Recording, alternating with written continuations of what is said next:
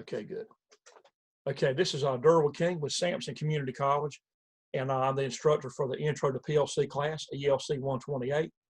If you're watching the recording, and anyway, we're going to start out here checking students on PLC programs they've written and have emailed to me. We're going to run them on a real PLC here, and you can see it through the webcam. And students are doing a great job. They come a long way. This is our next to the last session for this class. We have tonight, and then we have one more session next Tuesday. Thursday is off for the 4th of July holiday. And so we're going to get started right now. And so let's do a screen share and go here. Okay, and so do you see that logic screen there? Yes, sir. Something got out of whack there. What in the world happened there? That's unusual. Let me actually shut the software down because something got kind of wacky looking there.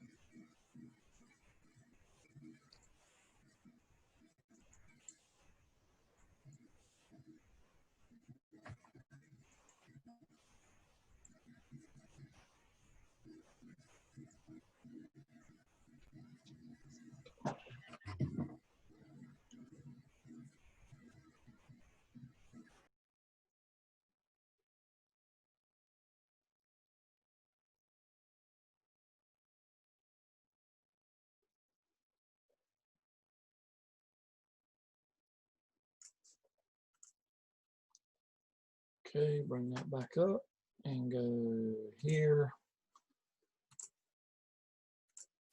Okay, we're back to normal. So let's go.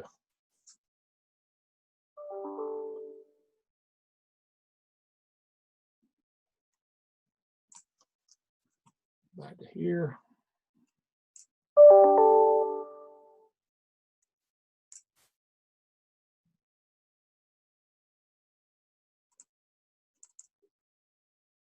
Okay, and let's go ahead and double check it.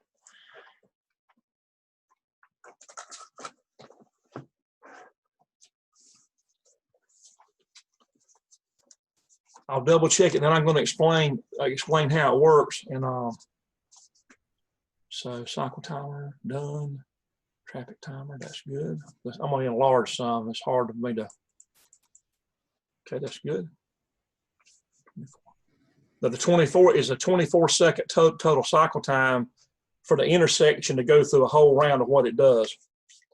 And I know it would be more than that in real life, but this just shows you how. This is just the basics of how an intersection would work. And there's a little more to it, like you got pressure pads or some type of sensing out there that when somebody pulls up, it knows that you're there, and that affects the program. But here, we're not using that. It's just we're just doing just a continuous timing, just like traffic is just continuously there, you know.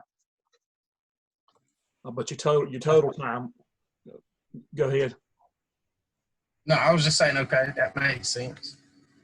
And the reason for the first rung there is this: is we have an examine off contact there. Do you see where I'm waving the mouse at?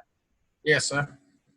Okay. The reason behind that first rung there is we've got an examine off, looks like normally close. So in the beginning, that rung is going to be true, and that timer is going to start out, and that's going to time up to 24 seconds, which is that's in milliseconds there, which would be 24 whole seconds. When it gets to 24 seconds, then the done bit's going to come on, and then that's actually going to open that. And when it opens it, then the rung won't be true anymore, and then the done bit's going to go false, and it's going to reset the accumulated value back to 0. And then when it resets back to 0, well, actually, let me back up. This contact is already made right now when the done bit's not true. So you start out with that contact putting power through to the timer. So the timer starts out automatically on its own, and it's gonna go up to 24 seconds. And then when it finishes, the done bit becomes true, and it causes this to open up. When it opens, then the accumulated goes back to 0, and when it does, the done bit turns off. When it turns off and it's a 0, this goes back true again, and then it starts all over again. So this is a self-resetting timer on that first run, and it just all it does is it counts up to 24 seconds, zeros itself, and counts up to 24 seconds and zeros itself, and it's just in a loop of just doing that. Does that make sense? Yes, sir. So they're just using that just to set the time cycle, the entire time cycle for the intersection. And then this accumulated value, that ACC value there, is what's used as a reference in all of these compare statements to compare the actual running time on the cycle timer to some fixed numbers that we plugged in there that give some definite cut on and cut off points for the lights, for your different green, yellow, and red lights.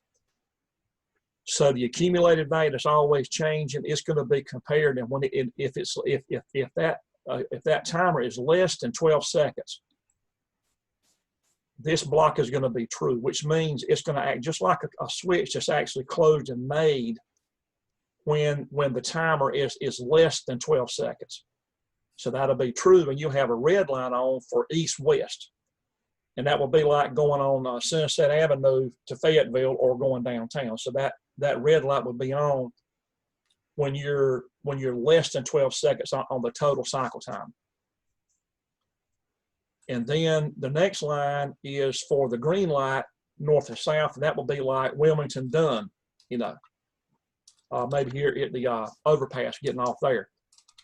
So this instruction would be if you are less than 12 seconds, that red light will be on. And then the next one is the green light for north and south. It's going to be on when you are less than or equal to 8 seconds. So LEQ is less than or equal to. They're comparing a changing number to a fixed number. That's your green light, like for, north and south, Dunn, Wilmington.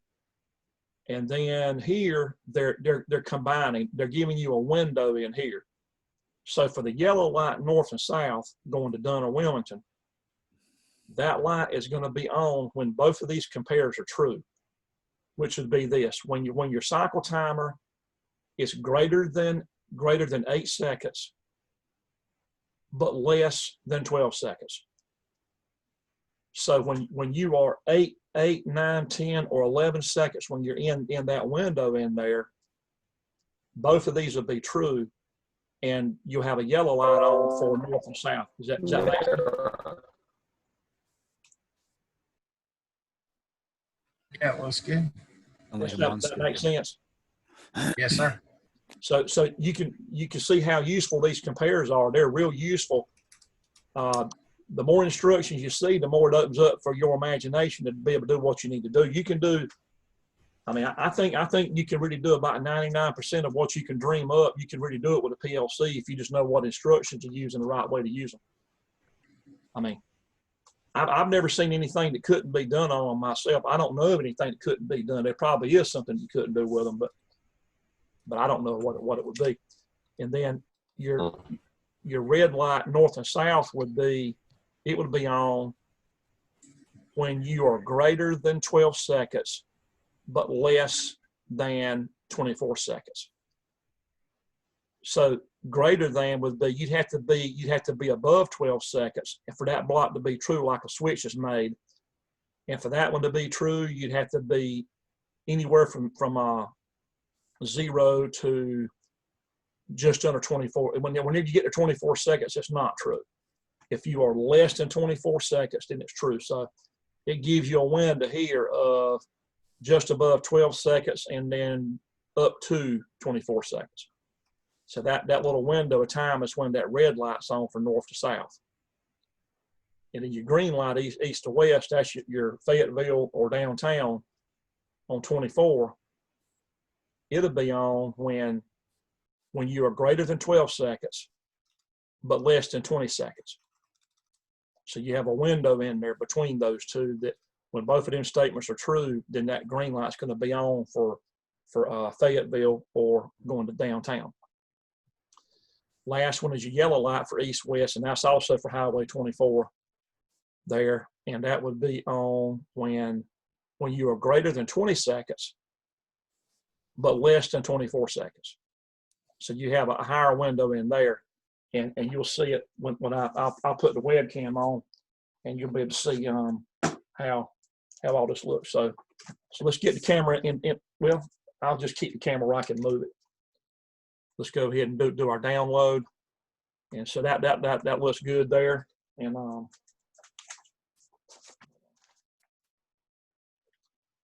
12,000, 8,000. Less than. Traffic timer EC. Down 8,000, 12,000. Less than, greater than 12, and less than 24.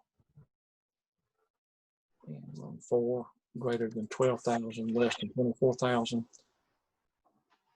Greater than 12,000, less than 20,000. And then greater than 20 and less than 24. Okay, because I wasn't comparing to the sheet as I was going.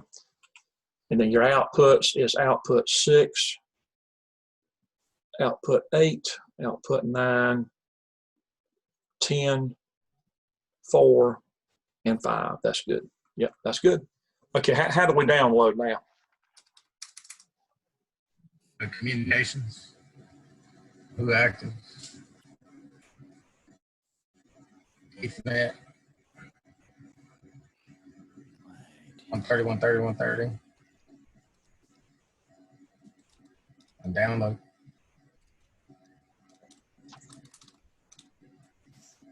Nathan, I got a temperature lab out to show you sometime tonight before we get out of here. I got you something. I got you something for your lab.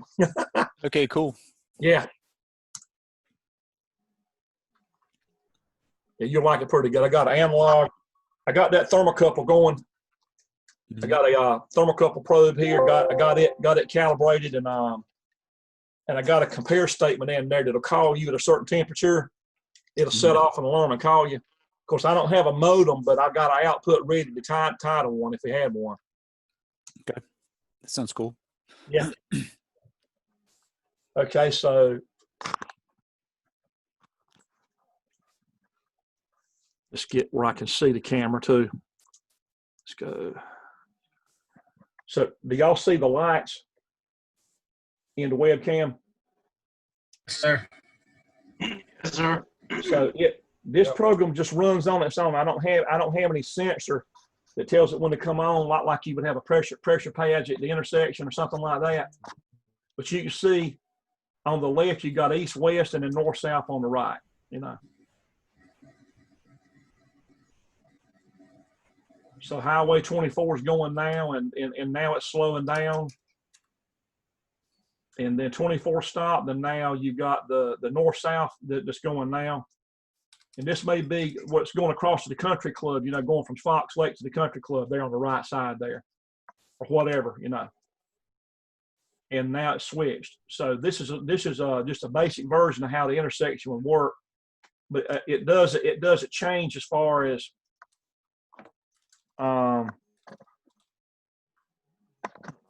is that jumping around?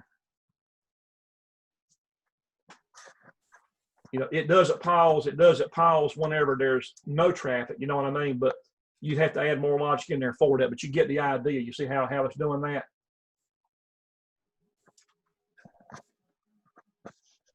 Yes, sir. That's 24 slowing down. And now you got north-south lane going. 24 stopped. 12, 24. And now 24 slowing down. And now it's stopped, and now you got, you know, you have the other lane is going that way, you know. Actually, this is the east-west over here, and then the north-south over here. Yeah. So it works good. It could be fine-tuned to make it longer, you could actually lengthen the cycle time of the whole thing, and you could actually change all those values in there and lengthen everything out. You know, in real life, it would not be as short as it is, but you get to see proportionally how it is. You know, does it make sense what you're saying? Yes, sir. Great. Okay. Any questions? No. Okay, good. All right. Go ahead and sign you off on that one.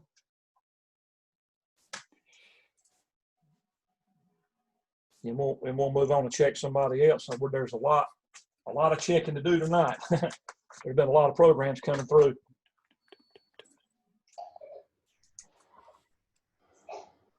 Okay, Kenneth. Copy. That's actually Kenneth.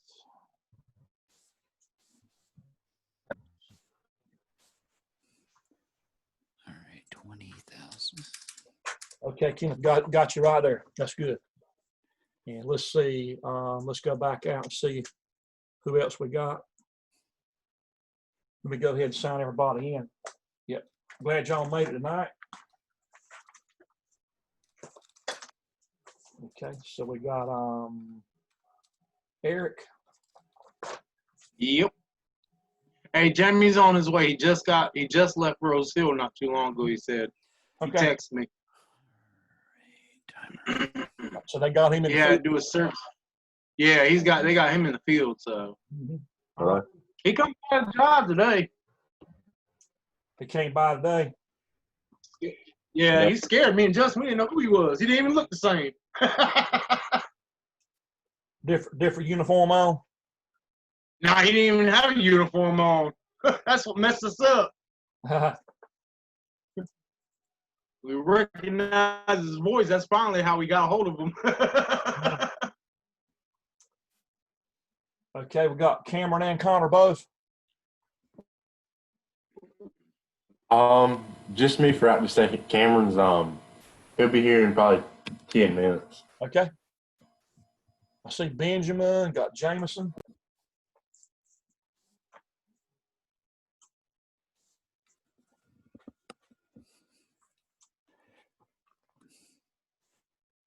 And Hello, can you hear me? 1, 2, 2. yeah, I hear you, Roger. It's cutting in and out a little bit, but I hear you. Yeah. Okay. Yeah. It's been an hour, like real. Yeah, your audio's cutting out pretty bad, Roger. What you could do, I don't know, you could actually dial in. There's a dial-in number you could dial in for audio. Green light, yellow light.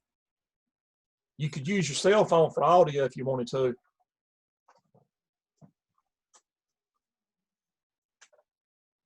But maybe you'll be okay. Just don't talk real fast when you do because it's kind of choppy. Okay. So who do we want to check first? I know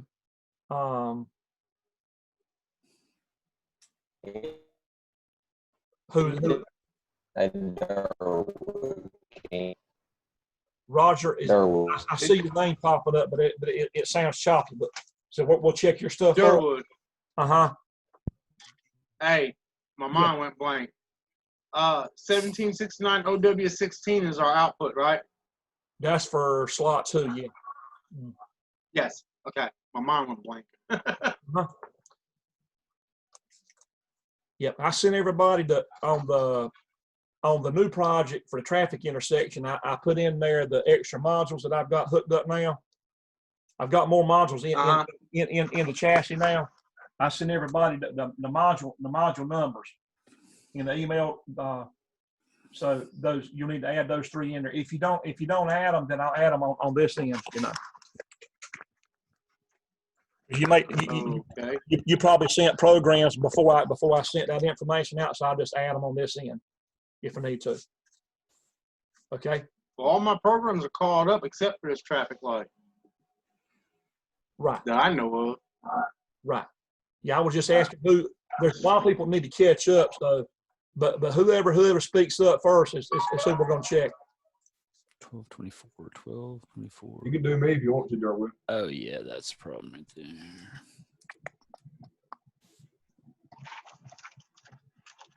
I got a lot to do. Right.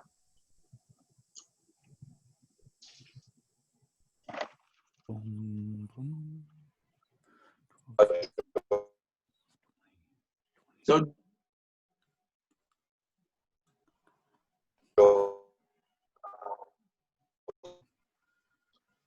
There's a dial-in number that you can dial in, Roger.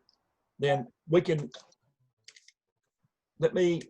whenever you log in, you've got an option to, let's see if I can find that.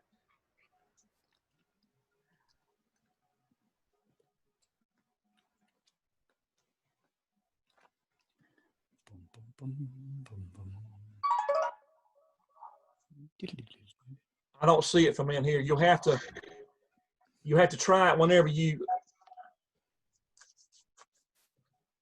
Roger, what you can do is this, with your phone, if you want to try this, you don't have to, but if you want to try it, with your phone, go on, open your email up.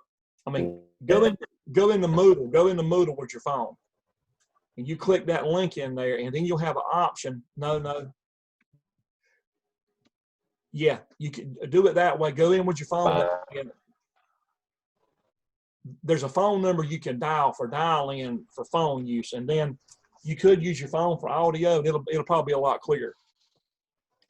So I've had a student last semester.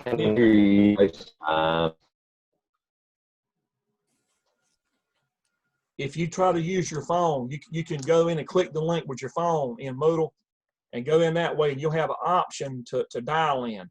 It'll give you a number, a phone number you can dial in on your dial pad. And I may be able to find it here. I'm not sure if I can see it without really losing connection with y'all. Let me see if somehow.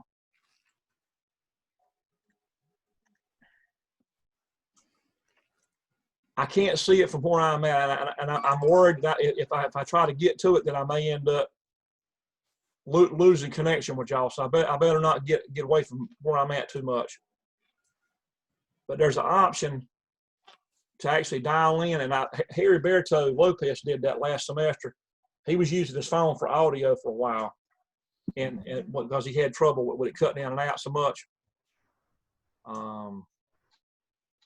But I don't see. Does anybody see any way of seeing that phone number? Here, I'll look it up. Let's see. Yeah, Roger.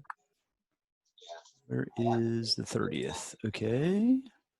You can hear me fine. Yeah, it's just I was having trouble speaking to you. Okay. Now is when it's right now, so I'll just wait until you go to check my stuff. Okay. Okay. All right. And just talk. Be near your microphone if you can. I don't know if that's got anything to do with it. I got a new set of Bluetooth. That might be it. That may be it. If you're using the Bluetooth, that might be it. Because I'm noticing that you've been fine. You've been pretty good up to the 9 as far as audio. Also, my internet's been bad today. Okay. All right. We'll make it. We'll make it just one thing at a time. You know. Just talk slow when you do it, and kind of be near your mic. And I don't know if the Bluetooth is a problem or not. You might want to. What were you using before? Another Bluetooth, but one earbud's went out in it. Okay. Yeah. I'm actually just using the mic on my webcam and built into the computer now. I don't even have a headset on now, and I like it better. Oh, I was thinking that like on your links on Moodle, it would show you the dial-in number, but it doesn't show you it. I thought it did. I know somewhere in there you can actually get a dial-in number, but it's early on before you actually get in. Yeah. I'll just be fine with this right now because I can see what it's doing, and if I need anything, I can just text you. Okay? Right, and if you actually exited out and it came back in, then you would be able to see the number on there at some point. Hey, Mr. Durwood. Yeah. If you click the little arrow right beside where it says mute, where the microphone is. Yeah. And then click switch to phone audio, it'll give you the telephone number and the ID number. That's it right there. That's it. Yeah, I see it. Thank you. So Roger, I'm gonna take a picture. You could actually do that. Do you see my screen, Roger?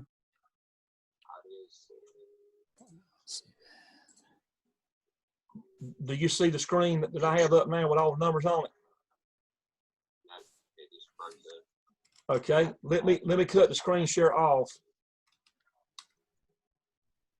and go to. Hang on, I gotta switch phone audio.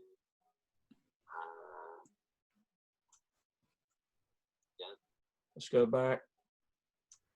You are screen sharing. Go back to here. Can y'all hear me? Yeah, I hear you. Yeah, I hear you now through the phone. Let me hang up and see if it works. Okay.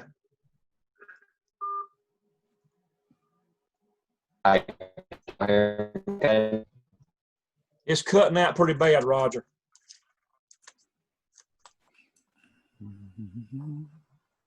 Well, we can. I'm not going to share that.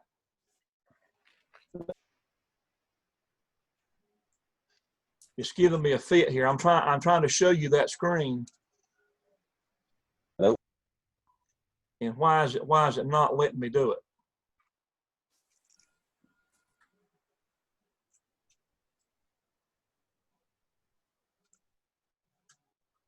What do y'all see my screen now? Yeah, I see you looking at this at the Yeah. camera. So it says, Nathan, do you see if I go to Yeah, it won't show any of the stuff you're looking at. okay, Roger, you'll have to go on your screen to the bottom left where it says mute and do the arrow and then hit that and then hit switch to phone audio. That's going to give you some phone numbers. It'll give you a meeting ID and a participant ID, and that's what you'll have to use when you dial in if you want to try the phone, if you do. That will clear up your audio if you want to try that. Okay. So we'll go back to our software. And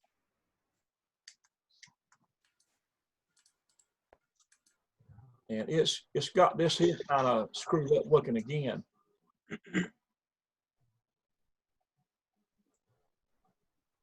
When I move around a lot, different screens, it distorts Studio 5000. So who are we going to check? Was it Eric we were going to check? No. It wasn't me spoke of. Who wants to get checked? I know a lot of you sent programs. Jameson, you sent a bunch of programs over the weekend. You want to get checked now?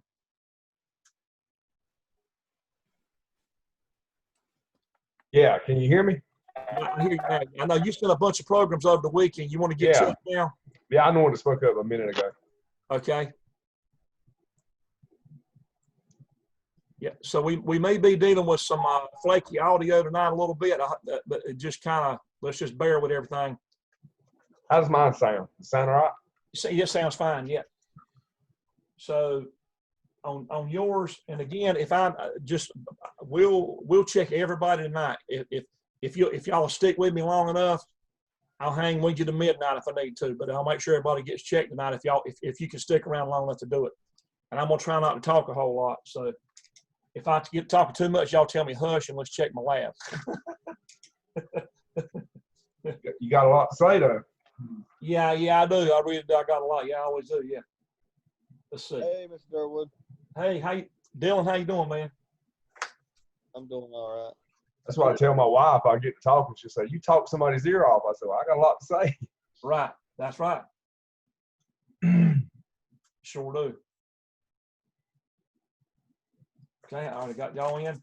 So for Jameson, the oldest thing back would be the sump pump advanced. Okay, so let's go to that one. First one. Right. Maybe it's right.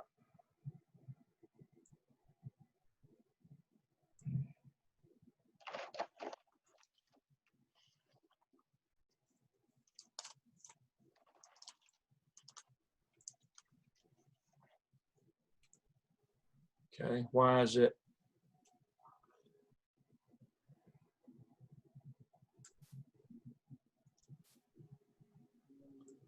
Okay, there's an issue with that screen coming up. Why is it got a problem there? Let's go out. That screen there looks fine. Let's go back.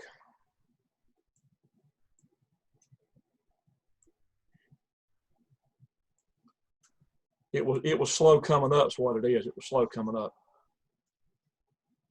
All right. So we're going to Jameson's folder. Wait a minute. We've already got. I got to slow my brain down. I've already done that. Main program, yeah. Right. Okay. So let's go this way. Now, so let's double check the contacts in there. I hadn't done that. Let's do it. Get back out. Okay, advanced sump pump. And let's see which one I'm on.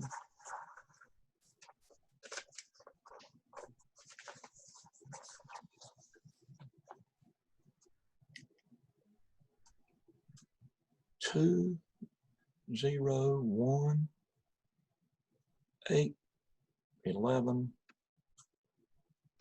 and 3 and 6. Output 1, output 4. Input 8, input 11. Output 5, output 9. Your overloads are 8, 11, 8 and 11 for overload and float. Push button, reset 7, alarm horn 7, and good. Good, okay. Now I'll zoom out. Okay, that's fine. How do we download? Communications. Who active? Who's active? Ethernet. That 130, the address. And download. Okay.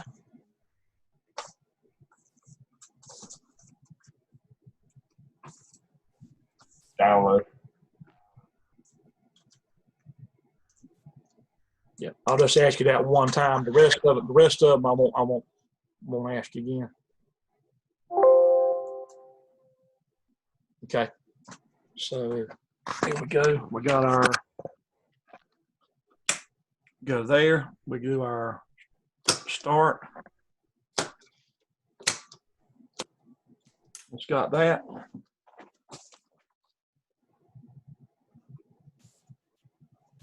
You've also got your high level float that's causing that. It gave you a light, and then you can reset it that way, and also go back in manual that way.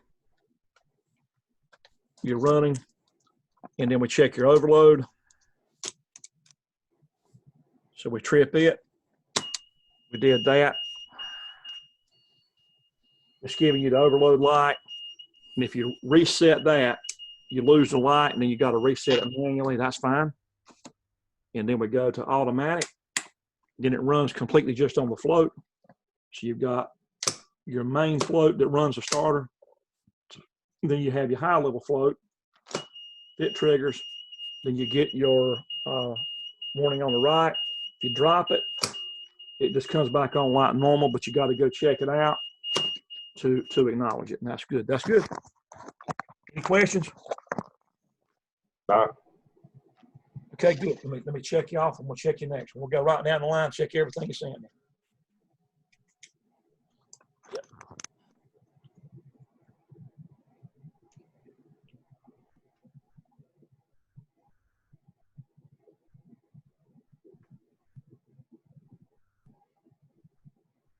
Okay, so your next one will be the timers. Okay, so let's check your timers.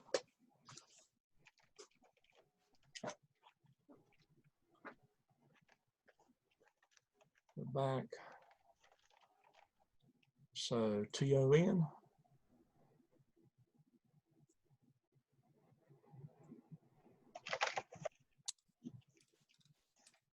larger. 0, 1, timer, and yeah. Okay.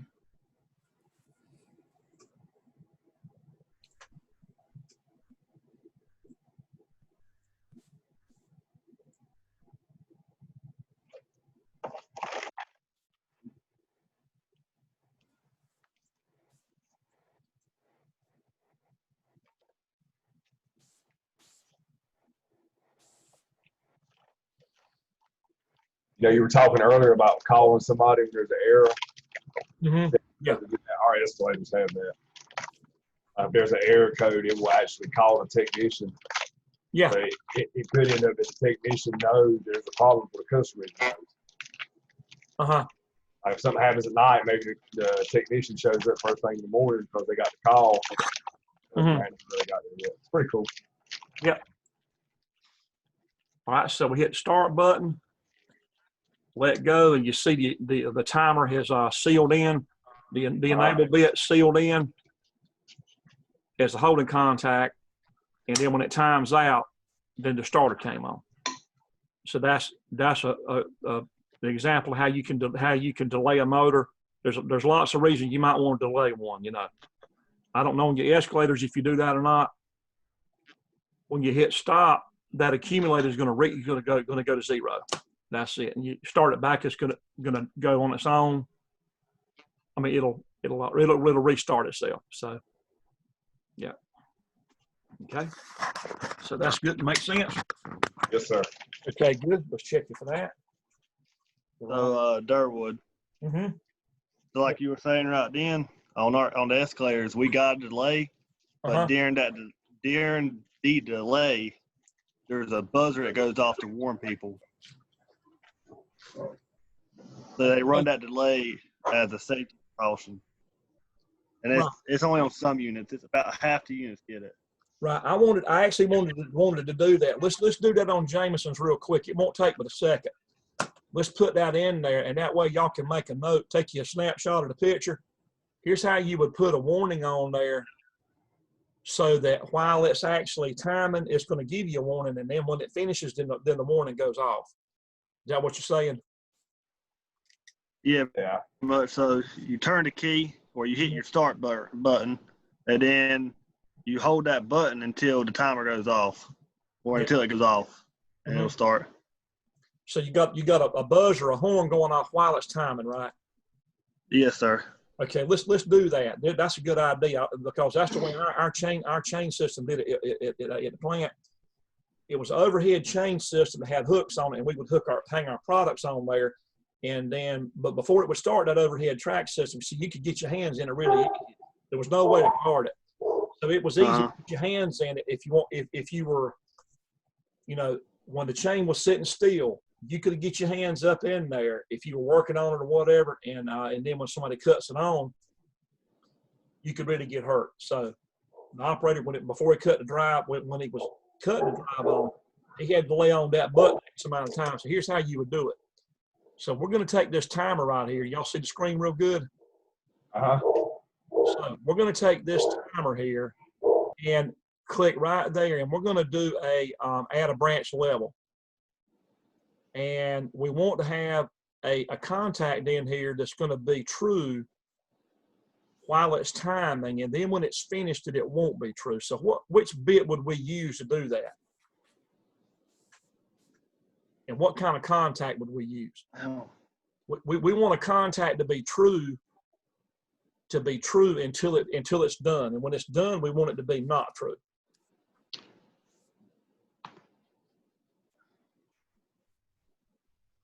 So what kind of contact would I put in there? Would it be an examine on or examine off?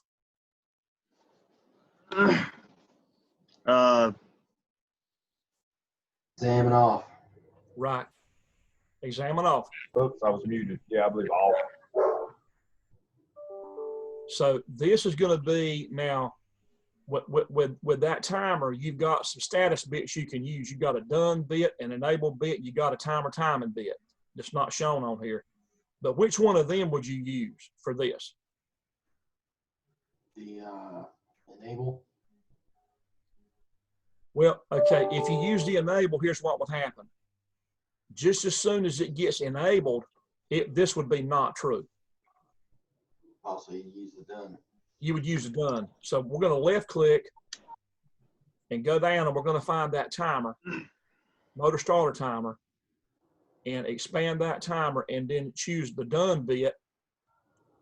And it's going to be true until it's done. And when it gets done, then it won't be true. So we're going to turn the horn on now. So the horn would be output 7 in slot 2. So we go up and we get us the output, and it's going to be a new tag, and it's going to be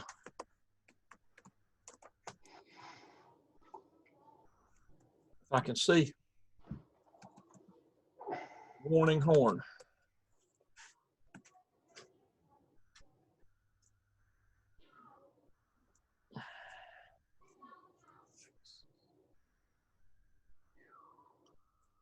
It's an alias for output 7 in slot 2.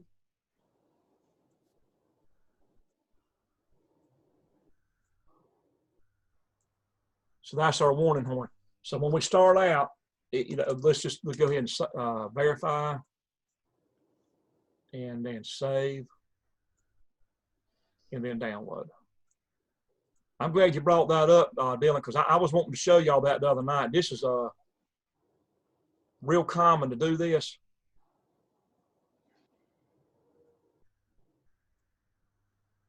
Because in most cases, when you delay a motor, you're delaying it because there's a safety issue in there of some kind. And while you're waiting, it's a good idea to have a horn. So when I hit start, you got the horn going off, and then as soon as it gets done, that's going to pop open, and then these will switch. You see there how they switched? So you're using a done bit examine on here, you got the done bit examine off. So the starter and the horn are always going to be opposite. That makes sense? Mm-hmm. Hit stop, it's going to clear that, and I hit start again. Your enable bit is being used as a holding contact because it's instantaneous. There's no delay to that one. But the done bit is here again. Yeah. Anyway, that's how you do it. It's real simple. Yeah. But if you want to take a picture of that, or then you can do that, or just make a mental note. That's how you do that. It's pretty straightforward. Okay. Now we go to your off delay.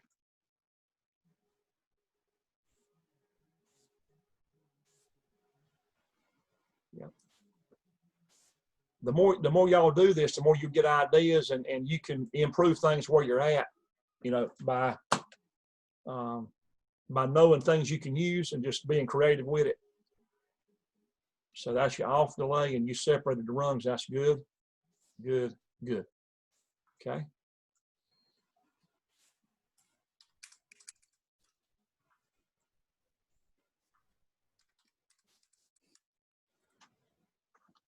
At least we'll be back on campus in August, as of right now, for your shop, for your wiring, for residential and intro to electricity. The classroom portion will be online, but at least you're gonna have some shop time.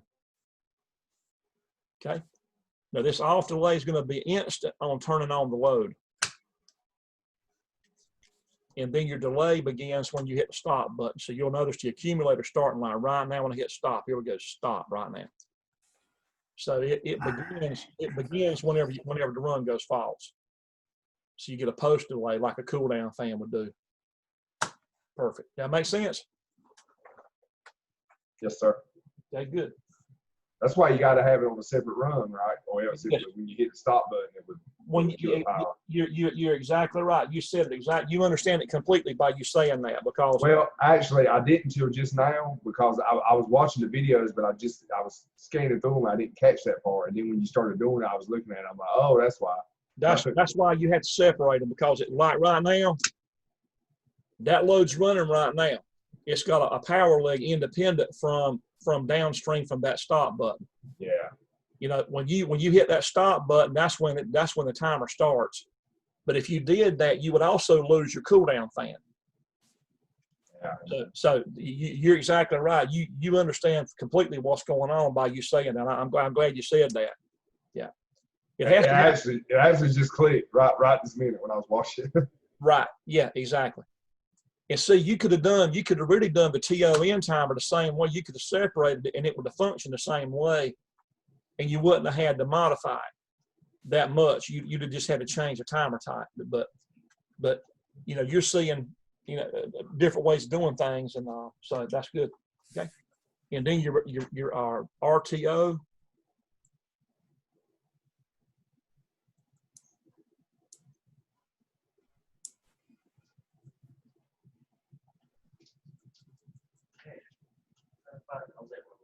Okay. Okay. If my truck's unlocked, you can.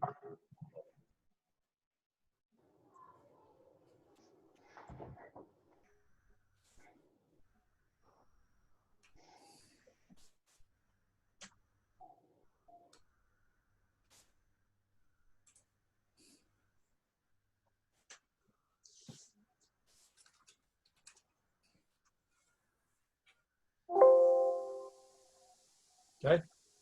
You start. And when it stop button, you see how it retains the number. So it doesn't lose it. It's retentive. And do you remember? Were you involved one night when I cut the power off and then it saved the time? I watched the video. Right. So it'll save it even though the power goes out. Okay. So it works. It saves it like a latch instruction does. So you let it finish on out.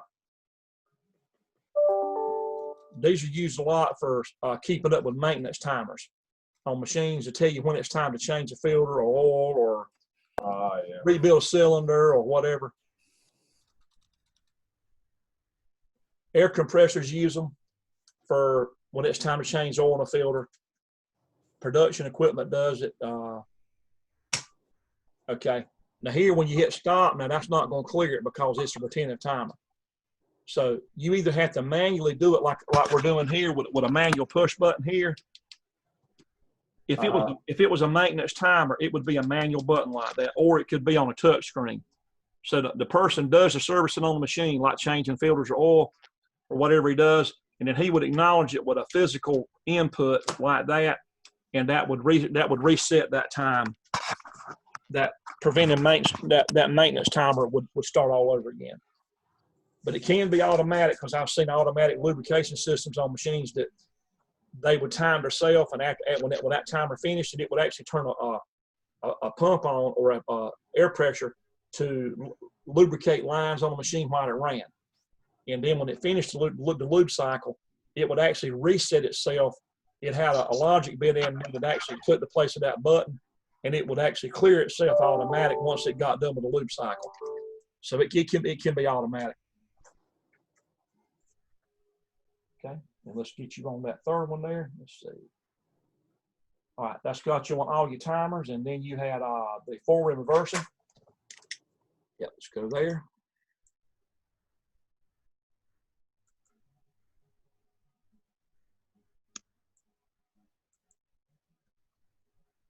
Okay, go larger. Go back out one. Okay, forward and reversing.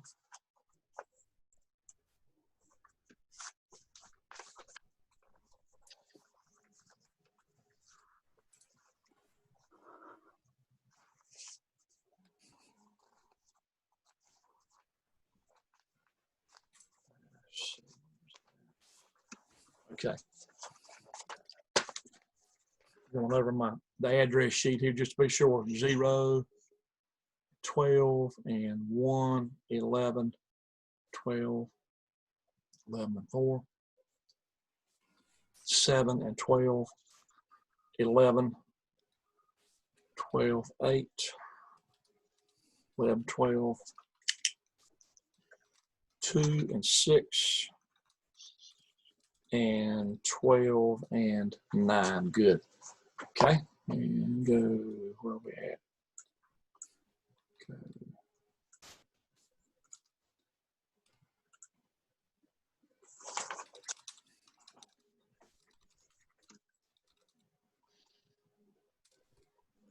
This semester has just gone by pretty quick. But I'm real thankful that we've been able to do what you know. It's amazing me what we've been able to get done. I don't know if it's amazing y'all or not, but it sure has me. What we've been given to do, to use for free, and just how it's really allowed us to really do a lot compared to what it's. We weren't just stuck with Moodle, with oodles and Moodles, I call it. Me and Ruben calls it oodles and Moodles. So we weren't stuck with just Moodle, you know. So forward, we go forward, and you see that light on, and then if I try to go reverse, your interlock there is preventing it. You see that, Jameson? Right there where the mouse is? It's got that prevented. So it won't let you go reverse. Now I hit stop and I go reverse. And now while I'm in reverse, if I try to go forward, it's not going to allow it because of the other interlock up here is actually popped up. You see that? That makes sense how it's got it blocked. Yep. But you got a crisscross here. That coil pops this open. That coil pops this open. Okay. And then your overload. I think we talked about that motor controls. Yeah, we did. You actually ran this was running motor controls, but all of that interlock logic was hardwired. So all of your interlock stuff and your holding contacts, all that stuff was physically wired on that starter to where you see there's a lot less wires there in the webcam. Yeah. All of those contacts are not wired in. You know, you've got the coils wired and you've got the overload wired in. But the logical part that was done hardwired in motor controls is done. You did it in the program, you know. So you can visually see what's going on within the program. So you know you can do it either way. So you've learned it both ways, hardwired and regular. And now if I go here to the overload there, and if I do overload trip, then it gave me the yellow light and it actually shut your logic off. And then if I hit the reset button on the starter, you see my hands there, then it clears that. So that button is feeding to the PLC. The PLC is turning the light on or turning it off based on that button on the relay, on the overload relay. And now it's going to let us run again. So there it goes. And you can see your starter kicking in and out like that. So you see everything clicking there. Okay. So you got it. That's good. It's a good working program there. And all of these functions are just good food for thought in your library that you're gaining here on what you can do, you know, with logic.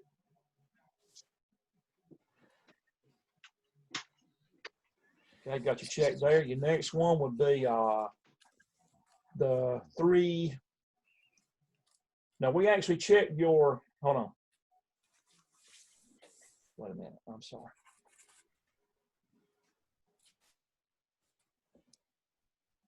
Jameson. Forward, reverse.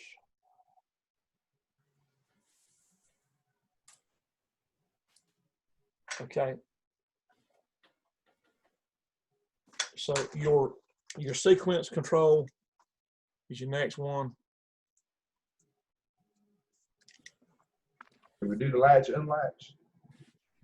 I think so. Let me double check that I think I've seen it. No, we haven't. Your questions, but the lab, no. You're right.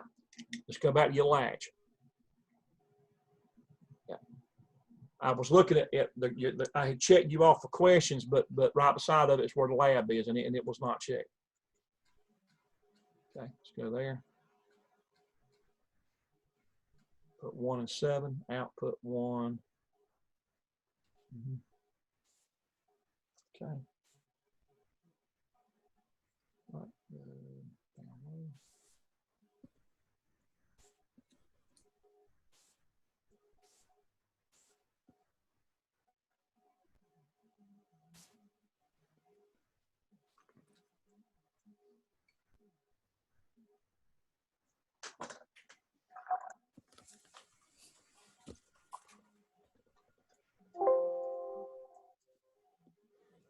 Okay. So we go with latch and then unlatch. So you notice I'm not hitting a stop button, but it's a latch command and an unlatch command. This one also keeps it during a power outage. Did you see that in one of the videos or in a session, Jameson? So you did. Okay. Yeah. So it'll hold it through a power outage.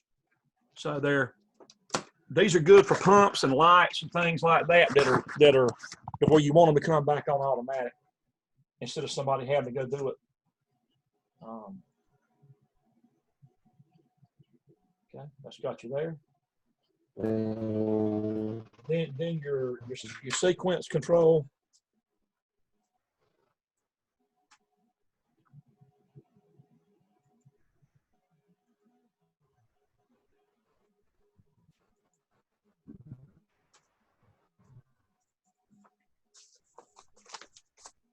Get back out. And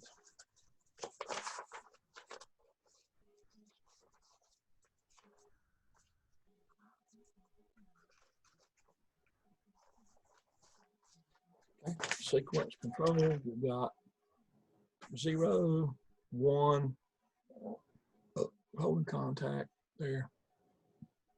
Put 1, output 4, timer.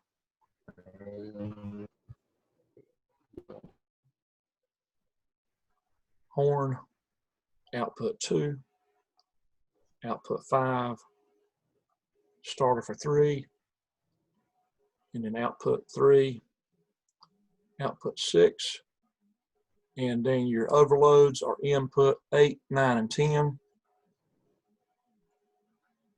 And that is that. Okay, that looks good.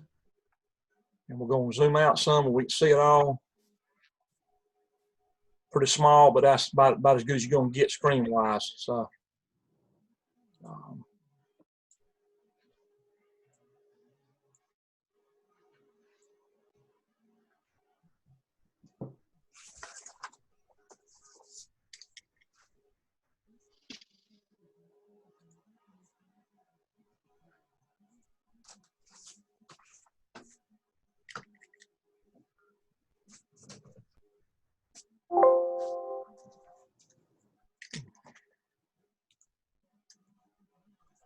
kind of small, but can you make it out? Yeah, I got a big screen. Okay, I'm gonna hit start. The first one is instant.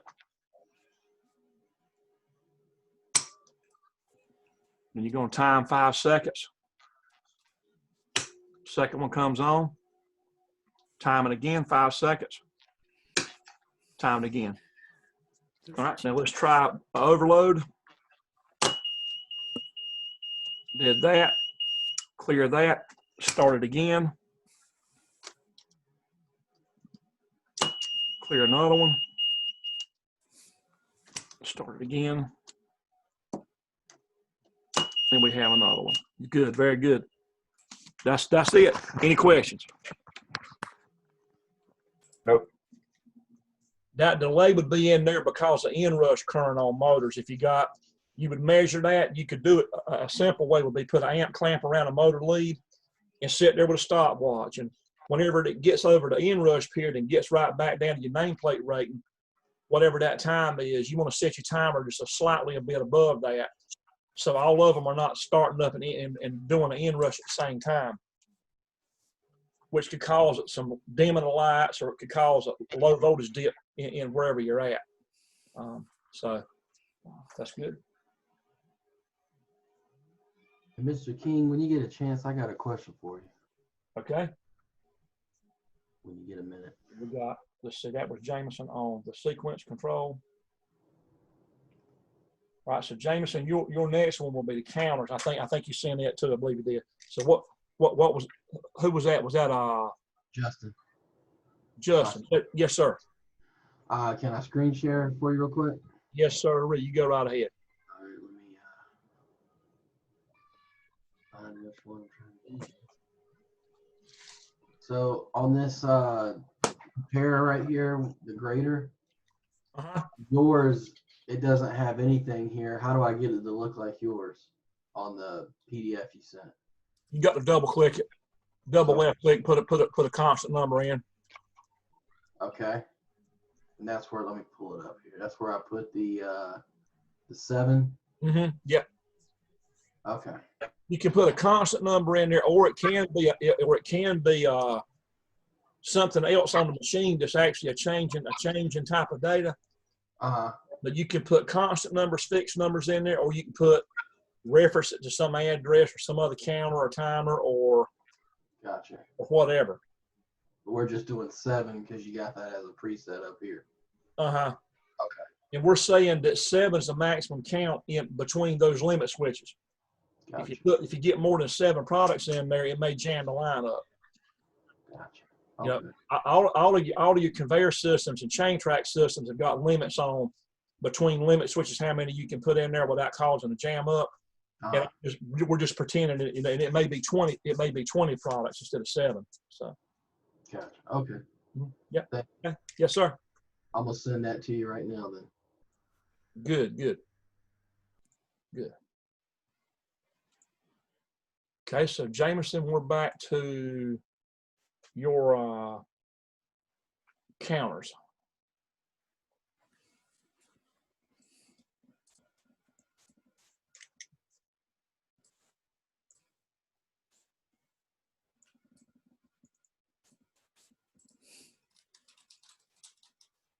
And let's go a little.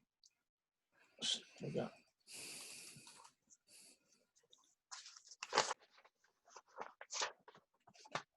So you got your entry limit switches input 4, first counter, and that's CTU for up. There's your up count bit, yellow light, output 5, exit limit switch is 5, countdown timer, the countdown bit, and an output 6 for another light. Both of them are done bits. You got a green light at output 4. Solenoid, stop gate solenoid at output 0. Greater than count zone accumulated. And if you overdo it, then you've got output 9 and you have the horn at 7. Your reset input is 7, and then that will clear that. Okay. So let's go back. Actually, that's a little bit small to be looking at. We're gonna leave it right there. And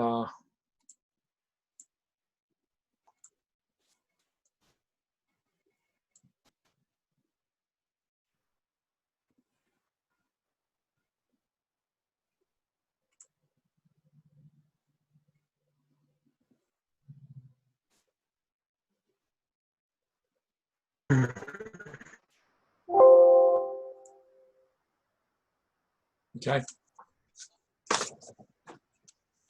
So your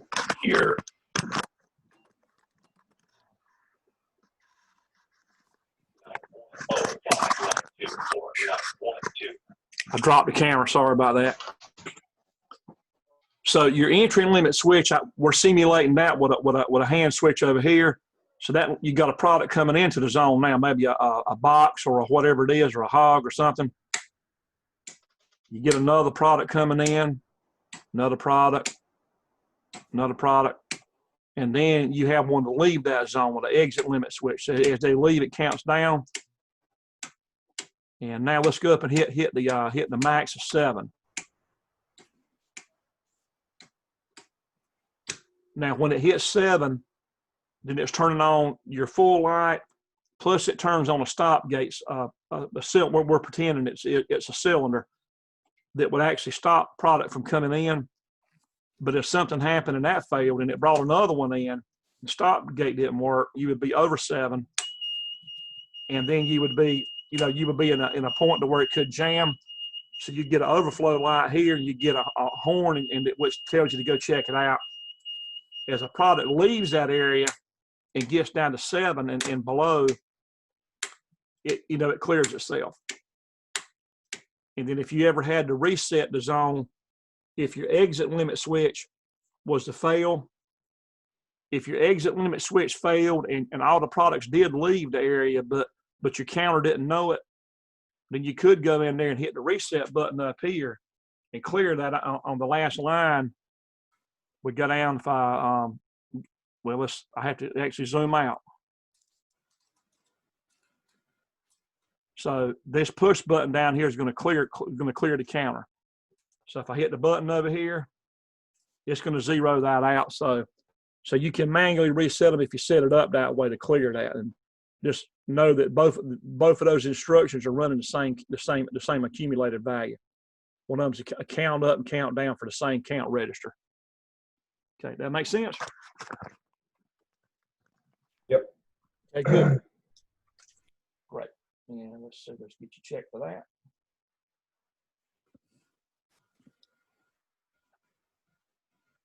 Okay, and did you send another one, or was that it?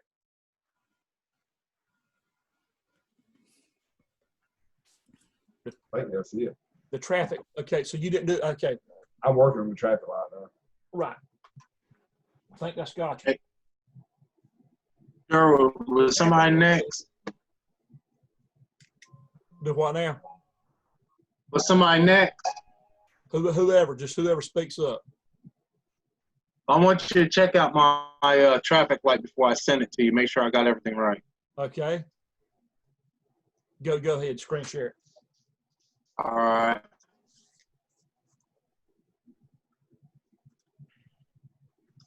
The traffic light is part of your exam, and I didn't require it to be done tonight, but if it's done tonight, then it's going to give you more time to concentrate. There'll be a written part, but it's not going to be real long.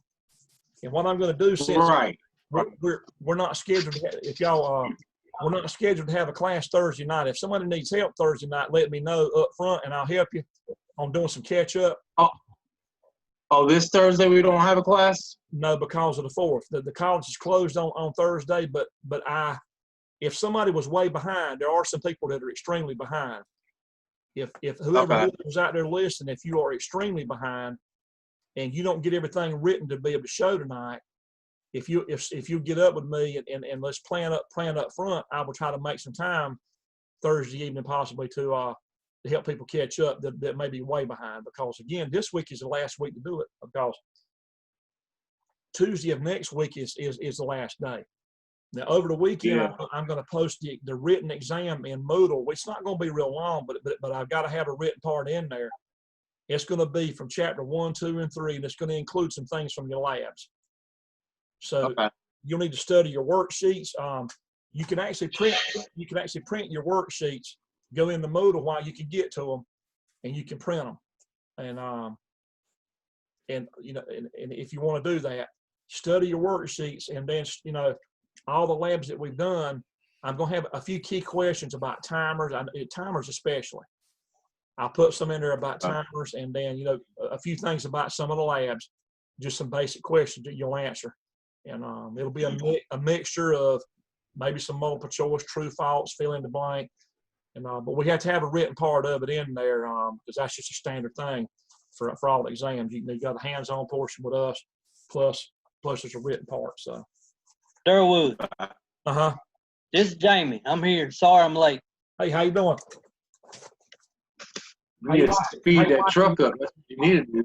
Wandering around a good farmer's market, especially when there's a bakery involved. How do you like being in the field now? I like it. I'm enjoying it.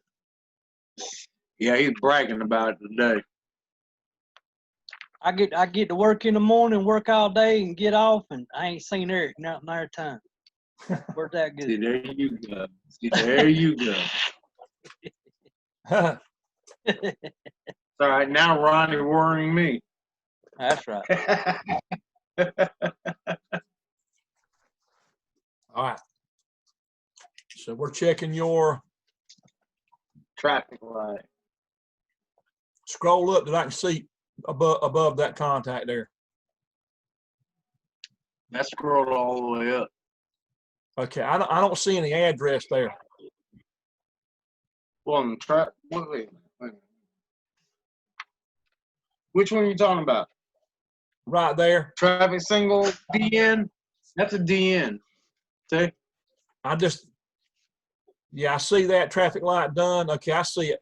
But for some reason it just, Okay. I don't, what did you got some dots in there? I don't know why it does that on my computer. I don't know either. Yeah. But anyway, that's fine there. And then you got a less than 12,000, and you've got Yeah. output 6 for red light, less than or equal to 8,000, and then you've got an output 8 green light, and then you've got greater than 8 seconds, less than 12 seconds, output 9 for yellow north south. Then you got rung 4 is greater than 12 seconds and less than greater than 12 seconds, less than 24, output 10. And then rung 5 is greater than 12, less than 20, output 4 for green, east, west, and then scroll down. Greater than 20, less than 24, output 5, yellow. That's fine. You send it on. All right. Yeah. Good. Okay. So on all the labs, I'll be called up then. Now I'll just be waiting on the final, right? You'll be waiting on the written part for the final, yeah. Okay. Okay. Yeah, and I got some analog stuff to work in. Whenever we get called up on seeing everybody, I got some analog stuff to show. So. Okay. Yeah.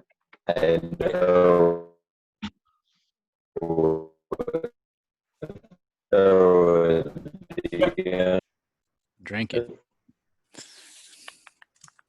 I hear you talking. You want to check a lamp? Sounds like he's partying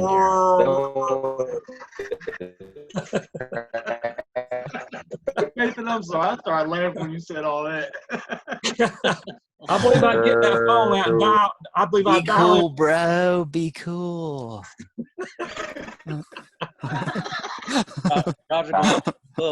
Roger, I'm going to read your mind here. You want to check your program,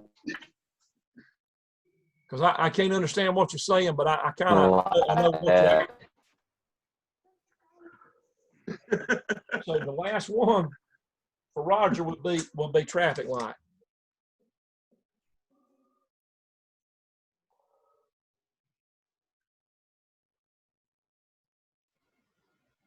Now I don't see it in here. Roger, what were you wanting to do? Were you?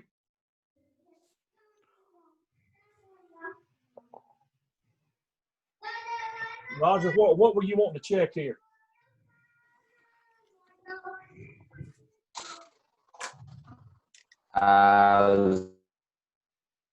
Did you send me the traffic? What did you send me? I'm trying to. You sent the traffic intersection. Let's go back out and check email. And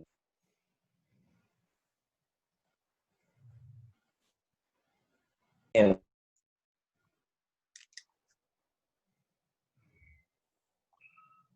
me just type your name in here and go straight to it.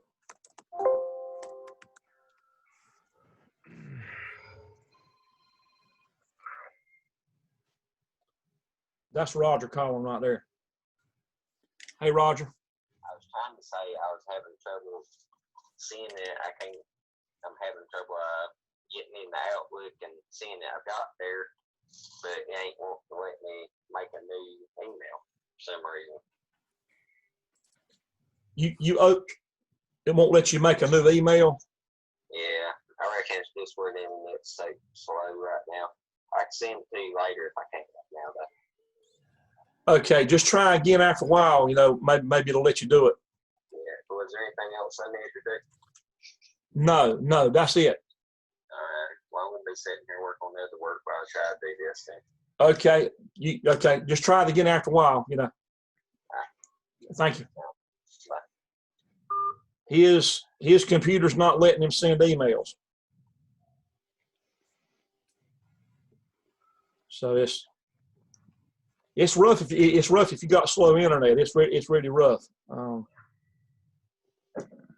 I had to step it up and change companies on mine to ever get anything that would work halfway decent. That would work decent.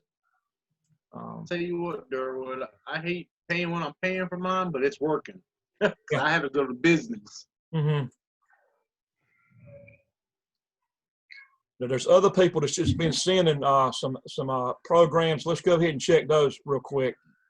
I sent you one, but whoever you find. Hey, Durwood, did you get the one I sent you last night? The conveyor? I see Dylan right here, conveyor. Yes, sir. And let's see. I don't remember. I hope that's the right one. I don't remember if I did or not, but we're going to double check it. I think that's the last one I owe you. Right. Yeah, I hadn't saved it, so that's one I hadn't saved. So Benjamin just sent. Now, Benjamin, this here just says ladder diagram. Well, what is that for?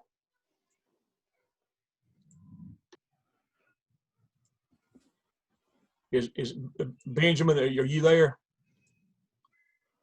I'm going to save it, and we'll just have to look into it and see what it is. Okay.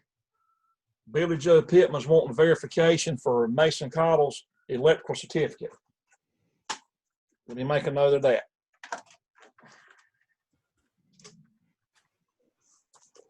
Durwood, you should be getting my traffic light soon. Okay. Just send it your way.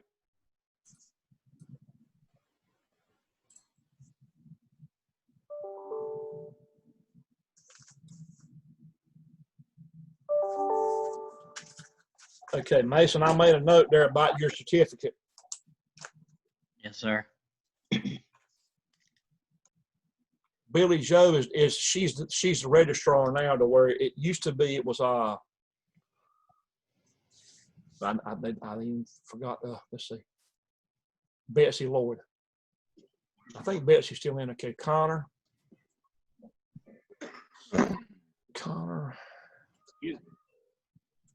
Excuse me. Nathan on traffic light. Mm-hmm.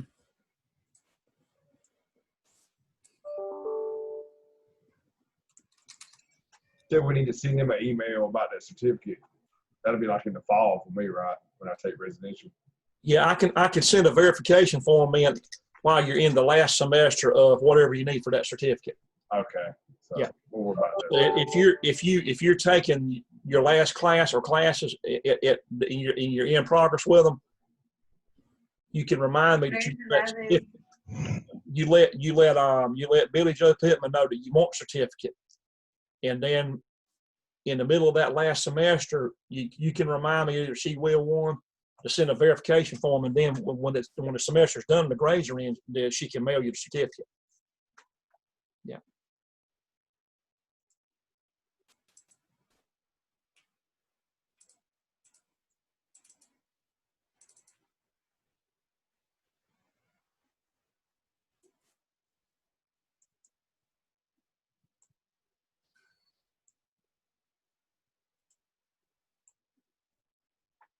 Spirit.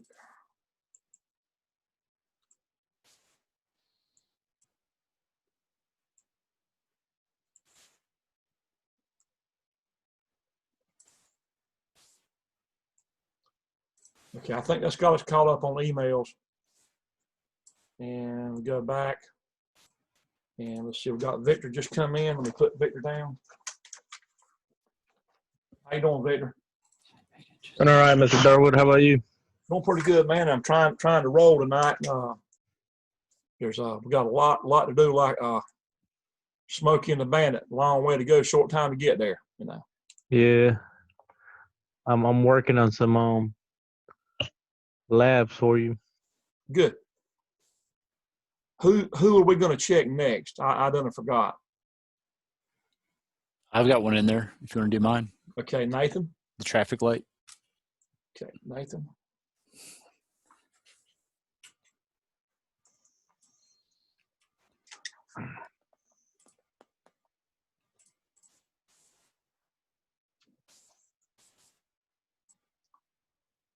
Here.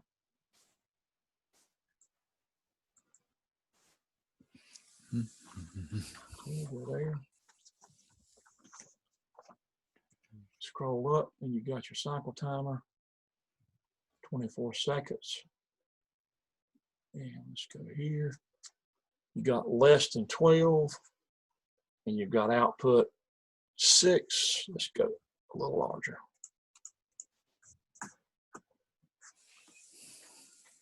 Less than or equal to 8. Output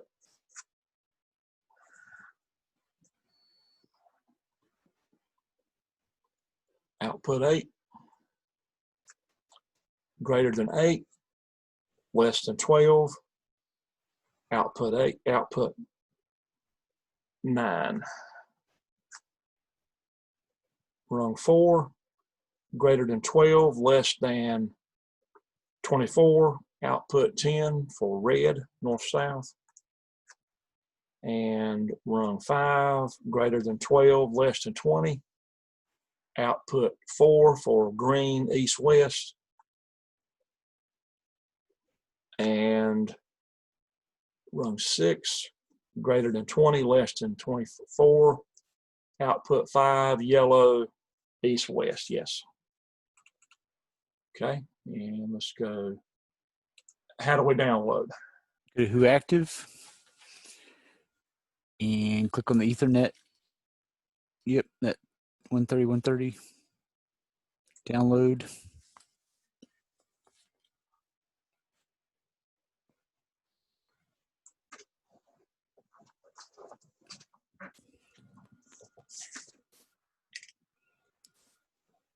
And again, there's more logic to it at a real intersection, but this is the gist of it. And you see the lights, you got north-south lane being slowed down, east-west running now. So that would be Sunset Avenue on right now. It slows down, stops, and then you've got your north-south that would be running now. Slows down. Now they switch. That's a basic model of a traffic intersection. It's more elaborate, you know, when you've got other things going on, like, you know, when you got pressure pads out there that knows when a vehicle's there and when it ain't. And things like pedestrian crossings. Pedestrian crossings, they got a push button that somebody on a wheelchair can go over and hit a button on a pole, and then that gives, you know, that's another element in there that comes in that we're not showing here. So, but this is the main nuts and bolts of a traffic intersection. I was explaining earlier before everybody got in how this thing run, and I'll go over it one more time real briefly. That cycle timer, the way it works is that examine off is on in the beginning of the lab. It's on when you first cut it on. So that timer will count up to 24 seconds, and when it finishes, the done bit comes on, and when it does, it opens up that contact, which clears the timer. When it clears it, then the done bit goes off. When it goes off, that contact recloses, and that timer starts all over again. So it's a self-resetting timer in rung 0. It counts up to 24, clears itself, counts up again, clears itself, and it just all does that round and round with no interruption. And that accumulated value is used as a time base for every light and it's been picked out constant numbers to compare it to.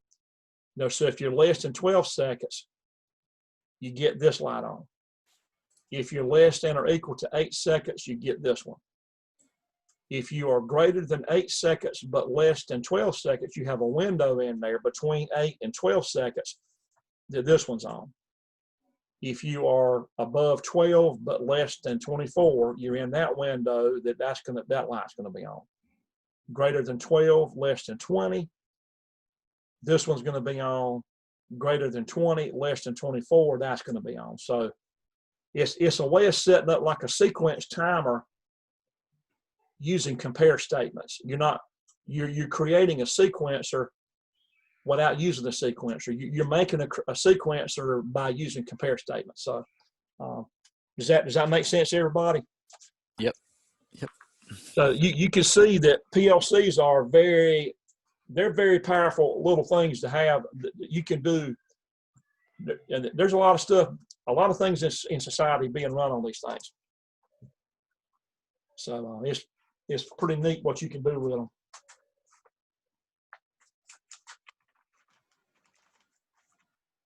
Okay, Nathan, you check you off there.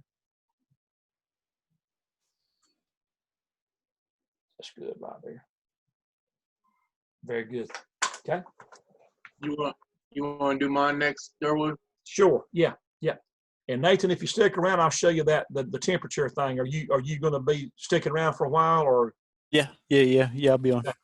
Before you cut out, let me know, and I'll stop and I'll show you the analog on that temperature, because it won't take but a minute to do it. Okay. I've already got it wired, set up. I got a heat gun down here. I got a hair dryer ready to heat up a heat probe and everything, man.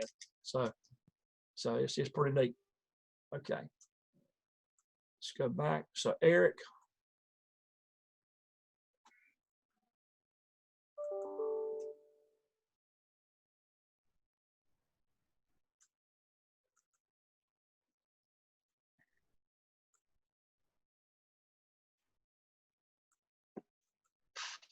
I've been messing around with analog stuff today, and it's something today, and it's good stuff to work with.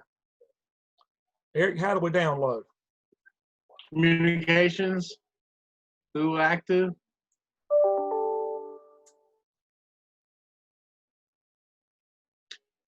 Go to Ethernet.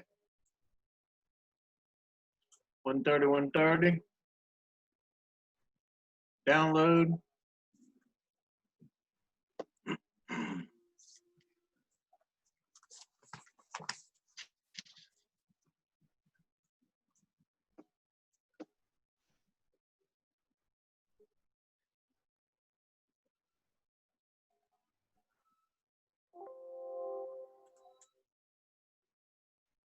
Okay, so it's running.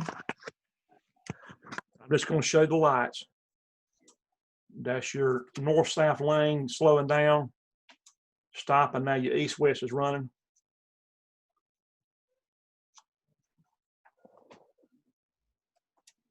Slowing down, east-west.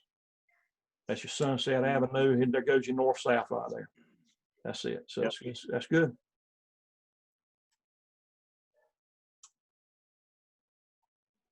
All right. Very good. Any questions? No, I think I caught on to this one pretty good. Good. Yeah, those instructions are nice, and there's a whole lot more instructions than what we even than what we're going to have time for in this class. If you look up on the toolbar, you've got move logical instructions, miscellaneous. You got file shifts. You got sequencers, program control. You got, if you link to it on out or scroll over, there's way more. You got math functions in there, trigonometry, advanced math conversions, motion instructions for motor controls for servos and VFDs. There is so much more stuff that HMI for touch screens. There's plenty to do another class or two classes beyond this one. So it's just I've got to get time to develop the next one that I started, ELC 228 PLC applications. It would be on more advanced stuff, and anyway, I mean, I can go way on beyond it. I just got to have time to develop it. And then somebody else needs to teach the basic stuff that I'm teaching, so I can be free to teach the more advanced stuff. Right. And not be tied up on the basic stuff. So. Right. I think it's coming, but anyway. All right. So I got you. We check you off there. All righty. Okay. So you be looking at for I'm going to send y'all an email over the weekend about the written part in Moodle, and it's just as soon as you see it, you can go ahead and start working on it a couple of days in advance. So I'll kind of send it to y'all maybe Saturday evening, and not that you have to start it then, but it'll be due like Tuesday night. So if you wanted to start it before Tuesday, you can. I would do it because you'll have breathing room, Yeah. You don't have to, but once the cutoff time is there, then that'll be it. It won't. There's not really the wiggle. They ain't really there. So I apologize for the way it seemed like a jam sandwich. I know, but it's okay. Who can we check next? You can check I me. just sent you mine, Durwood. That was Mason. Is that right? Yes, sir. I heard Mason. Okay. Yeah. Have you seen any of your logic screens and anything yet? On those Siemens PLCs? No, sir, not yet. Okay. So it looks to me like what on yours, Mason, it's just going to be the traffic lights. Is that right? Yes, sir. You sent me the latch, but we didn't run the latch, did we? Or did we? We did. I'm pretty sure we did. I know you sent it to me, but I just don't remember if we checked it or not. And we can check it again. If you're pretty sure we checked it, let me just take a quick look at it.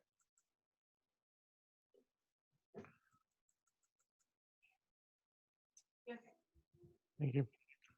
That's fine. That's fine. It's good. That program's fine.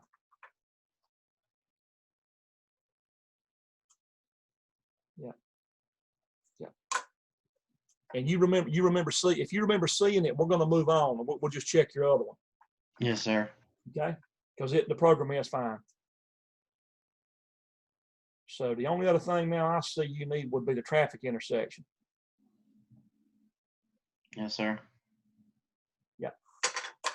Yeah. Let's back out.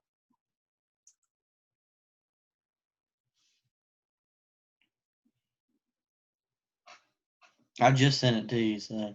Oh, you just sent it. Okay. Yes, sir.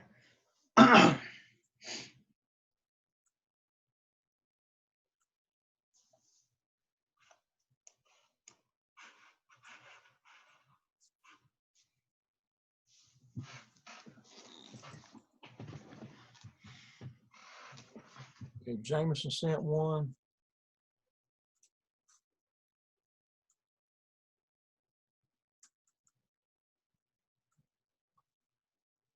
And Mason.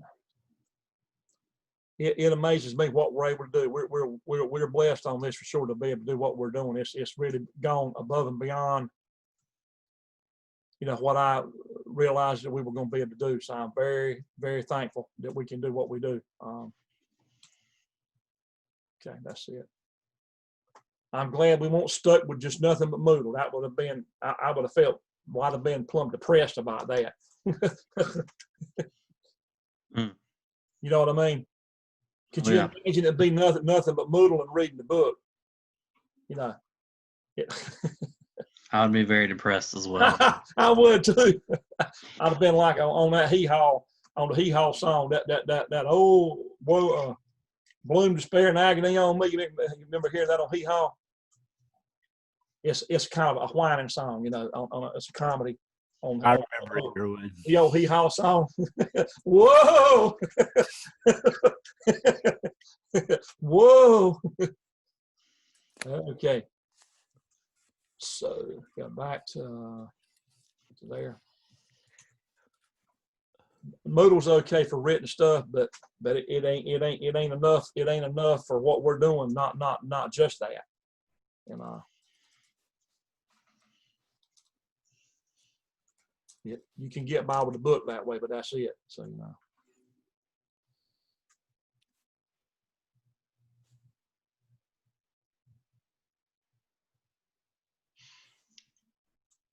It's at Mason Cottle traffic lights right there. Okay, yeah.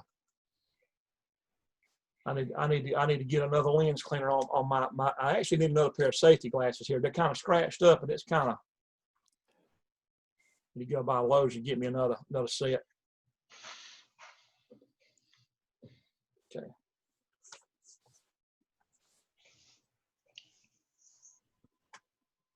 $24. And you got less than 12. Output 6. Less than or equal to 8. Output 8. Greater than 8. And less than 12. And output 9. And greater than 12. Less than 24. Output 10. Greater than 12, less than 20. Output 4. Greater than 20, less than 24. Output 5. Good. Okay. How do we download, Mason? Go to communications. Who active? Ethernet. 130. And hit download.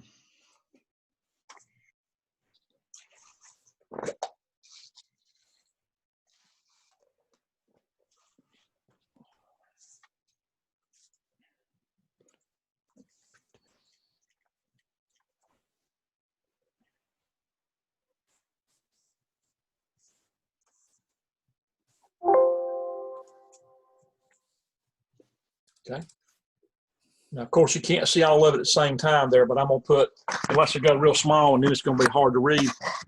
But there goes your lights. You're running there. Got your east-west Sunset Avenues running.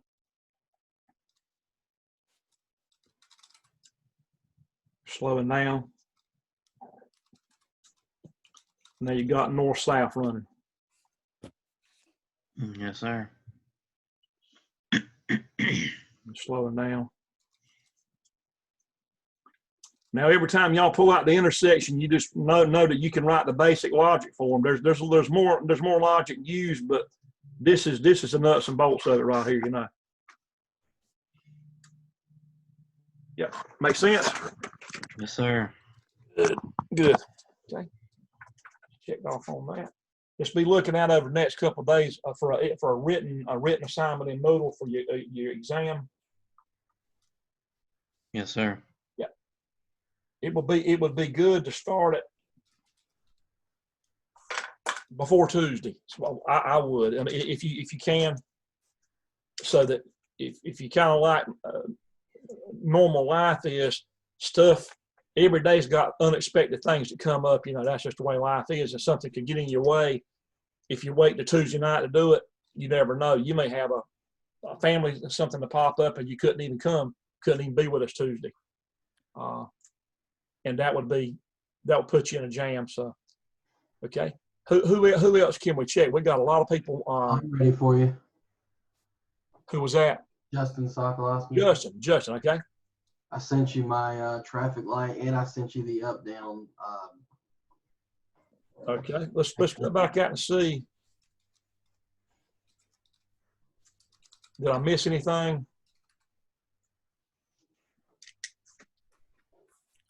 Okay, Victor sent one.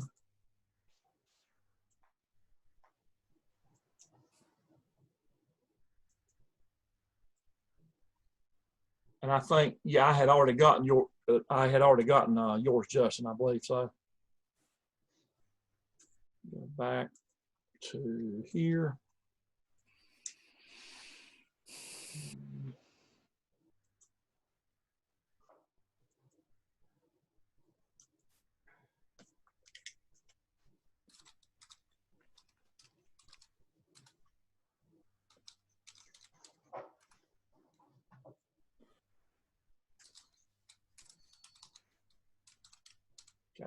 Let's go.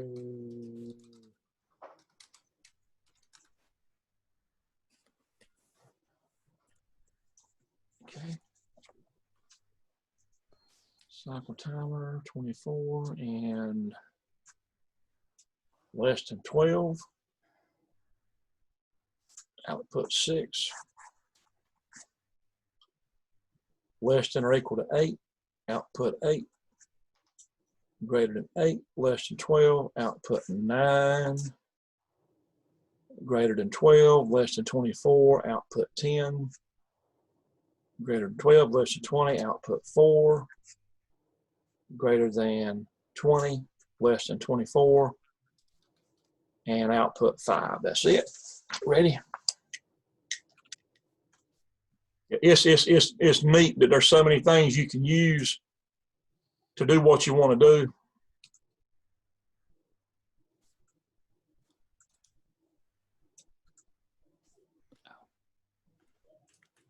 And these PLCs were just invented in like 1968.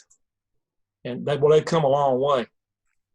The first ones were invented for GM, General Motors, for the automatic transmission division.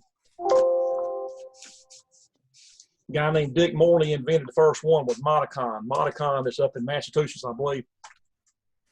And it was built for, so that when they did year change models on GM transmissions, they didn't always have to do a whole new wiring harness in the vehicle.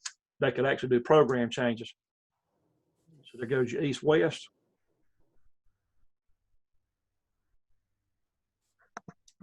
Slowing down. Yep. Y'all see the webcam okay? Yes. Good. Yep. Good. Every time you pull up the intersection, look around, you'll see a stainless steel box somewhere and your PLC's in there. Yep. That's it.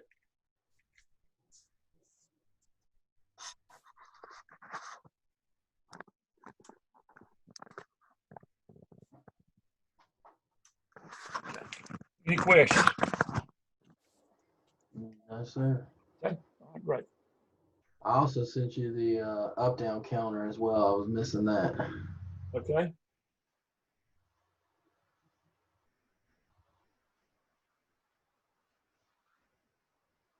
That's right. That's right, the counter.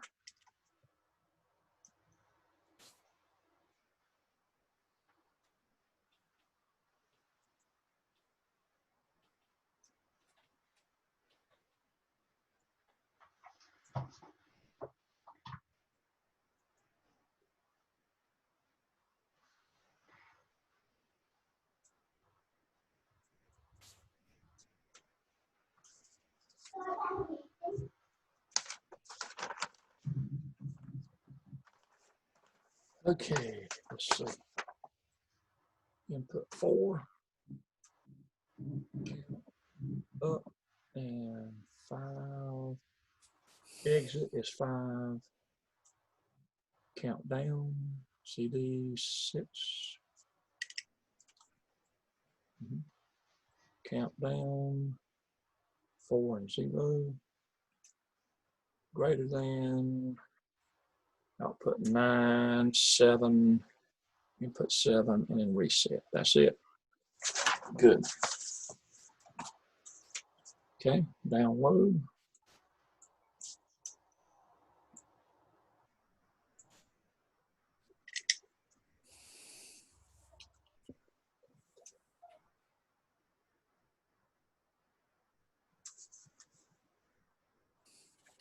What y'all see about updating firmware there? If you want to update firmware, when you get a brand new PLC, you have to put firmware in it because it comes like with a really low level firmware. They do it on purpose so that you have to put, you've got to put a fairly recent copy in there. And I'm going to try to make time to do that. And if we don't work it into a regular session, I'll try to do it and pre-record it and send you a link as far as doing firmware. But anytime you get a brand new PLC out of the box, it's got a real base level in there that you have to actually put a newer level firmware in there, and they really want you to put the newest one that's out. And that's the reason why they do that. So like nowadays, it would be version 32 you would put in there. And hopefully I can work it in somehow. Either, I don't know if it'll be tonight, but it may be Tuesday before we can do it next Tuesday. Or I may have to pre-record it and do it. So we'll just have to see. I don't want to hold up anybody from getting checked.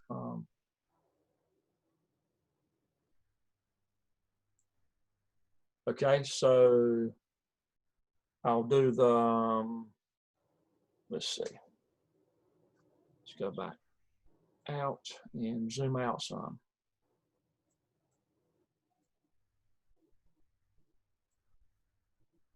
Okay, if y'all can still make that out. So here goes your up count, your entry limit switch. A product comes in. Wait a minute, something's wrong. What's wrong? We're in remote run, but we're not getting. There it goes. And there it went. I don't know what was wrong, but something was. I don't know what happened. I might have been hitting the wrong switch. That's your up, and then you have a product to leave that area. You're talking about two different points on a conveyor belt or a chain conveyor overhead. So as they leave, it counts the same counter down. Here comes some more coming in. Let's go up and get to 7. Now, your stop gate came on to prevent more from coming in, and you get a full light, green light. But if stop gate, well, if you parts leave, stop gate opens, and it lets more, and it can let more in. If something fails on the gate, the block product coming in, you go over, then you're gonna get that fault. And then if they leave on their own and get below that, then it fixes itself.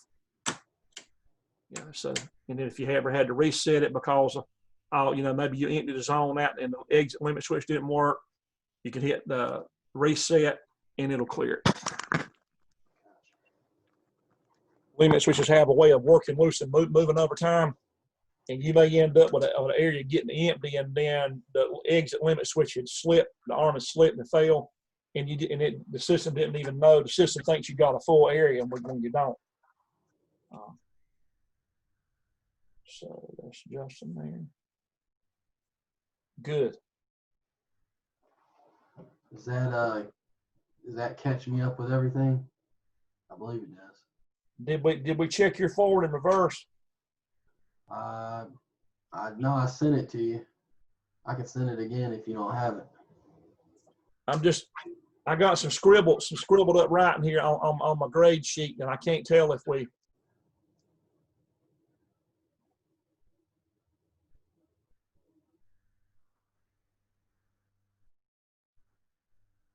Forward, reverse, yeah.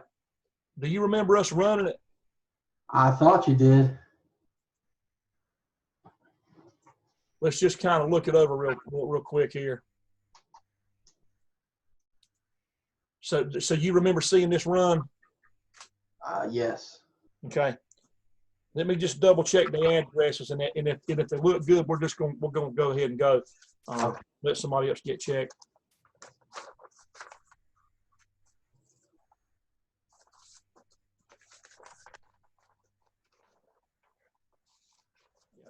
I try to keep up with it good on paper, but then it's sometimes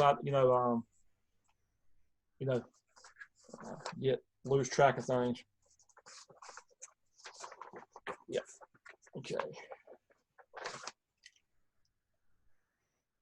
So that's good. 12, 1.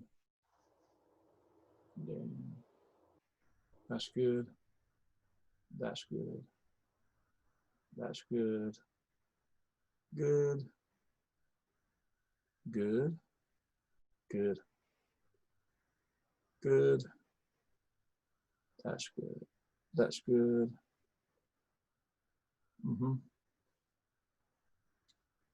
That's fine. If you remember us running it, your program looks good. I'm gonna go ahead and check you off on it, okay?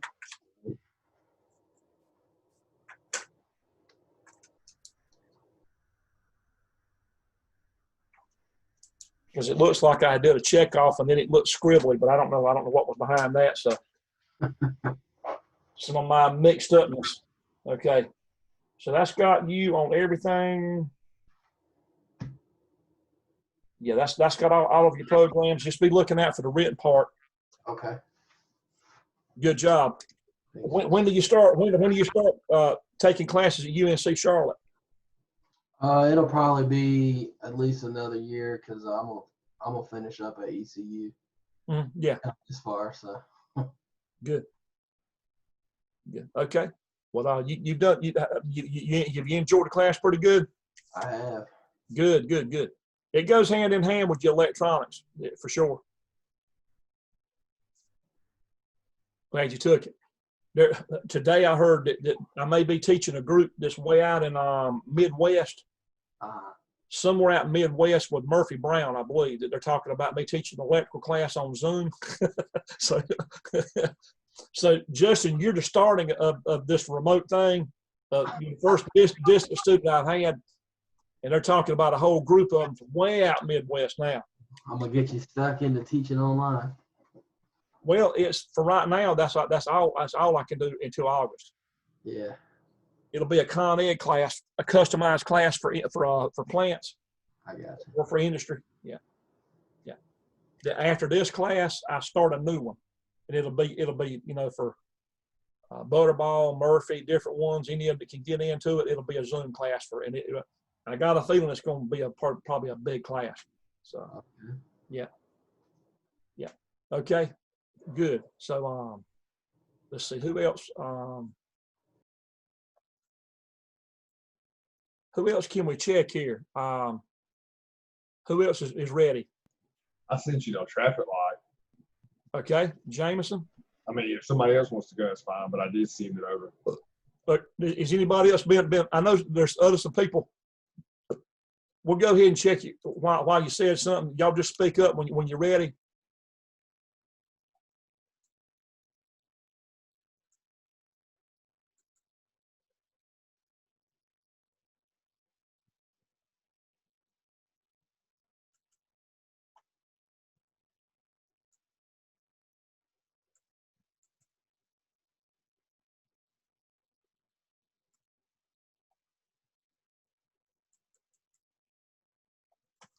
Okay.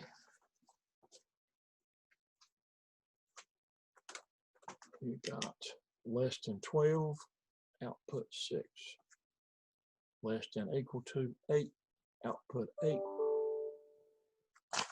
Greater than 8, less than 12, output 9. Greater than 12, less than 24, output 10. Greater than 12, less than 20, output 4. And greater than 20, less than 24, output 5. And that's it. We're ready. Okay. There. Last night I made a video on RS Logix 500 on going through a serial. Y'all see the ABDF1 DH485? That's a serial driver right there. So if you're going to go through a serial port, it's a different driver. It's not Ethernet driver. You can watch that. You can watch that link if you think you'd ever need it. And it talks about serial hookups. I showed you the cable, how it hooks in, and some things.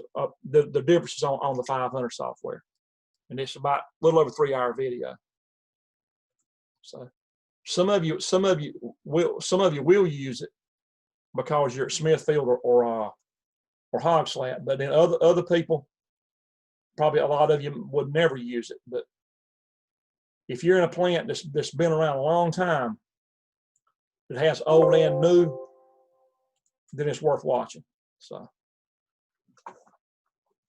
okay. Okay, there goes your north-south, east-west.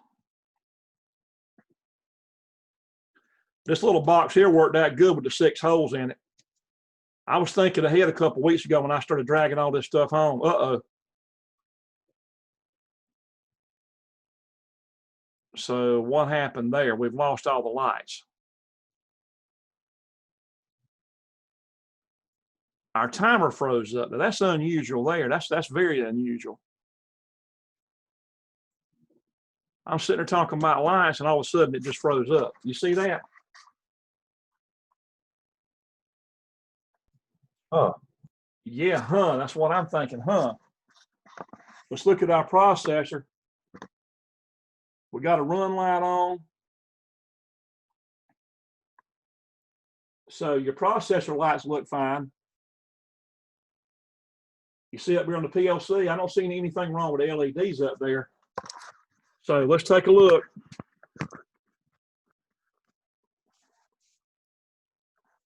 You see the timer? The timer is actually stuck. Do y'all see that? Does everybody see what's going on? That timer's not moving. Yeah. So I've never seen that happen before. That's very unusual. So what I'm going to do is see if I can toggle that bit and get that timer kick started. You see, I toggled the timer bit and it cleared it. Yes. You see that? Mm-hmm. And then it reset it reset the intersection. You see how it reset the intersection? Yep. So in the beginning, east west is stopped. The north south is just going to be sitting there running all the time whenever you bring it to a halt.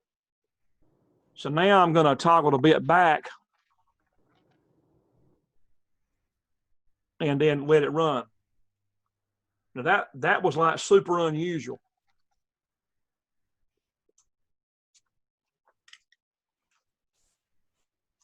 I'm sitting there bragging on this little 6-hole box here, and the darn thing wants to freeze up on me. Ain't that funny? It stopped again. Now that's very, very unusual.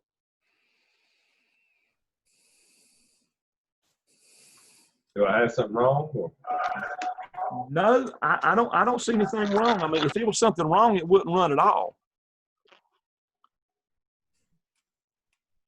Right now, that contact is actually made, okay? And the timer's done, but that done bit, listen, the done bit over here that's on, it's not really opening that. You see what I'm saying? That done bit over here on the timer is true, but it doesn't have this here open. So let's toggle the bit one more time. Toggle. And then we toggle again to let it start again. So it's back running again. Let's see how long does it run. That's unusual, very unusual. It acts like an internal thing with the PLC. That's what it acts like.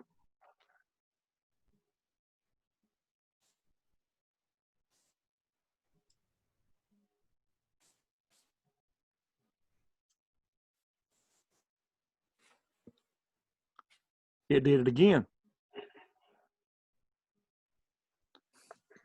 Okay,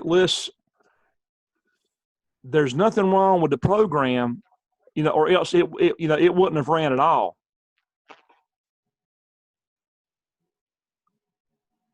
And it's not throwing up any faults of any kind. I know what it is. I know what it is. You know why I know? Okay, that traffic cycle timer has got to be okay. Something happened when see where I got traffic cycle timer 1? Oh yeah, I see that. Yeah, you don't have the tag. The tag ain't right. Yeah, well, I had a traffic cycle timer and somehow it got an accumulation. I must have plugged it in by accident, and so it was given all these were wrong. So I changed it and just made another one, traffic cycle timer 1, but I forgot to change the timer. So it's set on that other one. What it is, it's only going through 1 24-second cycle and it's quitting. Yeah. So I should have changed that to traffic cycle timer 1. 1, that's what it is, yeah. So what it is, it's going through 1 whole cycle of 24 seconds and then it's quitting every time. So So it's not running more than one cycle ever. Yeah, because I got it linked to the wrong That timer. tag. That tag's yeah, not wrong. that tag is not right. Yeah. Yep. Can Yeah, we- it's just running for 24 seconds. It's only running one complete round and then it's quitting. You want me to 'Cause it's- revise it? You want me to revise it and send you another one? Or you But just tell me what to do. I would probably just cut that instruction. That would probably, well, yeah, go offline. Right. Yeah. I would probably just cut that real quick, like right click, cut, and just throw another one up there and put the right tag on it. Well, either that or you can double left click and search for the correct timer. There it is. Right there. See how I got two of them in there? That's what I forgot to go back. And Yeah. change that. Yeah. So we go in traffic timer 1. DN done. Yeah. Right. That should take care of it. Yep, it will. It will. I didn't notice that it was just running one cycle and quitting. See, that's why I've been running my mouth, and I was thinking it was running more than one cycle and quitting, but it was only doing one. I done something with the first timer, and like all the other, like the less than, they all had like a it was weird, like it had an accumulated number and I couldn't get it to change. So instead of messing with it, I just said, okay, I'll just cut that and make a new tag, right? So I went and changed all these, but I forgot that was what happened. Yeah. Okay. So that should go right now. Right. Okay. Yeah, you're right. Yeah, I'm sitting here running my mouth so much and didn't catch it. That tag was that slightly off, just that little bit. So that was good. That was good. That was good spotting that.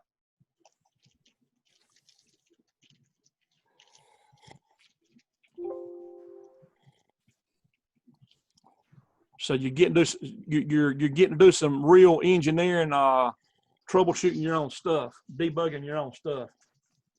So Gary and Chris out there will be proud of you. Yeah. I'm gonna tell Chris, let me jump in on that escalator PLC. Right, there you go. Man, I bet it's like complicated. I've never seen it, but I bet it is. Yeah, he's writing that stuff in structured text or function block or something. He's not even using ladder logic. And anyway, it's his preference. You can sure do a whole lot with ladder, and you guys need to learn that you need to start out with ladder anyway. And you could advance to some other languages, but most things I've seen are written in ladder like what you're working with now. And let me pay attention here. That's your east-west. Yeah, I talked to him one time and I was asking about what he was using. He's using either structured text or function block 1 instead of ladder format.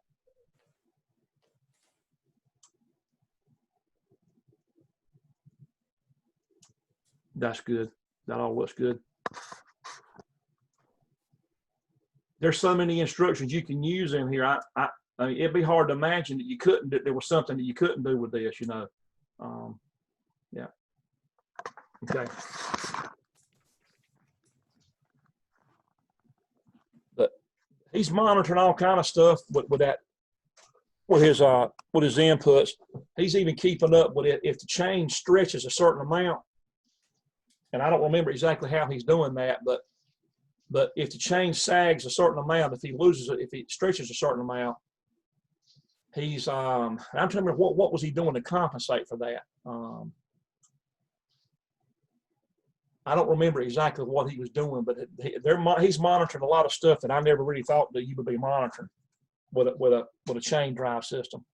We have a mechanical device that we call it broken chain contact that rides on the chain. They put an electrical switch on it, so that might have something to do with it. Yeah, so I guess you got a limit switch that if there's enough sag in the chain. Basically, it rides on that chain, and there's a switch on the top, and if it goes down enough, it'll engage. If I had to get it, I don't work over there, but I mean, on the he uses an inductive sensor. Oh, nice. Yeah, so what you're talking about, Durwood, is they do that on 9700s. They don't read that on 9300s. Yeah. So he's using an inductive proximity sensor Yes, sir. To pick up sag in the chain? Or when, Yes, when sir. it picks it up, what are they doing? What are they doing when they realize that they're sag? Do they? That's what I didn't remember. What are they doing? Are you actually? It just breaks the safety circuit and throws a fault and lets the operator know that there's what the issue is. I mean, that's really all it's doing. So it shut off. Those motors have adjustment. So if that chain gets some sag, there's so much adjustment you can tension that chain before you have to change it out. Right. Exactly. Yeah, you got some threaded rods you can screw and move the motor out. Is that some threaded rod or something you can move the motor? Kind of, yeah. Kind of. It's basically the motor sits on a base. Most motors, I mean, there's some more sophisticated motors. Most motors sit on a base, and they got these long slots in them. So you're able to loosen all the bolts and slide that motor back and tension it. And you use a threaded rod. Right. And eventually, after so long, I guess, years or whatever, it'll run out of slack, and then you have to change the chain. Right. Yeah. Yeah. And he's monitoring all that stuff, and it's I forget how. But anyway, there's a lot of stuff going on there with a lot of sensors. So this was Jameson.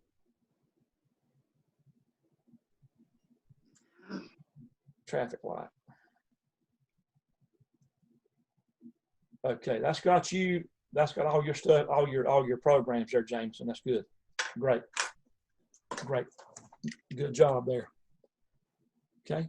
And this who can we check next?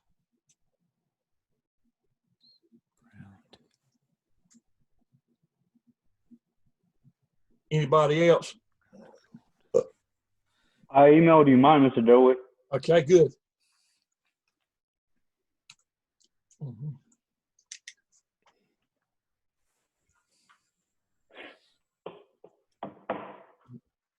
I need to get by and see y'all's new equipment over there at the lumber mill. So for Benjamin, let's see. Let's double check my sheet here.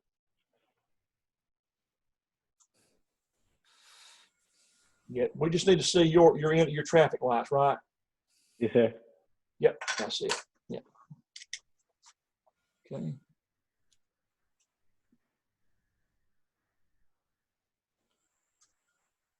Is that one that says ladder diagram? That's what I was trying to. Earlier, you sent something just said ladder diagram. Yeah, that's why I didn't recognize it. Yeah.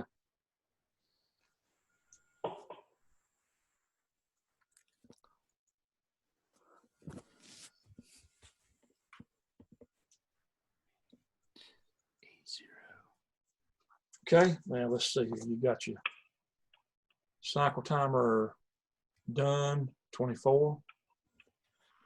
You got less than 12, output 6, less than or equal to 8,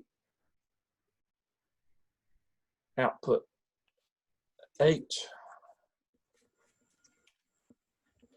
greater than 8 and less than 12, and output 9, and greater than 12, less than 24, output 10, less than 12, I mean greater than 12, less than 20, output 4, greater than 20, less than 24, output 5. That's fine. Okay, how do we download? Communications, coactive, AV Internet, 130, and download.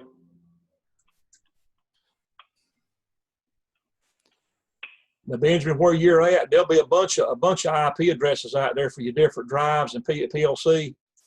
Mainly a whole lot of different drives, a lot of VFD drives for your motors. You probably got one PLC running that whole place with a lot of modules, but a lot of different VFD drives, and they'll show up on that IP list. Okay, show the lights. Okay, that's your north-south there, east-west.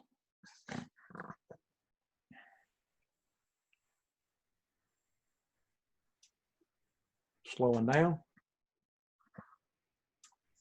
Switching. You got your north-south now running.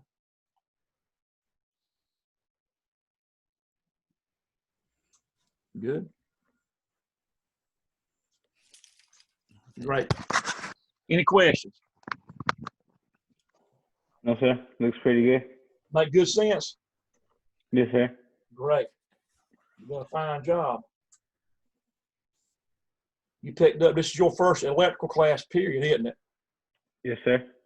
You jumped into some deep water. You're swimming real good there. Learn how to swim real quick, man. So next semester, I was going to ask you, are you going to take any classes next semester?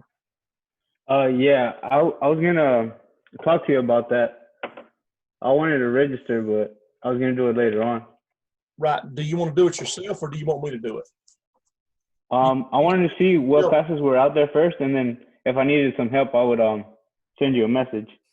Right. If you go, are you going just for the electrical certificate or the degree? I was trying to go for the industrial systems. For the whole degree? Yes, sir. Okay. Check your email back a couple of days. I sent y'all two sheets that shows all the classes that are available in the fall. But, yeah, I remember the email. But did I ever print you an eval that shows your entire 2-year program? And we didn't ever discuss what you need next, did we? I'm not sure if we did. Right. So what you need to do is tell me a time that you want to discuss it. And from home, I can go in and run an eval, send you a copy of it, and then we can talk about it, and then you can make a game plan and you can register yourself if you want to. Okay, sounds good. There'll be probably mechanical classes and electrical classes both. Okay, it'll probably be sometime later on this week then. Right. But I can tell you that at night, if you're limited just to night classes, there's only one class that's available. And that's I would have to move my schedule around. Right. If you got some flexibility, we'll talk about it then. Let me know like the day before you want to talk about it, and we'll plan a time that we can connect on the computer. Okay. I'll send you the eval, and we'll discuss your whole plan for a 2-year plan. So. Yeah, sounds good. Yeah. Okay. Good. Great. Okay. But keep an eye out for an email for your Moodle exam for this class. I'll send it out. I'm going to try to get the exam sent to y'all, say Saturday. Sometime, probably Saturday evening maybe. And then sometime over the weekend, if anybody wanted to start it, you could, if you wanted to. So I'm not trying to give you something to do over the weekend. I just don't want to see somebody get kind of pinched at the last minute when something else may pop up personal, So. Mr. Durwood. Yes, sir. This is Jamie. You should have my traffic light now. Okay.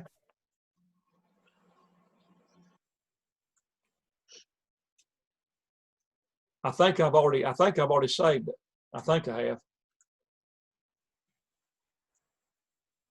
I think I remember seeing it.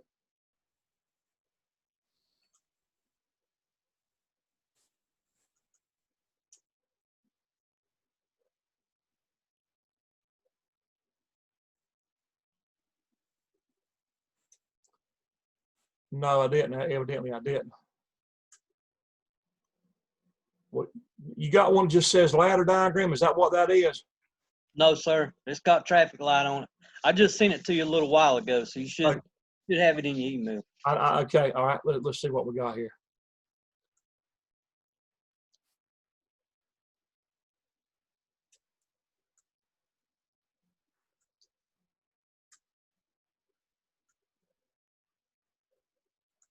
Dylan sent one, and you did. Dylan Ivy. Has anybody heard anything out of Dylan Shook? I've contacted him, and he's I don't know what's. I mean, I know he had to move, but it ain't like him to be missing this much. He's real sharp on this stuff.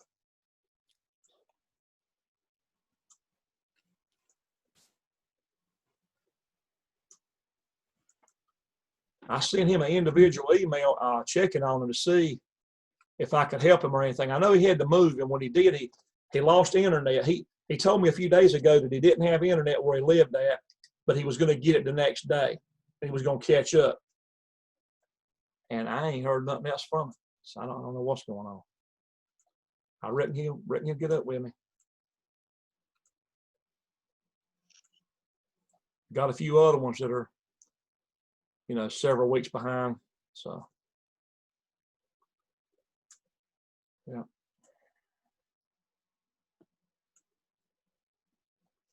Okay, Jamie.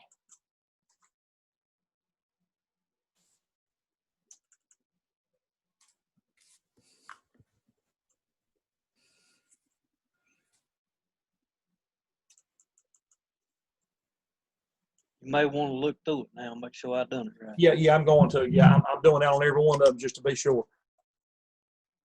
24. And you've got less than 12, output 6. Less than equal to 8, output 8. Greater than 8, less than 12, output 9. Greater than 12, less than 24, output 10. Greater than 12, less than 20, output 4. Greater than 20, less than 24, output 5. That looks good. Yep. Okay, let's go here. And, okay, how do we download? Communications, who active?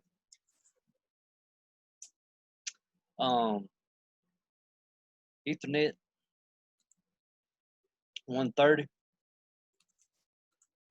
Jamie, when you go back and watch that 500 video, that drive right up yonder, that DF1, and you would be looking through a serial port there at a Micrologics, for instance, you see it's where it's X'd out. Yes, sir. So that's your serial port right there. There's no IP addresses. There's no node addresses, but not an IP address. So that driver would come from your configured drivers tab, where you pick what driver it's going to be. But right. you watch the video when you get time if you feel like you need it. Yeah, I'm gonna watch it this weekend. I hate it. I missed it. Mm-hmm. Well, at least you got it. It's in YouTube, so you can watch it when you need to. Yeah, that way I can go back and look at it anytime. Right, and you can, yeah. It's a little over 3 hours long. We covered all your differences between Studio and 500. And there's 2 major differences, and I covered them pretty thorough, I think. Okay. Yeah. Yeah, this new job got me working some weird hours. Yeah. Well, I'm glad that you got into that. You're able to do more electrical work now. Oh yeah. More controls. That's good. Because you got a good aptitude for it. There's your east west. I'm glad for you, man. It worked out good when you started taking classes. It worked out good, didn't it? Yeah, absolutely. Worked out really good. I mean, you got a high aptitude for it anyway. You just had to see the material, and get learn the symbols and what they do, and basics on wiring and all. And now you get some programming. So you'll master that field, man. You really will. You'll master it. You'll be the main man. You'll be the go-to man for long. Yeah, some of those systems do run off of PLCs, and they're gonna have to teach me how they got theirs set up. So, you'll learn it. Me and Ronnie was talking about it. I'm actually going to use more of this now than I probably would have at the plant. So, good. That's good. Yeah, they got them set up where they're monitoring flow and temperature and controlling a lot of stuff, and then they hooked up the phone line too. Yeah, and they agreed to let me try to go ahead and do complete and get this certificate. They all for me trying to do that. So you need to back up and to get your intro to electricity, your residential. The intro to electricity's got some basic stuff that's going to help you understand electricity better. Absolutely. It's as simple as it seems. You'll find out when you hit Ohm's law. it's going to be, you'll be glad you got it. Oh yeah. Yeah, you'll be glad you got it. Okay, that's good. I got you checked off for that. All right. So that's got you on all your programs. Yeah, I should be caught up on everything. Yeah, just look out for your written part in Moodle Yeah, over the weekend, and if you can get a jump on it before Tuesday, I would. Oh, I Because will. I'm going to try to have some time if we can to do analog. You know, if we can work it in. I got one thing I want to show Nathan tonight before he gets out of here, and y'all see it too on a temperature probe, and it's just a quick little 5-minute little thing I can show you on analog. Excuse me. Okay. All right. Thank you. You're welcome. Thank you. Who else can we check? Did we have it checked? I just sent you my traffic light on circuit. Was that Cameron talking? Yeah, it's me. It's Cameron. Yeah. So you just got a traffic light? Yeah. Yeah. Cameron.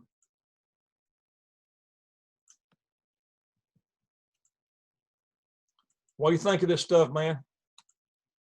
I was going pretty good. Pretty neat, huh? Yeah, I enjoy it. Good, good. Yeah, there's a lot more to it. I mean, you're getting into it good, but there's even more, man. I mean, there's a whole lot more than what we're going to have time to cover. The analog stuff. I mean, as for all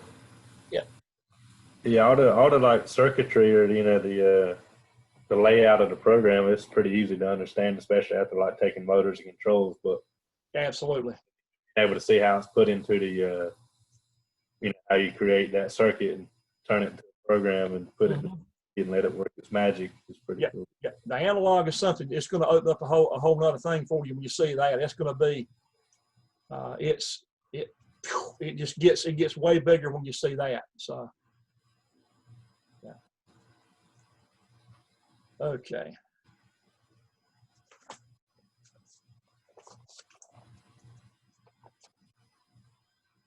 Okay, we'll start on our top one, and we have our recycle 24.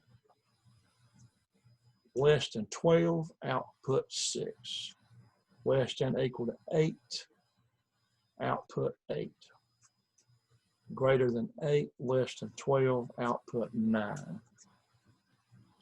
Greater than 12, less than 24, output 10. Greater than 12, less than 20, output 4. Greater than 20, less than 24, output 5. Good. Good. And how do we download?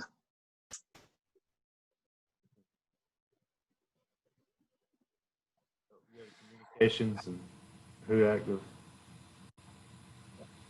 I'll just ask you one time. Yeah. All right. Then the AP Ethernet.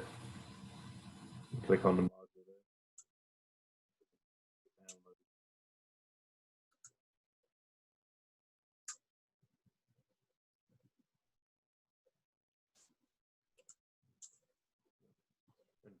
Connor's actually in the shower, so he emailed you his to you way earlier. You probably already saved it.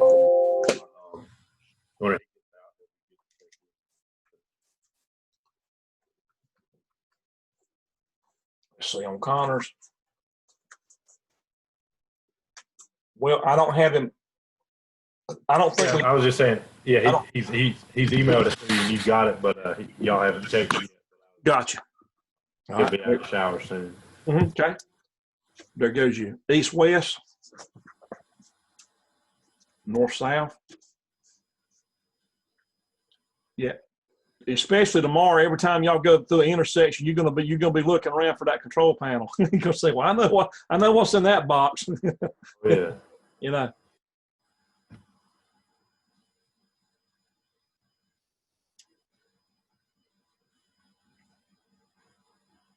There you go. And again, you could alter those times. You know, you could put some gaps in there. You can make them longer, change the cycle time. You could put some conditions in there. You know, like right now, if you actually go in there and block it, if I go in there and toggle that bit,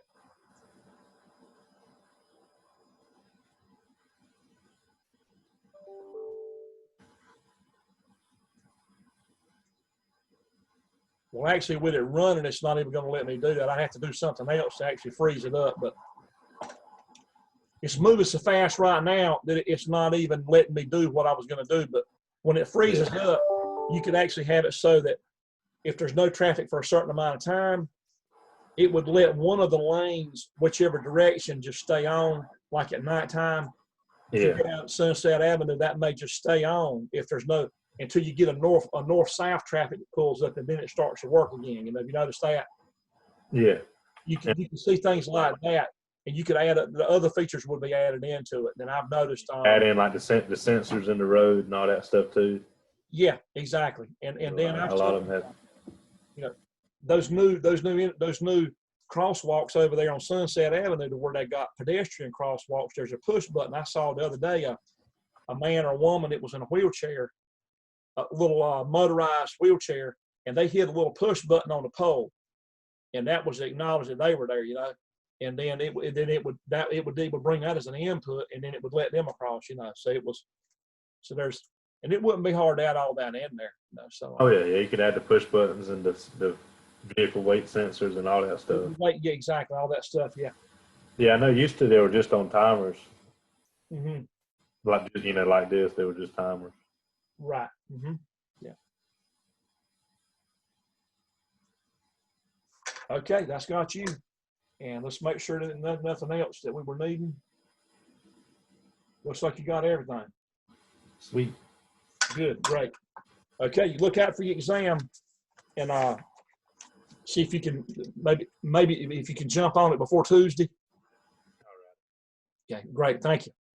Sounds good. Thank you. Yeah, we'll see you Tuesday.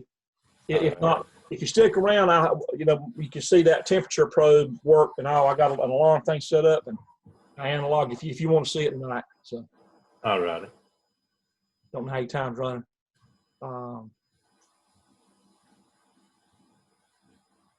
Can we check anybody else? Is there anything?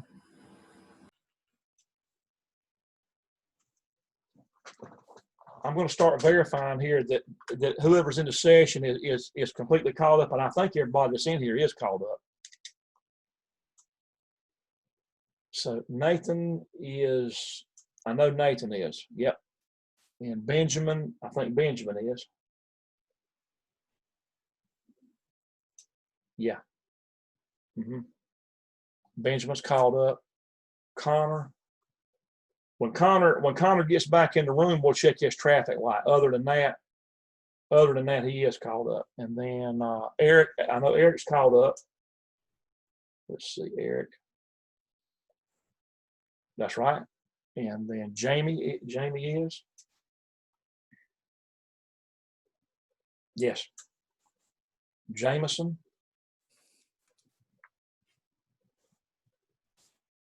called up. Justin Sokolowski is called up. Yes. Kenneth McKelvin, I know is. Yes. Mason Cottle. Yes. Okay. So everybody that's in right now is called up on labs.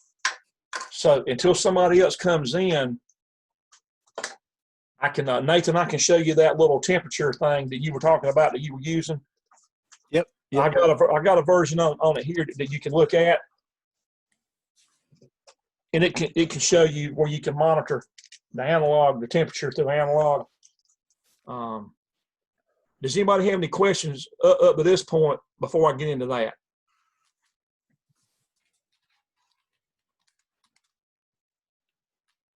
I think everybody's questions are answered as far as everything we've done. Okay. So now we're going to switch over, and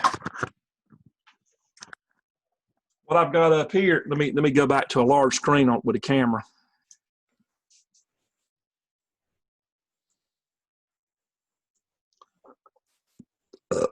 Okay.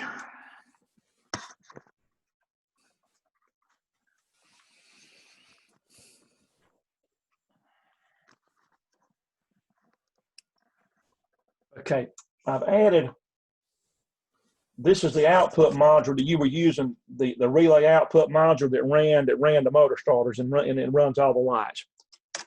Now I've added an analog module. This is an input card for analog inputs. And it's the one that's the 1769 IF40. Y'all see that number down there? Yep. It will handle 4 analog inputs. Okay. Now I've got it set up. Let me just skip on to the thermocouple. Okay, that's an analog input that can take like a pressure sensor. I'll do the pressure sensor after I do the thermocouple.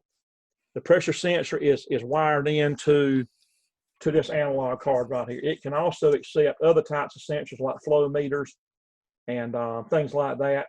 This is an analog output.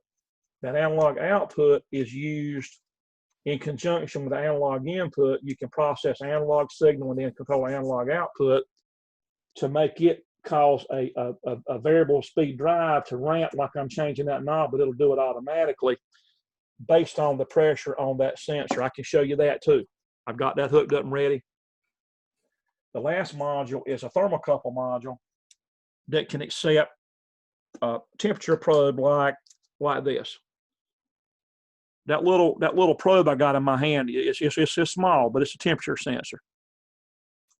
So that's something that it can be stuck into a process or inside of an oven chamber, and it's wired in. It's just a stainless steel probe there with a wire on it, and that wire goes in right here. So do y'all see the two wires that are there? Yep. Now I'm gonna tell you a funny thing about thermocouples, and I don't know. I never really found out why they do this. I've never asked anybody. But if you notice here, there's a red wire and a white wire. Now that white wire is actually positive and that red one is actually negative. If you look here on the terminals, input 0 has a plus and input 0 has a minus, a plus and a minus. Do y'all see that? Mm-hmm. Yep. The plus is white and the minus is red. So the color code is backwards from anything else is DC. The thermocouple itself, that probe actually produces millivolts itself. So when you heat that probe up, you can actually take those two wires and put them on a meter like this. You can put them on a meter that can measure millivolts, a little m and a big V, DC millivolts, and this will read the raw millivolts coming off of that probe. But the millivolts are fed into this module here, and it will take the millivolts and it will convert it over through some scaling that I'll show you to degrees Fahrenheit or degrees Celsius. And this module can accept 6 different ones. You have input 0 and 1 all the way through input 5. So it's input 0 through 5. You can have 6 different probes in there from 6 areas in the process, and that one module will handle all of them. Okay, and it's 1769 IT6 for thermocouple. So that's just one kind of a temperature probe card that you can have. And we'll go through. I'll show you how I'll set up how configured the module for that one channel. So if we go to go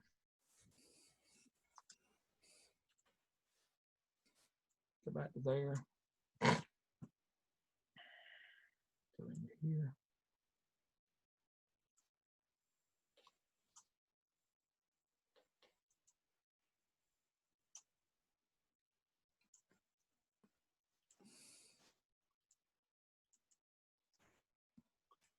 Now I got several things going on in here. I've got a pressure sensor lab in the same program with the temperature sensor. I'm just going to scroll down to the temperature part first and show you that while Nathan's in.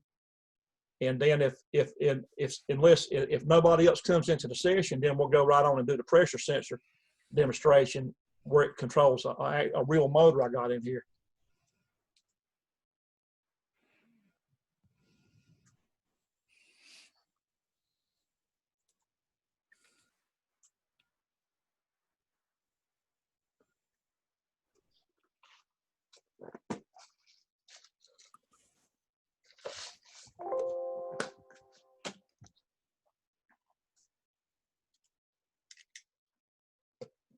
Let's go.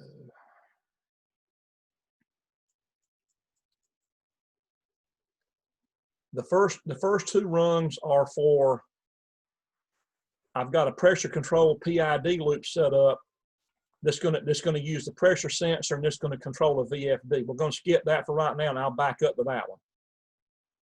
Okay.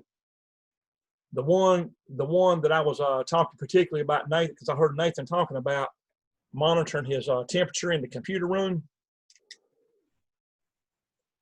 And so the first thing would be,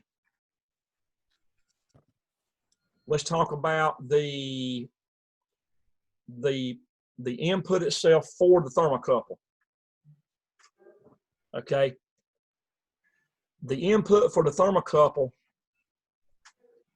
I'm going to show you a PDF file, so just kind of bear with me here. It's kind of a deep subject here. Let's go right here. Do y'all see the PDF show up where it says raw proportional data? Or not? Nope. No. Nope. Okay, let's go back out. When I switch screens, it kind of loses it. How about now? Yep. Yep. Now, let me show you where I'm coming from with this. I'm on page 44 right now. If I go back to the beginning of it, do you see that document there? Mm-hmm. Yep. It says compact I/O thermocouple millivolt input module. It's the IT6. So this is a user manual. It's like 168 pages long, just for that module right there in slot 5. Just for that module, all of that, about 170 pages long to tell you how to use that module. So let me show you the main information that I needed for this particular probe here. This thermocouple is considered to be, they got J-type, they got K-type. The thermocouple wire itself, thermocouple wire, if any of you didn't know it, there's two wires inside of this probe. There's two wires. And the way a thermocouple works is like this, is you take two metals, two kinds of metals that are different or dissimilar. And it has to be a special alloy of metals in combinations of metals that you have that are different in those two conductors. If you take two kinds of wire that are different and you put them together at a point and you actually weld that point with a weld bead, you have a thermocouple junction, and then on the end of it, where the open circuit is at the other end of the thermocouple, where it's open, and you put a meter on there, and then you heat up the junction where you welded it. On the open end, you will read millivolt voltage when you heat up that joint. So if you put a cigarette lighter on that, or a heat gun, or put it in the oven, and you heat up the junction point, the open circuit end actually develops millivolts, and the millivolts increases as this gets hotter. Now, depending on the metal type that's in there, the two kinds of metal, and this is considered to be a J-type. Now, a J-type, let's go back to page, what was it, 44, I believe.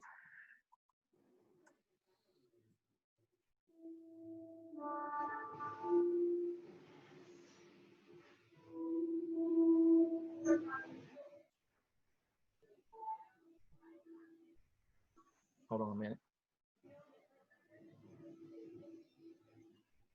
Now, do you see where it says J and K and T and all that, those letters in there? Yes. Mm-hmm. The J type is what I have. There's a K type, now look at here. The J type has a range of a negative 3460 Fahrenheit. Hold on a second. Scale on PID. Actually, hold on. Let's back up. But you see the different types of thermocouples themselves. That represents different kinds of wires. This gives you the temperature range based on what type of data format that you're going to be using. Now, I'm using the data format that I'm using in the program, and you'll see it in a minute. It's called raw or proportional data. the range of data that probe is going to represent would be a minus 32,767 to a plus 32,767. That's for a 16-bit word. And Nathan, I know you know what I'm talking about for 16 bits. Mm-hmm. Yep. And with the most significant bit being a signed bit. So when you got 16 bits, the highest bit is not used for data, but it's used for polarity to tell you, do you have a plus or a negative number? So it's called signed binary. So you can use 15 bits, but that 16th bit is used for a plus or a minus symbol. So the highest you can, this gives you the range for 16-bit signed binary number. These numbers here are gives you the span of the bottom end and the top end for this probe. The temperature range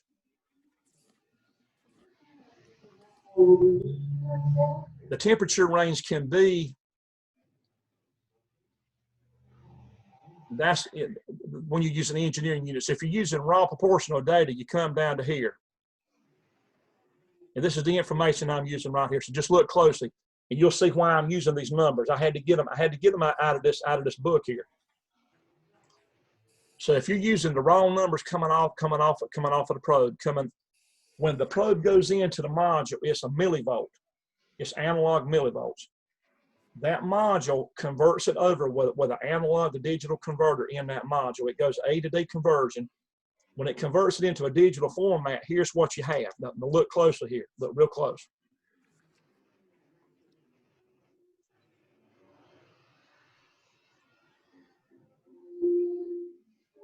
The data word for this probe will be this: minus 32,767 to plus 32,767. And I do have a J-type thermocouple. The lowest temperature, listen, is this. A minus 346 degrees Fahrenheit, that probe would go that low. It corresponds to a negative 32,767 data word. Once it gets converted into, that module converts it from that temperature to that low number in data, in digital format. Everybody follow that? Mm-hmm. Yep. Now the highest temperature would be 2192 degrees Fahrenheit. That temperature would correspond to a positive 32,767 in a 16-bit word, in which the highest bit would be either a plus or a minus. It's called signed binary, okay? So these numbers, you're going to see these numbers when I set the scaling up for that probe. And you're getting to see where this comes from. You got to get it from a standard information source like this. So we go back to, and also I'm going to show you in your textbook in chapter 5, before we even get into setting the scaling up for the probe, look closely here. I'm going to take you back out to Moodle and show you where I've given you, if you don't have the textbook, I've given you chapter 5 that shows you about the value of the bits for 16 bits and so on. If I go to,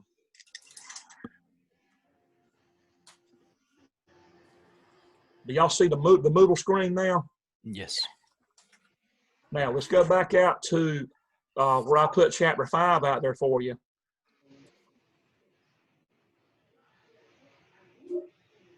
Okay, do y'all see where it says chapter 5 number systems?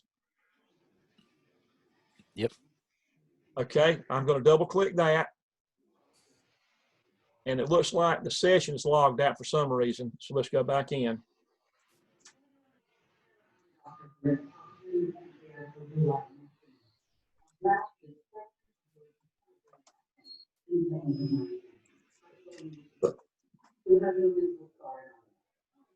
Okay, y'all watch, bear with me a minute here.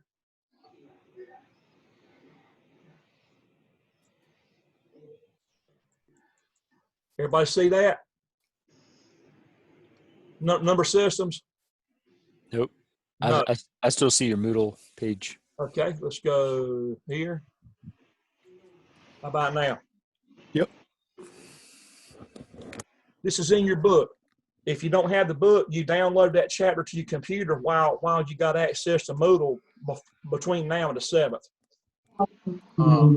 So in this chapter, it covers binary numbers, it covers octal, it covers hexadecimal, it covers BCD, binary coded decimal, it covers ASCII codes. There's a whole lot of number systems in here that it covers. I'm just going to take you to the gist of what you need to see. In a binary system, do y'all see that? Mm-hmm. Yep. In a binary system, if you have an 8-bit word, which would be a byte, it would be a half of a word. A word would be 16 bits. Okay, so here each one would represent this in a regular decimal form. The place value of each one in each block means this. So if you have a 1 in the first position, it means 1 in decimal. If you have a 1 in the second position, it represents a decimal 2. If you have a 1 in this position, it represents a decimal 4. So in the binary system, every position actually doubles. It goes 1 to 2 to 4 as far as the value of that 1. The value of this one is actually 8 in decimal form. If there was a 1 in there and there's not, it would be worth 16. This is worth 32, 64, 128, okay? And when you add up where all the ones are, it's worth a decimal 239. So you add up the place values everywhere you have a 1 and you add them up in a regular column, and it's base 10. Decimal is base 10. Binary is base 2 because there's only 2 numbers in the binary system. You have a 0 or a 1. And PLCs and computers and smartphones and everything digital, when you really get right down deep inside of every electronic device, including your digital watch, everything runs in binary format. When you get right down to the underlying level of how everything runs in binary when you get down to the deepest level of it. And so this is how an 8-bit binary section of a word could look if you had that particular set of 1s in there and a 0 here. It's worth 239 in decimal. Decimal is a base 10 system because in the decimal system, look, you have 0 as a number, 0 through 9, and that's 10 numbers, right? Mm-hmm. So it's called base 10. So you have a subscript of 10. When you see a 10 as a subscript, it means that 239 is a decimal number, and it means that this up here, a subscript of 2, means it's a binary base 2 number. Okay? Now you roll right on with it, and if we had 16 weeks, I would have you guys doing binary addition and subtraction, and there's just not time to get into it. But it shows you how to convert decimal to binary and then back and forth, and that's something you would be doing if we had more time. When you get into a full 16-bit length word,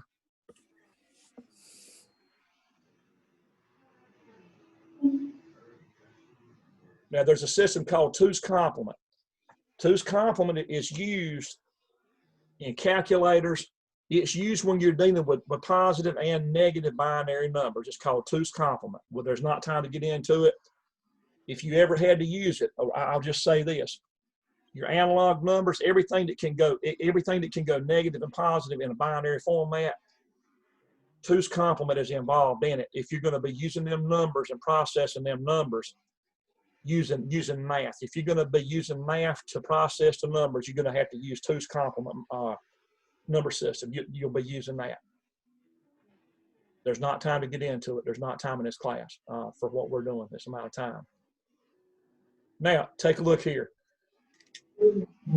This gets to the reasoning behind the numbers that you saw for that temperature probe. The low end number is 32,767 negative, and the high end is 32,767 positive. Look at here. Is everybody watching here? Mm-hmm. If you take and you have a 16-bit word, that is the format of the data that's in that thermocouple module. The data format is 16-bit integer. And 16-bit integer means this: it's got 16 places you can have a 1 or a 0 for a word, and they're whole numbers. There's no decimal places. So integer means all whole numbers. When you get into decimal places, we get into a different data type called real floating point. And I'm going to show you that because it's in this lab for temperature. So look at here. If you put a 1 here, it's worth 1. This one is worth 2. This one is worth 4, right? You get right on down. If you keep doubling it, look, this one here's worth what? 128. This one's worth 256. The last one is worth 16,384. That particular one alone, because we double it in every position, is worth that. Now, this last position is reserved because of the sign, because you can have negative and you can have positive. So you can't use it for data calculation. It has to be there to note, are you negative or positive on the data on the data that's coming into the PLC. So when you add up all of those ones, look at what happens. It equals 32,767. Does everybody see that? Yep. Now this is kind of deep, but this is really where, if I don't show you this number is going to mean nothing, and you're going to be thinking I'm just throwing you just some stuff from Mars. I mean, I'm giving, this is the real numbers that the 15 bits of a 16-bit word, the maximum number that you can have. Okay, so let's go back to the program. Any questions so far? Let me stop right now and see, does anybody have questions about what they're seeing as far as the binary meaning there? Each position doubles in value when you're talking about decimal. This is where I lose a lot of students on networking, counting up in binary. Right. I got some simple ways to explain it. I'm a simple dude, and I got some simple ways to explain it. Is there anything not making sense to anybody?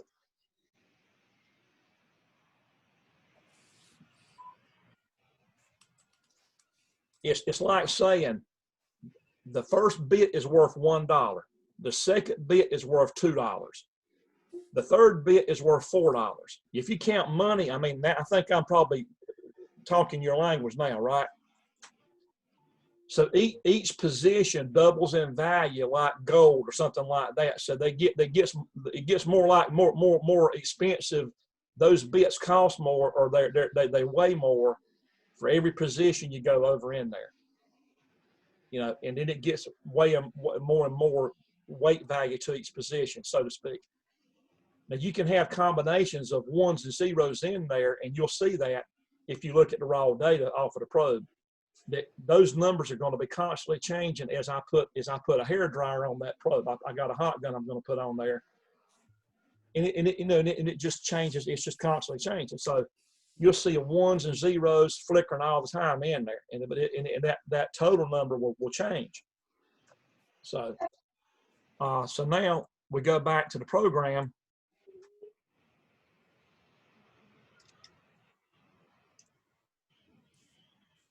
And let's look at the scaling of the numbers that are coming in. Well, first of all, let me take you to the module. Okay, do y'all see down there in slot 5, it says thermocouple input? Yep. Now, I'm going to right click and show you the properties of that module. Everybody see that? Mm-hmm. We go into module info and into configuration. Now, each input in that channel, in that module, is called a channel. It's channel 0, channel 1, channel 2.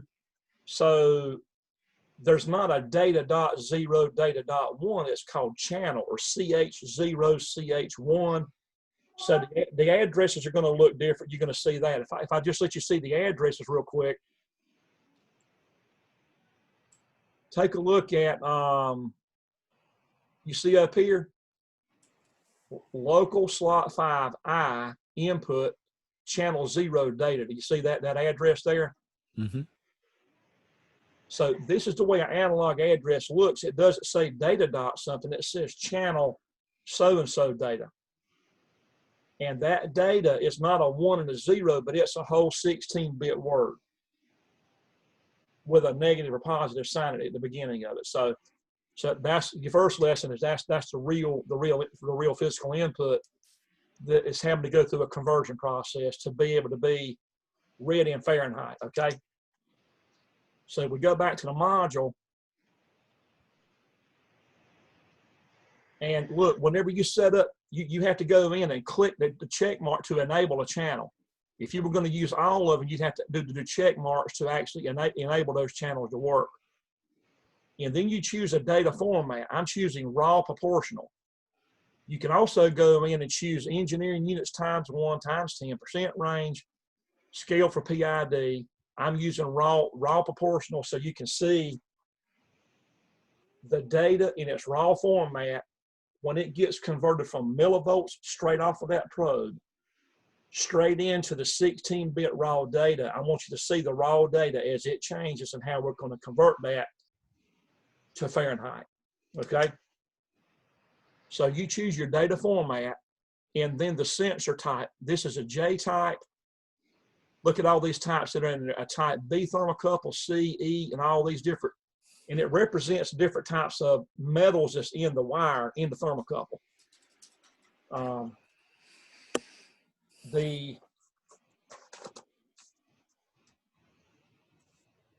Let me show you real quick about a J type.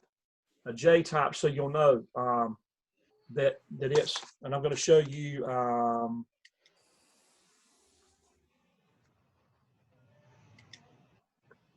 Let me just put it up to the camera, and that way I'm not going to be changing screens again.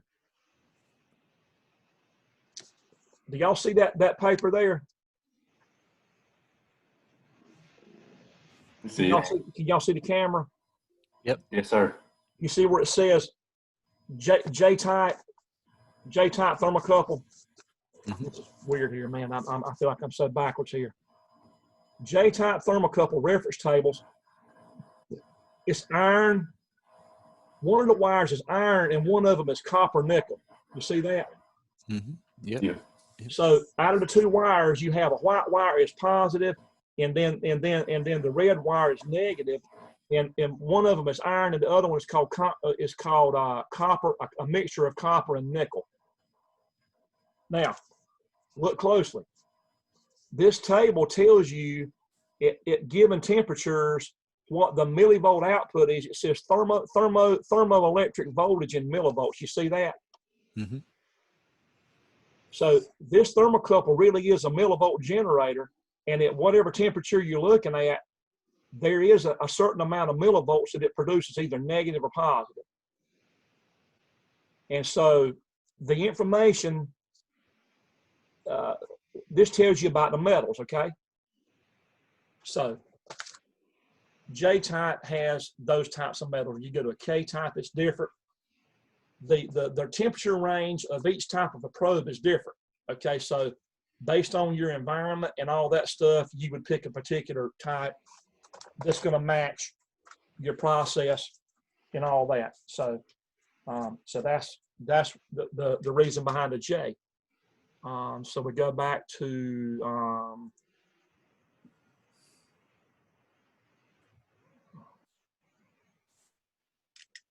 Lord, where's the program at? I lost the program right there. Is that it? Nope, that's email. Let's go back. I got to clean my glasses, I swear.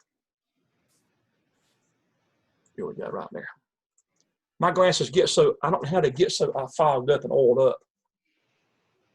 Now, so when you first program an analog card, a thermocouple card, you got to enable the channel, Choose the data format, choose the sensor type, choose Fahrenheit or Celsius. You see there you have F or C. That's Fahrenheit. Open circuit response.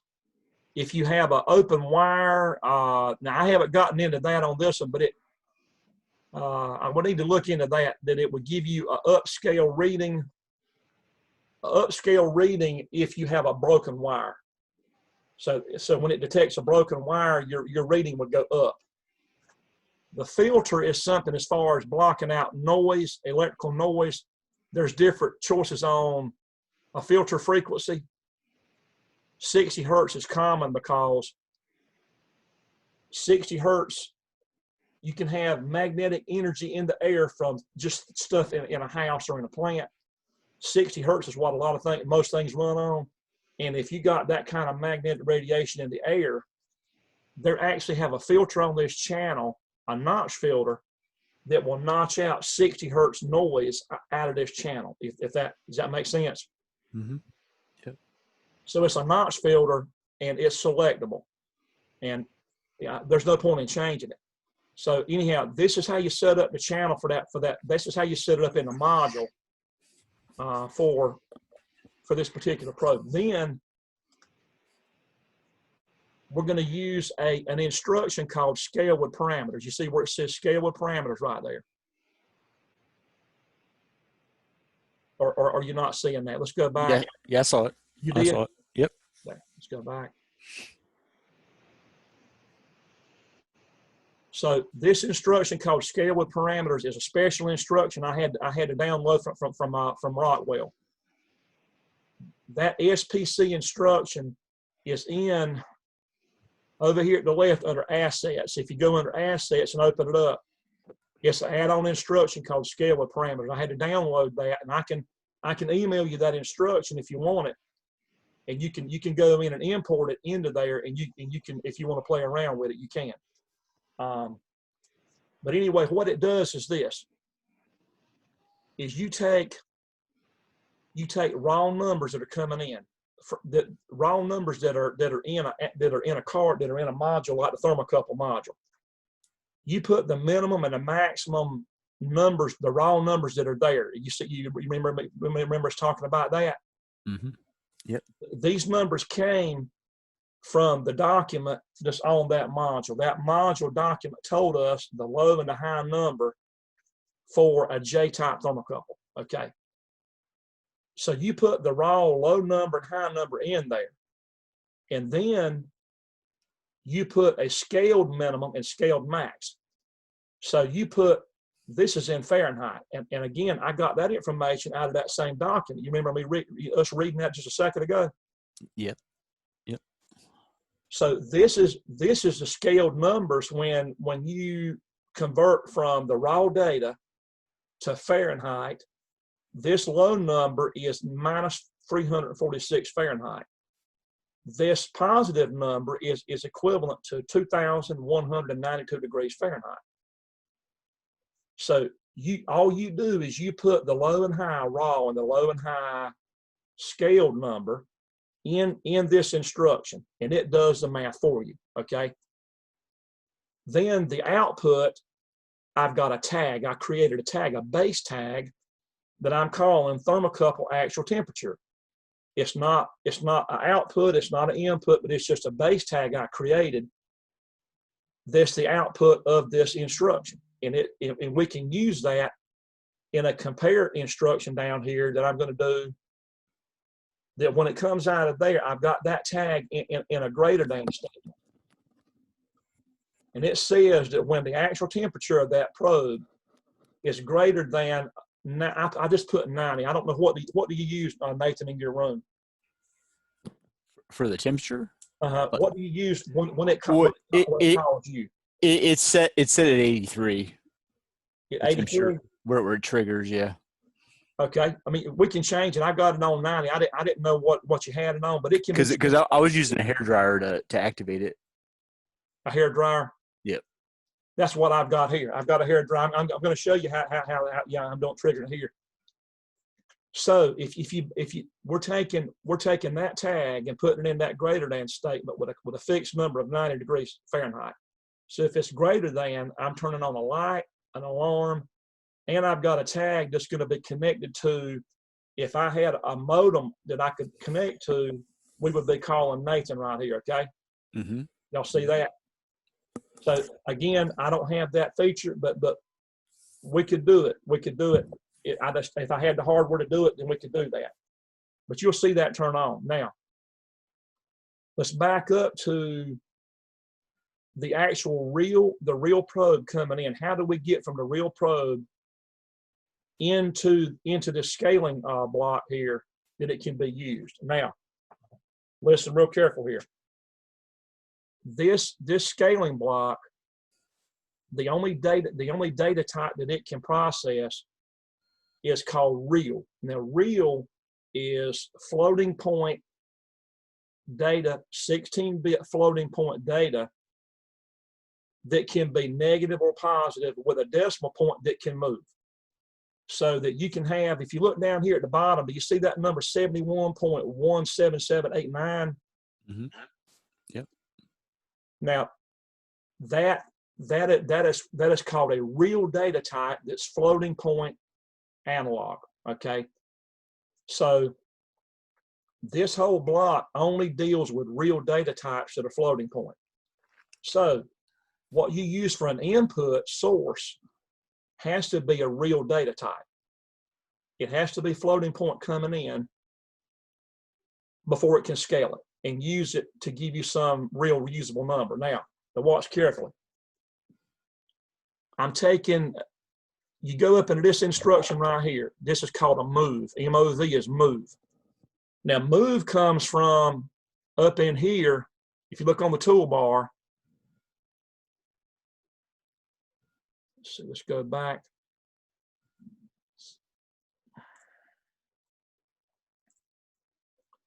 Now, do y'all see me moving up top here? Yep. Yep. You see where it says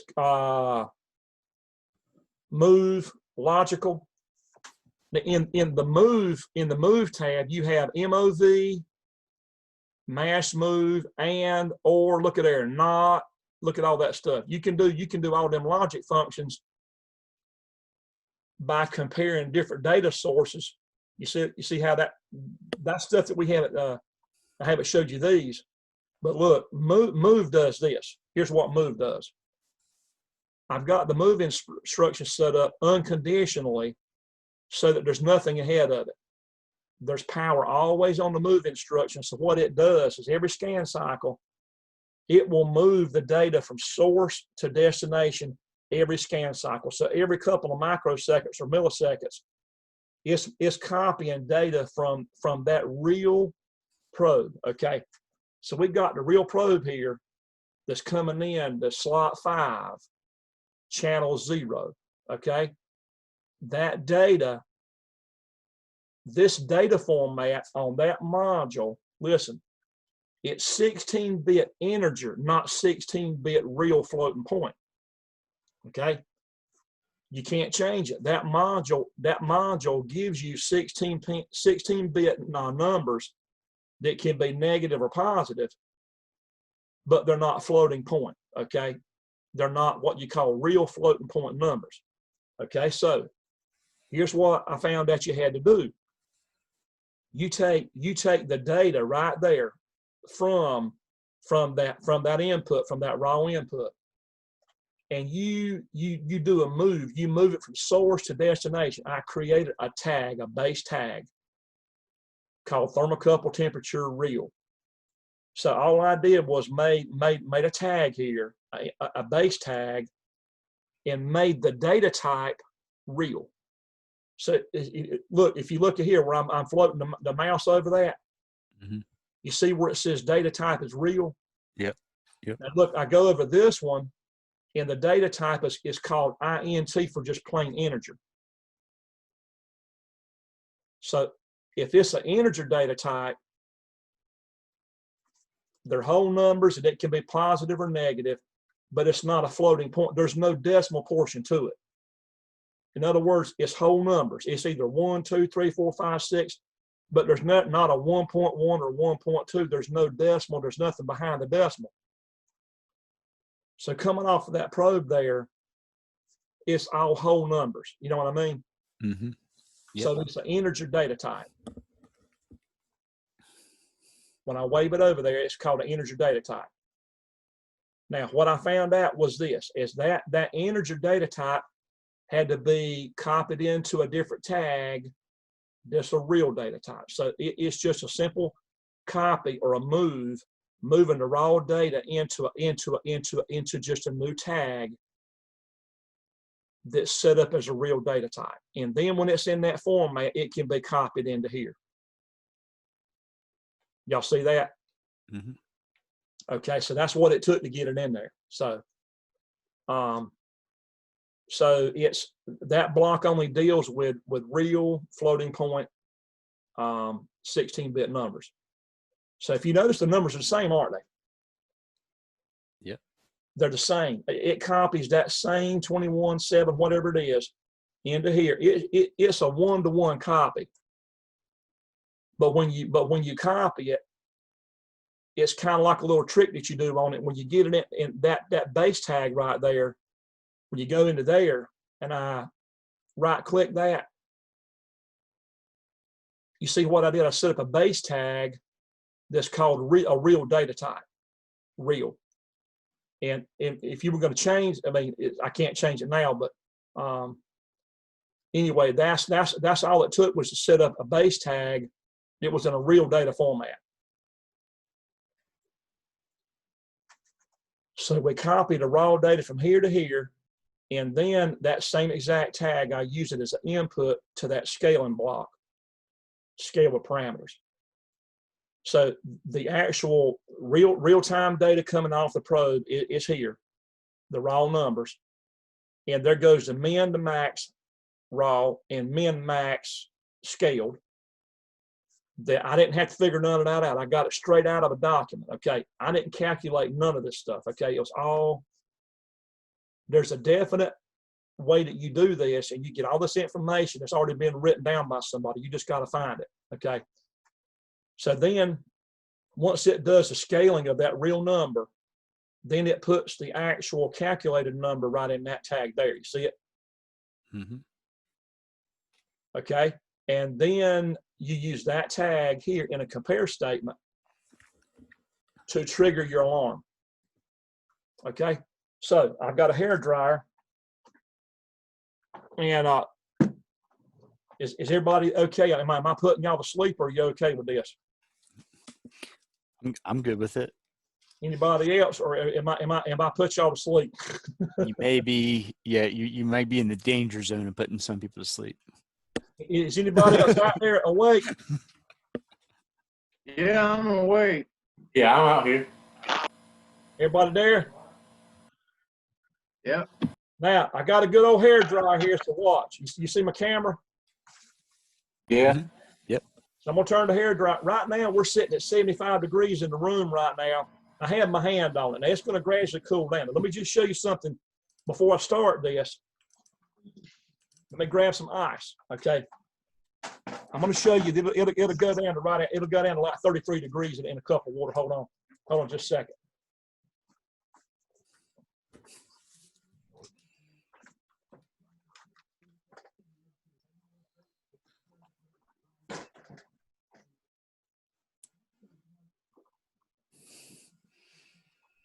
Give me just a second here.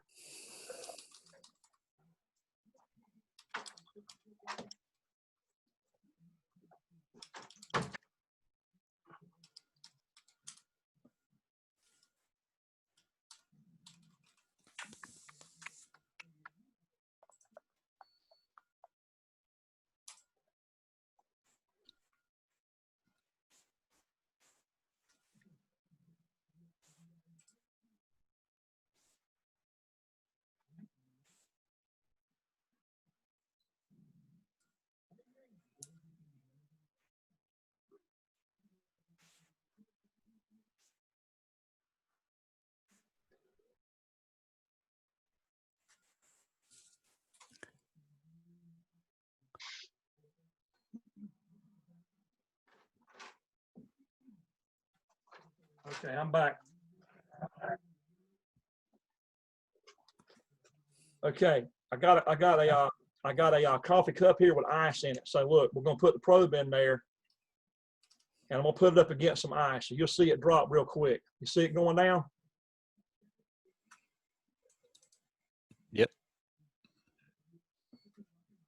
Now this afternoon I saw it. The lowest I saw it go was 33, and I'm sitting dead on a block of ice in there, in some water. But I got a feeling if I had it like froze, it should be it actually is 32 now. You see it? Mm-hmm. So this probe is, and when you scale it this way and you go off of the data that's in the book, it's pretty darn accurate. You see how close that is? Yeah. Everybody with me? Yep. So it hit 32. And look, do you see the floating point? Do you see the decimal moving? When I pull it out, you're going to see the decimal place change. Watch it. You see it moving around? Mm-hmm. The numbers are changing. The number of digits changes. You see that? The number of digits changes because it's a real floating point data type that's like super accurate, you know. We're back up at 42 degrees now. So let me get rid of the ice here. Listen, we're gonna heat it up now. We're gonna call Nathan here on a modem.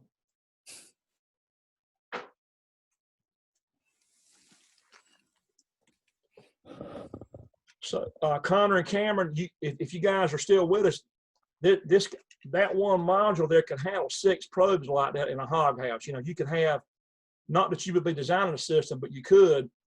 And I know you guys have got the heat sensors hanging down from the ceiling in there, and that one module can handle 6 sensing zones just in that one module.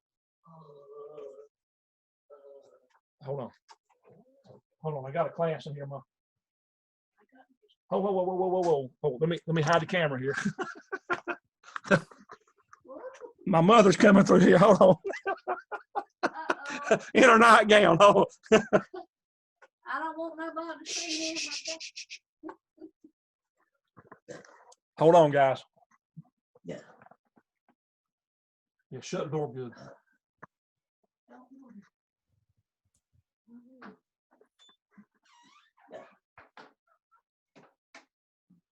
Okay, all right, sorry about that.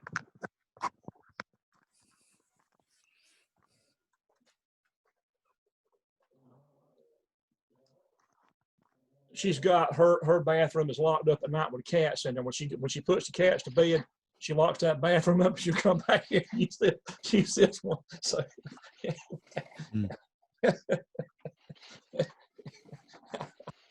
talk about real. This is just us, man. Okay. Now watch. So I got a heat gun, and now we're gonna heat the room up, or the probe.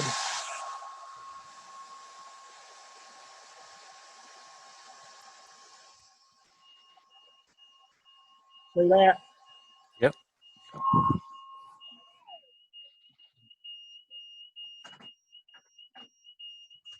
So as long as you're over 90, you got the alarm, and now it's actually dialing out. If I had a modem hooked up, it'd be calling Nathan right now. Y'all see that? Mm-hmm. As soon as it gets down below 90, or whatever you set it to, that alarm's going to go off. That little probe right there, and then that module, and having it scaled right, will allow you to set up alarms and things like that. So, and you can do a whole lot more than just what we're doing now. You can, right? See it got below 90 and it cut off. See that? Mm-hmm. That little bit. You see how the number of digits are changing? And they call it floating point because of that, because it's, you know, you have a decimal portion in there that's less than 1, you know, and that's the difference between an integer data type, an INT, and real. You got integer and real is that the integer data type doesn't have anything after the decimal. It's all whole numbers. 16-bit data format that goes negative to positive. But the real data type, again, it's way finer in resolution. It gets way down beyond after that decimal point. So, and that's the way a scale with parameter block all the data, the incoming data has to be real, and then it processes it real, and it outputs it real. Everything is floating point. Now your scaling numbers, you know, they can be whole numbers, but the raw that's coming in has to be real, and then what comes out it is real.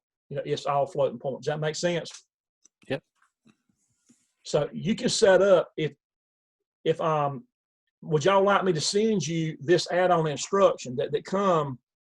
It's called a SPC instruction, and I had to import it into here. For some reason, it doesn't come stock with the software, but you can import it. I downloaded it from Rockwell, and I put it in here. So if there's any of you interested in getting it, if you are, I can just send an email to all of you. Just send it to you. Yeah, I might play with it. Okay. If you send it to me. Okay, I'll send it to everybody, and if you want it, fine. If you don't, it's okay. But analog is really getting into meat and potatoes with this stuff. This is just the beginnings of what you can do. You know, with analog, it opens up a whole nother world of stuff that you can do. This being done. So I'm gonna put down email you the hold on. Let me hide the camera again. She's coming back through here.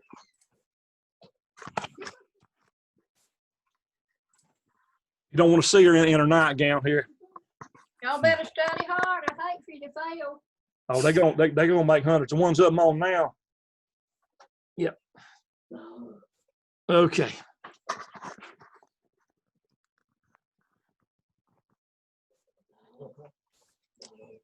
Okay. All righty.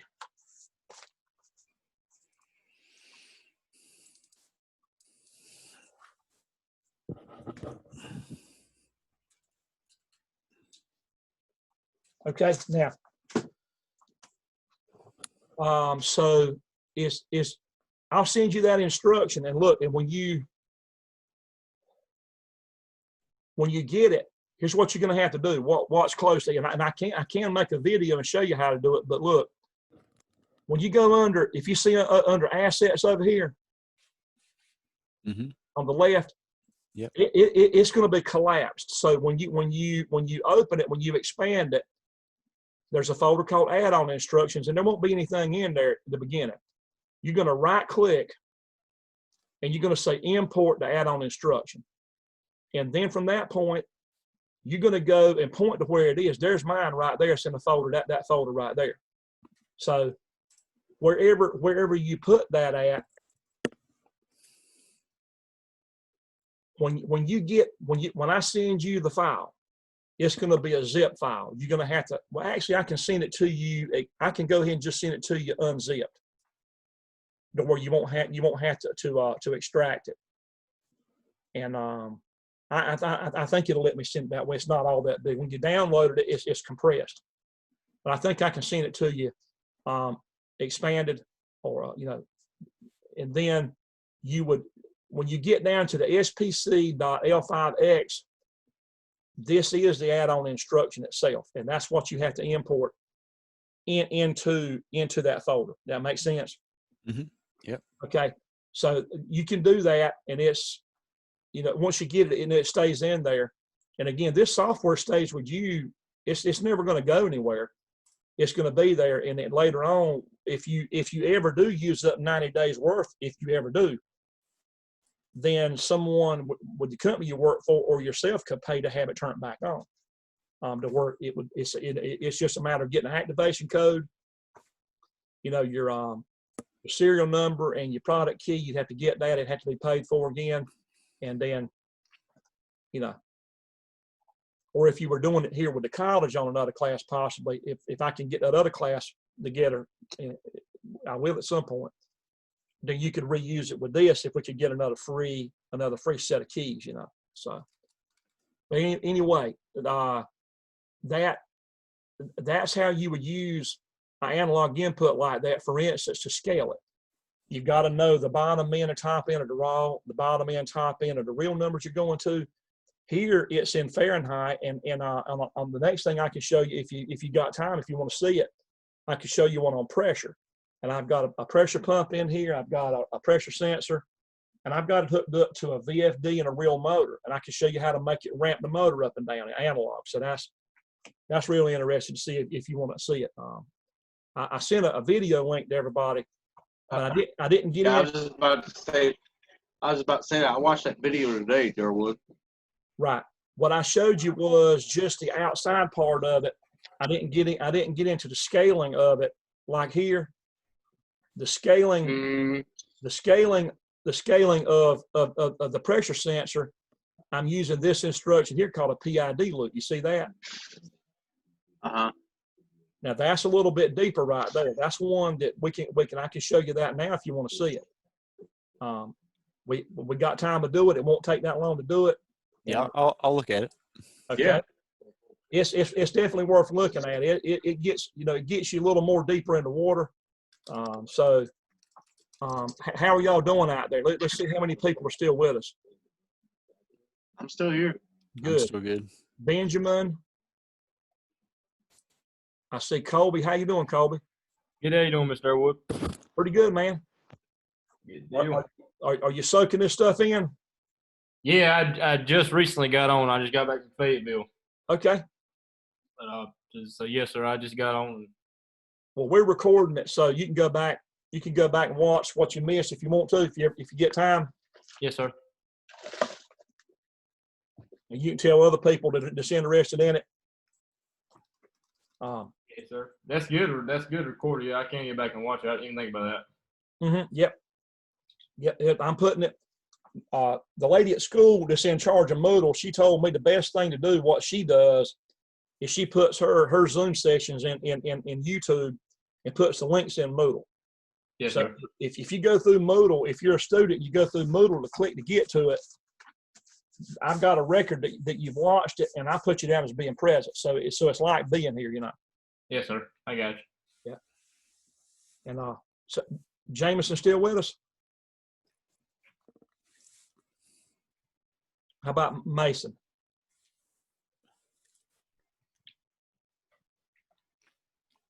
Anyway, we're gonna roll on. They may be stepped out to the restroom or to get a drink or something or other. We're gonna roll on with this thing. So now, we move on now to a pressure sensor. Let me get the webcam.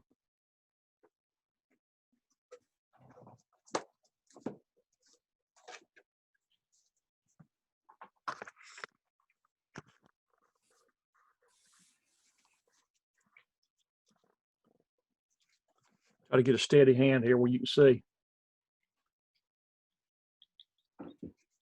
My glasses are oiled up, man.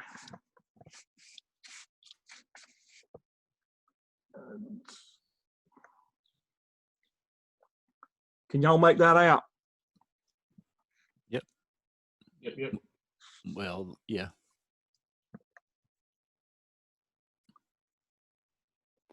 How about now? It says like 20 milliamps or 20 volts, I think. Okay, for pressure, it's 0 pounds to 145. Y'all see that? Yeah. 145 psi. Mm-hmm. I swear I wish I had the good cameras they've got on the way, man. You know, today is the 30th, and today is when I got a good camera supposed to ship from Granger. And then the school has ordered some behind that I think is probably even better than that. But this sensor, look, it's got a 1/4 inch. I've got a 1/4 inch air line fitting hooked up to it. So we're going to be sensing air pressure with this. You shoot air into there, and it's got like a diaphragm in there, and it converts pressure. It's a pressure transmitter that converts real air pressure over to an electrical signal, and that's an electrical cable there. And so your scaling here built into this thing is this. Is that 0, Lord, I wish I could get the focus right on this. 0 pounds equals 4 milliamps. You see where it says 4 to 20 milliamp? Mm-hmm. Let me try to go full screen with this.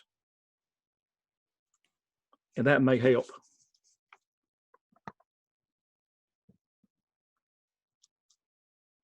That help any? Yeah. I mean, I can make it out because you told me what it was numbered. Okay, so I can look, see it. the pressure, the real pressure coming in is 0 pounds, 0 PSI gauge pressure to 145.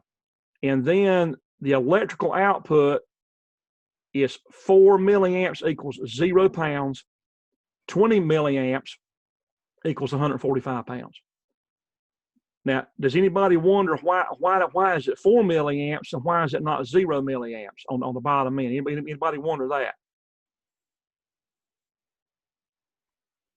Why do they start at 4 and they don't start at 0 on the current output of this thing? Is it like atmospheric pressure 0 or something? No, the 0 pressure is actually 0 gauge pressure, not absolute pressure. But the milliamps, the 4 milliamps, the reason why they have milliamps there at 0 pounds is so that if you have a broke wire in here, if you have a broke wire in the cable, then it will go to 0 milliamps and they're going to know they got a broke wire. Yeah, that makes sense. So the low end on the current, they're actually measuring the amps that's in here, not volts. Okay, so the measurement range is not a voltage range that you're looking at, that it could be. Some sensors are rated at 0 to 10 volt. So if it's a 0 to 10 volt sensor, you can use it on short cables, not long ones.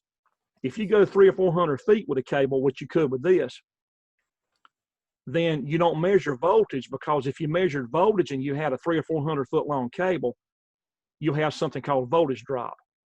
So from the sensor, for 300 or 400 feet away, there would be a voltage drop. If it was 0 to 10 volts out here, it wouldn't be 0 to 10 on the other end. So what they do is they use current.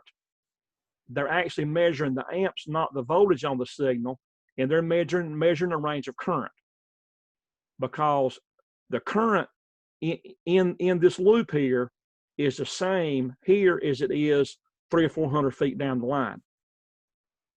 And the reason behind that is, listen, when you take my classes called ELC 111, you'll find out that in a circuit, if you have a circuit that starts with a source and then a destination, the number of amps that flows in a closed circuit, the number of amps is the same no matter where you go in that circuit.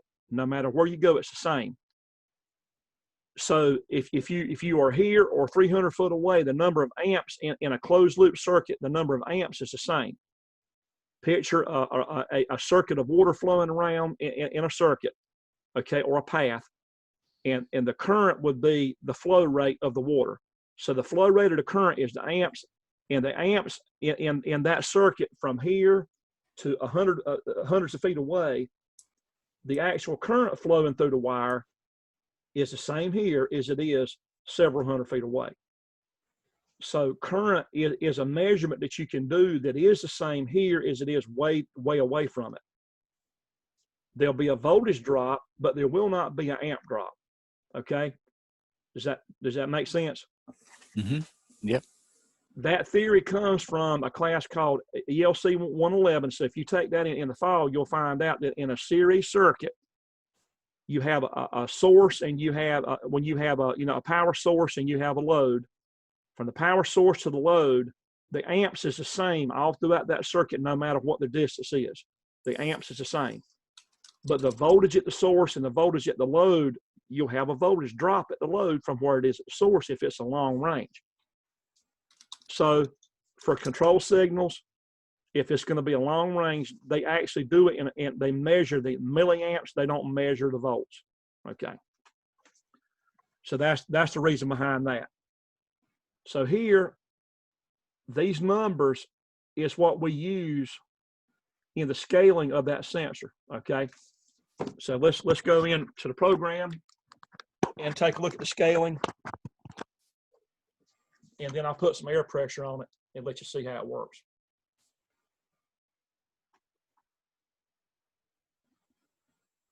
So we go here,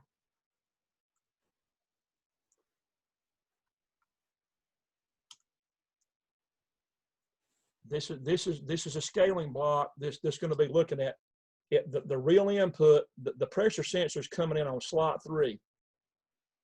It's the input, and it's channel 0 in slot 3. If you look up here on the PLC, you got slot 1, slot 2, and slot 3. So in slot 3, I've got a yellow cable coming in here, and that's in the 3rd slot. It's going into channel 0 in slot 3. Do y'all see that? Slot 3 there. Mm-hmm. Okay. Yep.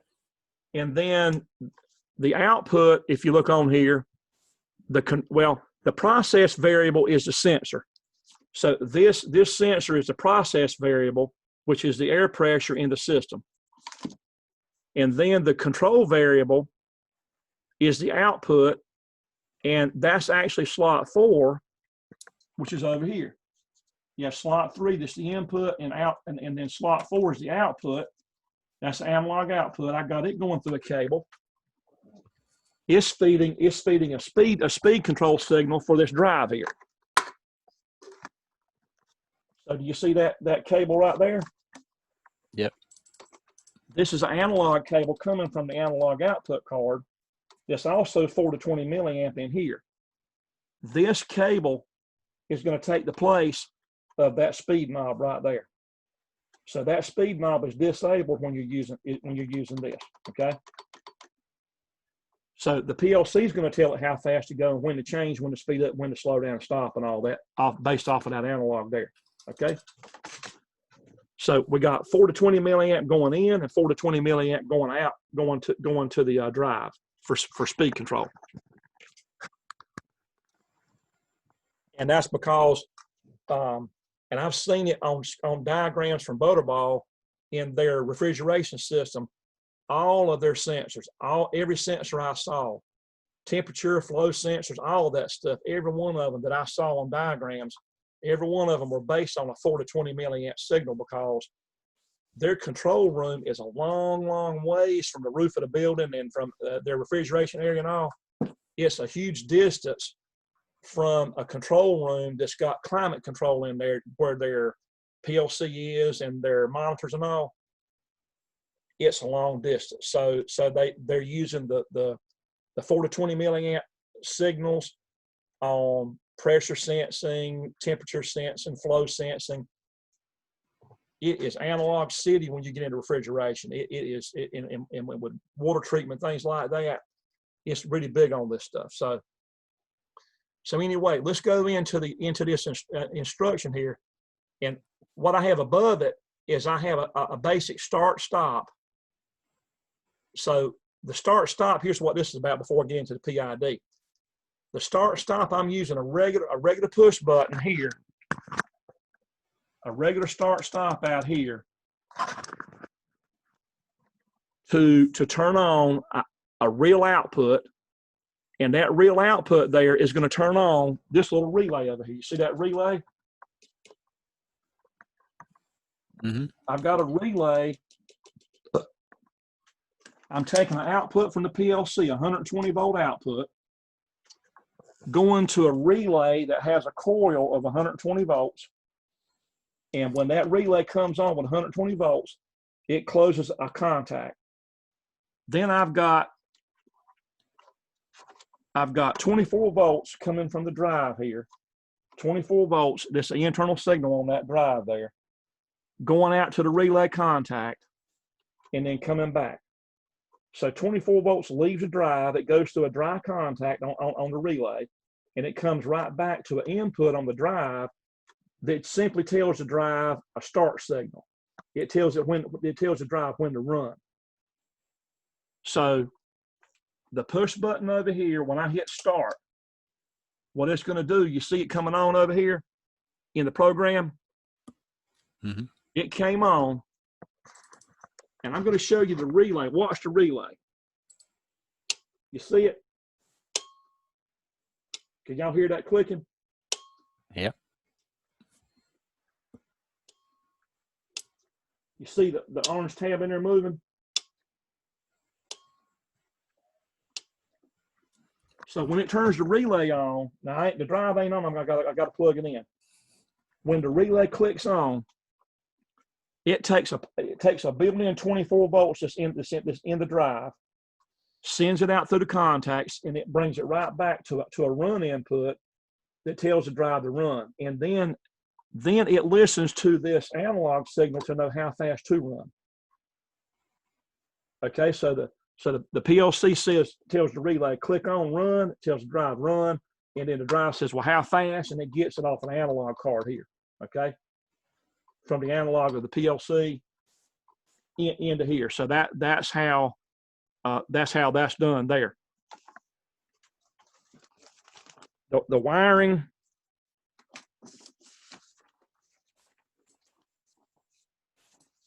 Hold on, let me set the camera down a second here.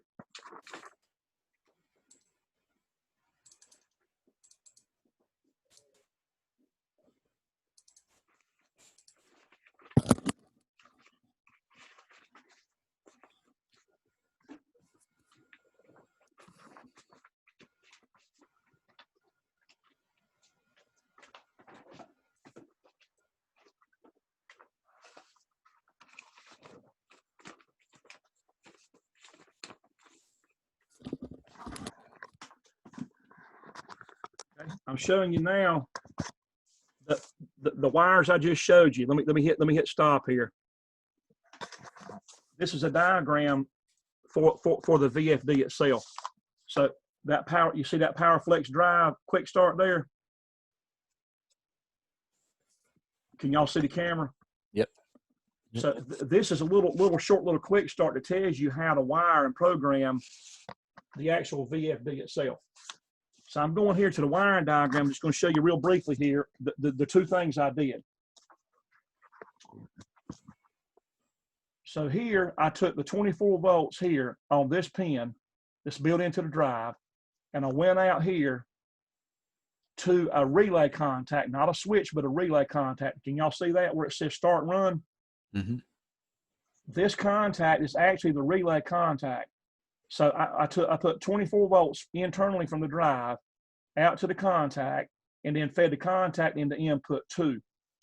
So I went from pin 11 on the terminal through a relay contact back to pin 2.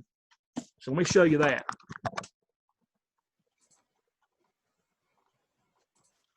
This is pin 11 down here. You see where I'm wiggling that wire? That's pin 11. Pin 11 is down there. And then that's a jumper from 11 to the stop input. The stop input is input 1. You got to put a jumper right there if you're not going to use an external stop button for, well, if you're going to use a two-wire input like this, a two-wire input coming from a relay. When those two wires are together, it's run. When they're open, it's called stop. That's called two-wire control. When you do it that way, this 24 volt that's right here has to go straight into the stop input, plus it goes out to the relay. Here, it goes out to the relay to pin 1, and it leaves out a pin 3 up top. Goes out of pin 3, back to the start input. So look, this is the stop input, that's the start input. And just take note here. The stop always has 24 on it, and then the start input gets a signal through the relay closure to input 1. So look carefully on the drawing. The 24 volts runs from pin 11, which is right here. You see, this is the terminal strip picture here of this. This here is shown physically right here. You run a jumper from 11 to 1. 1 is the stop input. You've got to have that stop input hardwired shut if you just use a two-wire signal coming in. That's what we're using. Okay, so that jumper is in place in the mode that we're running in. Input 2 is the start input. That's the one that the relay actually commands it when to run. That says run or either not run. And then the stop input is just wired shut all the time. That speed knob we're not using. We're not going to use a speed knob. We're going to use. You see right down here where it says 4 to 20 milliamp. Mm-hmm. we're using input 15 for 4 to 20 milliamp coming from a PLC, and we're using pin 14 for analog common. So 14 is common, and then 15 is plus on 4 to 20 milliamp coming in. So we're using these two, and then we're using a shield. The cable, the analog cable has to have a shield around it. You see that dotted line? Mm-hmm. The dotted line means a shield. So the analog cable has a shield also, and the shield goes to the shield, which is pin 16. So we're using 14, 15, and 16. 14, 15, 16 right there, okay? So we go over here to the drive. We're using the 14 and 15, and then the shield, I got it hooked up not on this end, but on the PLC end. Let me show you on the PLC end that I do have the ground hooked up. So this analog cable here that's got the common, the analog common, and then the plus for the 4 to 20 milliamp. On the other end of it, right up in here, this is leaving the analog card here on slot 4. You see that? Mm-hmm. This is your milliamp output, and then I've got the ground here. You see that ground, that shield? Yeah. I've got that ground going over to earth ground that goes way on over. Let's see. Let me get my lights on here.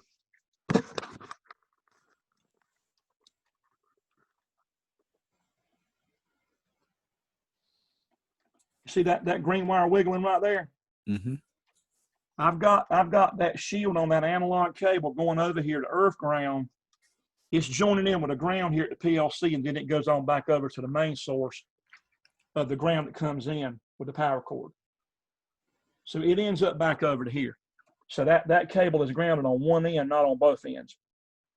I've got it grounded at the source here where it comes, where the signal comes from, not on the load end here. That's just the way I've got it here. Okay. So that's where it's coming from, and then you see where it's going over here. All right, now we cut the power on to the VFD, and then we'll let you see how the inside of the instruction is scaled. Get my glasses on. Let's see.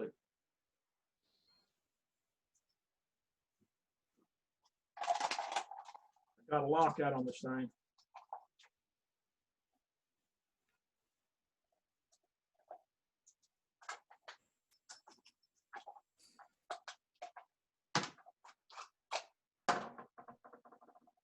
Okay, plug it in.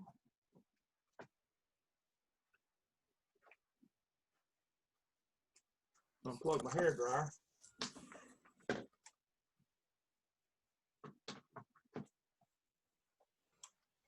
Now, so the VFD's plugged in.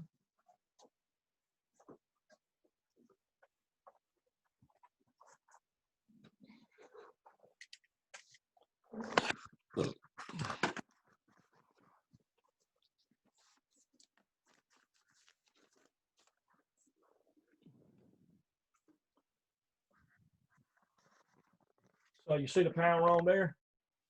Yep. So it's energized now. So I'm gonna put the cover on there, but the power coming in is single phase over here, single phase on the left, 120 coming in, and there's 3-phase coming out at 230. So the 3 black wires are the 233 phase coming out and going to this 3-phase motor here. I got some red tape on it, you can see when it turns. And so this is a real motor that come from our shop. And then this drive here came off of the SMC system, because it's the only one that we have this actually has a single phase to 3-phase feature to it. I'm putting the cover back on for safety reasons there. And so anyway, that's back in place. And the motor's wired up straight to the drive. And let's look at the scaling of the instruction, and then we'll put some air to the sensor. Let's just see it, how it can control it. Yeah, I know it's getting late. I'm not going to linger on it, but you do need to see it if you want to watch it. It's worth looking at. So So we go back to here. So you saw that I'm using a regular discrete output or digital output, a single output in slot 2 to turn a relay on. Okay. So it's the same output in slot 2 that you use to turn on the starters and the lights. I'm just using a new output in that slot to turn that relay on. Okay. And you might say, well, why did I do that? Why did I have to go? Why couldn't I go straight from the PLC straight to the drive? Well, for one thing, that drive doesn't have an Ethernet connection in it. It's got a DH485 plug in there for network, not Ethernet. It's an older drive, and I'm going to order some new ones that's got Ethernet built into them. So if you don't use Ethernet, you've got to use a single input that I just showed you on input 2, a single discrete input that's got to be 24 volts DC. And it can't be some other power source feeding it. It has to be its own 24 volt, leaving it and then coming back. So I took 24 from this, went through the relay, through a dry contact, and come right back and loop through it. And the output of the PLC of that output there was compatible with that relay. That relay is a 120 volt coil. And when it pulls in, it brings a dry contact in, and I'm just back feeding 24 through it like a loop. And it keeps the original 24 volt here fed through it and coming right back. So what it sees coming in is its own power source. Does that make sense? Mm-hmm. Yep. You've got to have the original 24, leaving it, going through some dry contact, and then coming right back into an input, so that it's the original 24 volt that it generated coming back to some input. Okay, if that makes sense. So we're just using the relay as a dry contact, and the PLC turns a coil on, and it lets us loop that 24 back into it. Okay, that's why I mounted the relay so close to the drive. You know, so that worked out. Now, if we had an Ethernet connection in here, then I could have went Ethernet straight to it through the Ethernet hub, through Ethernet switch, and that's what I'll do. You know, when I get newer drives in. So, but there's nothing wrong with doing what we're doing here, because we're using a relay to say go, and then the analog from the PLC says how much. You know what I mean? So it's just a matter of saying run horse run, and he says how much, and he's getting that from slot 4. You know, so you know. Now, so the PID instruction is, and I'm not even using all the features of it, but here's how I've got it set up. The slot 3 has input 0, which is the actual pressure sensor here. And then the control variable is the VFD. The VFD would be running, say, a pump. It could be running a pump, for instance, or an air compressor motor. So let's just say our control variable would really be a motor that VFD is going to run at a variable speed. And then I'm not using these other things in here. That's a little more advanced.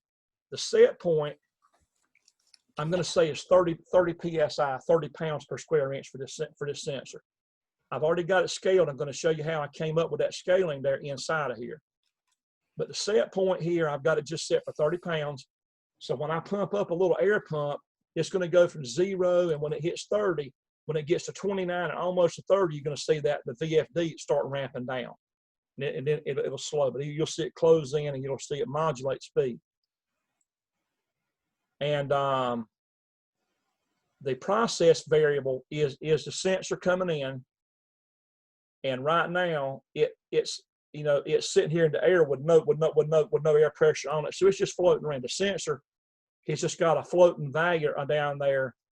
And then the output of the PID, the output is at 100%. So it's going to give 100% speed to that drive, which means 20 milliamps.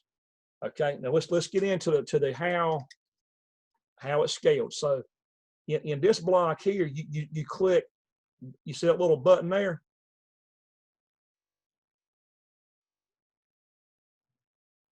Everybody still with me? Yeah, I see it.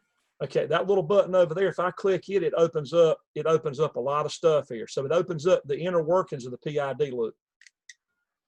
So a PID loop is a proportional integral derivative. So it's like a calculus function that's built into an instruction. The P is proportional, I is integral, and then D is derivative. So it's doing a calculus function. Now, it sounds complicated, but let me tell you, how many of you, I'm gonna see how many of you are awake. How many of you have a cruise control on your car or your truck? Yeah. I got one on my car. Now, your cruise control module is a PID loop. Okay, it is. That's what it is. A cruise control. Go ahead. No, I was saying, It is interesting. Yeah. A cruise control. What it has in it is a PID block. Okay. So what it's doing is you have a set point. You're going along, and when you get up to a certain point, you store a set point of say 55 or 65 miles an hour, right? And then you let your foot off of the gas, and then the PID loop takes over. So what happens is you go up a hill, and then all of a sudden the truck or car slows down, right? So when it sees a difference between the set point, and the process variable, then it gives it some gain. It gives it some proportional gain. That's the P. You got P, I, and D. So the P in there is related to the further you are away from the set point, the more it gives it. Okay, the more aggressive it is on putting the gas pedal to it. Now you notice that if you go up a high hill, that you notice your throttle goes whoa. You know how it sounds like where you're punching it. Now, what do you notice as your process variable gets close to the set point? Doesn't the throttle let off? Mm-hmm. Yes. So you hear it less aggressive. So the P and the PID, the proportional part, as you proportionally get closer and there's less error in there, then it actually lets off of the gas pedal. So that's what this thing is going to do here on that drive. It's going to function like a cruise control. And then the I in the PID is integral, and it's a timer. So that the timer, if I go, hold on, let's go into the I. If you see where I'm at in the I, that's a timer there. And that timer, what it does is once it gives it some gain in the P, then it's gonna wait a little bit and see what happened on the process variable. And it's going to give it some time. And if it does it, if it's not at the set point, then it's going to shoot it. Then it's going to shoot it again, and it's going to wait. And then it's going to look at what really happened. Did it overshoot? Did it get there, or is it not there? And then if it's not there, it's going to shoot it again. So you'll notice some of that going on with it, and that's the I part. And then the D part would be the derivative. Best of my understanding is the derivative part comes into where, if you have a wind gust or you have, say, an uphill and you got some disturbance on the car, the D part has to do with how it corrects on disturbances in that loop. So that's the best I understand about the individual parts of it. So I can send you a really good short YouTube link that explains this real good, better than I'm telling you. So I can send you that. You're interested in it. All right. So in a nutshell, let's go to scaling first, and then we'll look at this. For scaling, now this is going to sound funny to you, but this is what I had to do. Now I know that on the process variable on this sensor, that the highest raw number coming in is going to be 32767. That's a fact. I know that because it's a 16-bit word. Now, the unscaled minimum should be 0, but it's not. Okay, it's not. Okay, so you have the what's coming in on the bottom end. The low end is actually 4 milliamps, not 0. Okay, so what you have here is on the bottom end, it's not going to be 0. It's not the raw numbers are not going to be 0. Okay, you see what I'm saying? Mm-hmm. Because it's never 0 unless you got a broke wire in here. So the bottom end number is not going to be 0. And then we're doing some scaling in here. You can scale within the PID instead of using a separate instruction like we did out here. When we were doing the thermocouple module probe, I was using a scale parameter block.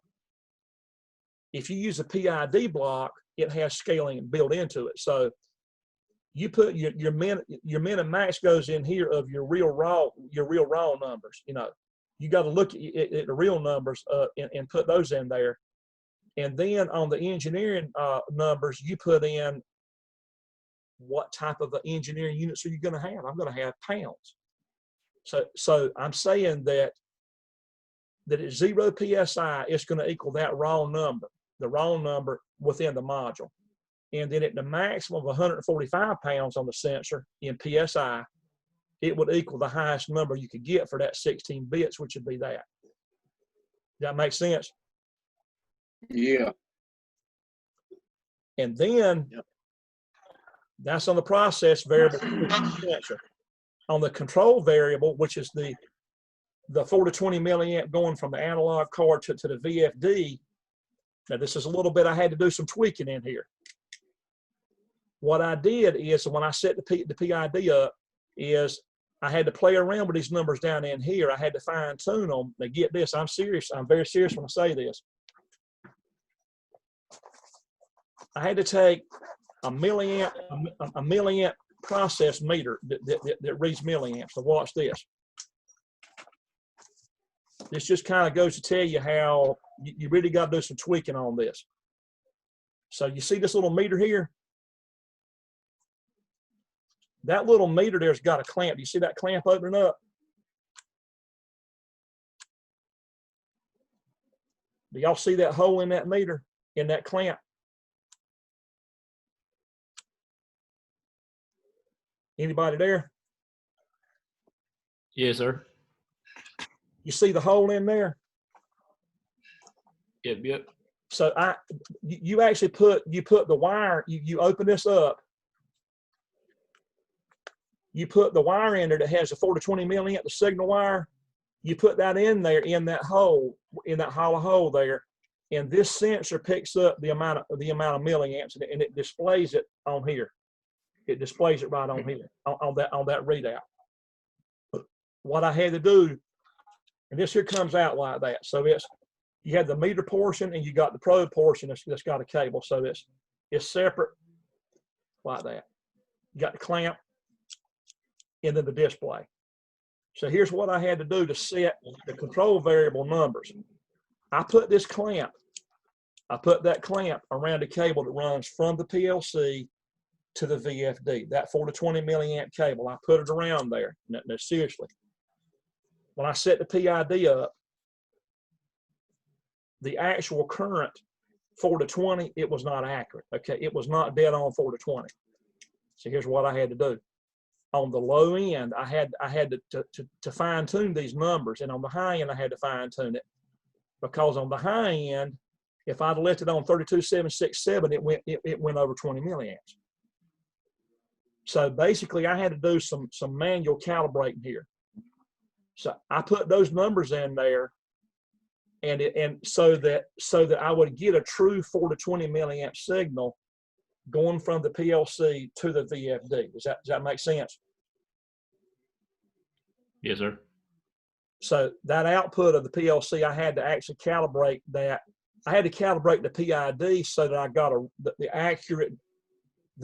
I had got accurate numbers on the meter so that the drive would behave right, you know. So I had to fine tune that bottom end number there matches here and here. You see that?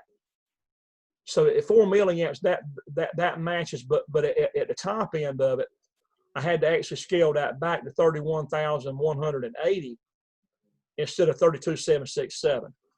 Now, that's the one I fine-tuned to give me an even 20 max when the PID goes to 100% over here. You see where it's 100% now?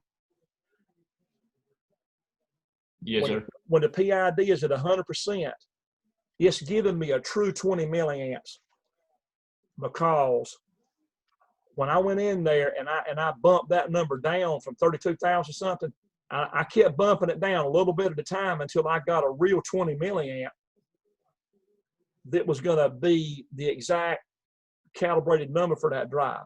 Okay. So I don't know why I had to do that, but I had to do that. I had to bring it down some, and the numbers are right when I did that. Okay. So that's the sort of fine tuning I had to do within the PID itself. That's the scaling I did. It goes from raw numbers in the analog module, the output module, to the engineered equivalents in pounds. So what shows up out here in the PID, the set point, that's actually in pounds because we've got it on scaled. Because we got the engineering unit scaled this way, it shows up in pounds. It shows up in pounds. The set point, let's go back to tuning. Set point, you see the set point is at 30.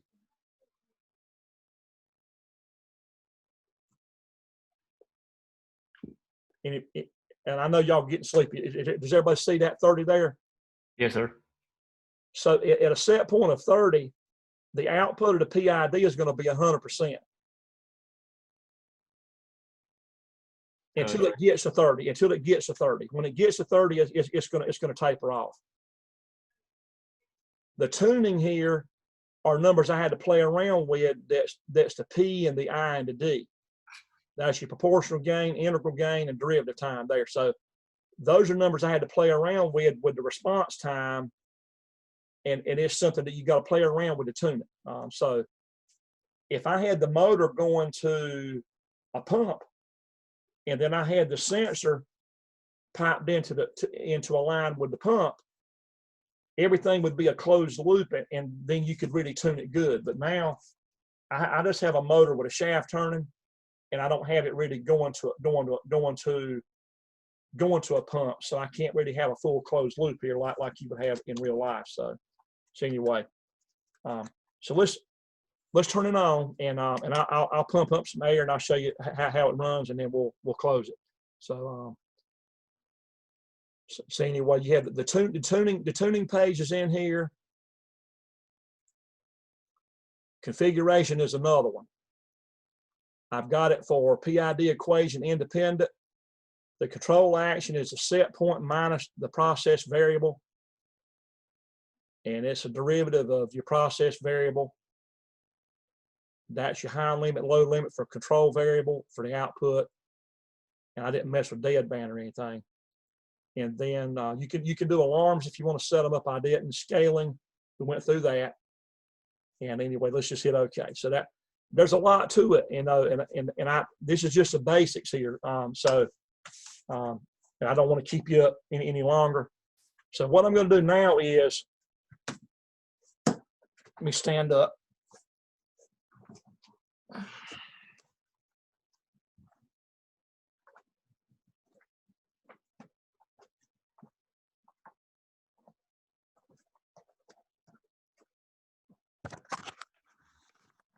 So at this point right here, the VFD is at 0 speed right now. It's not running because I haven't given a start signal. When I give it a start signal, if you watch, you're going to see, if you watch closely here, the output of the VFD is going to be 100%, which will be 20 milliamps. I'm going to hook up the current probe to the wire. You'll see it go to 20 milliamps. As you see the drive go to, the speed's going to be listed in hertz. 0 to 60 hertz is the speed. So speed is listed in hertz or frequency. 60 hertz equals full speed. So it'll be 60 hertz at 20 milliamps. When we have no pressure coming in. Right now, there's no airline hooked up to it, none right now. Give me a minute to hook the airline up to it. Give me just a second to get that hooked up, and then we'll start this thing.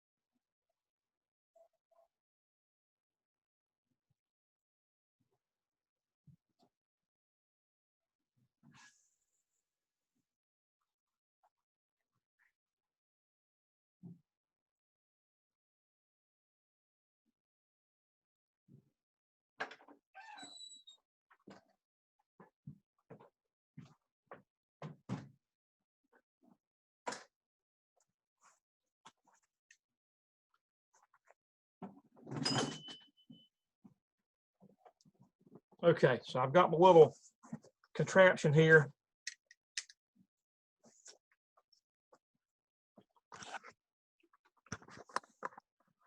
Okay, so if you look here, y'all see the camera? Let me show you what I've got here as far as, okay, do y'all see my hand waving in the camera? Yes, sir. Now, so down here, I've got a little foot pump hooked up. I brought some stuff from the school here. I got a foot pump hooked up. It's going through a check valve, a regulator, and it's going into a little thing that looks like a cylinder, but it's just a storage. It's just an accumulator. So I'm using that for a storage tank to put some air in. I've got a real gauge and a regulator, and I'm going to take an air line that I've got teed in here. I'm going to take an air line that's going to be sensing what goes into that tank there. This air line is going to plug into that sensor. So go here.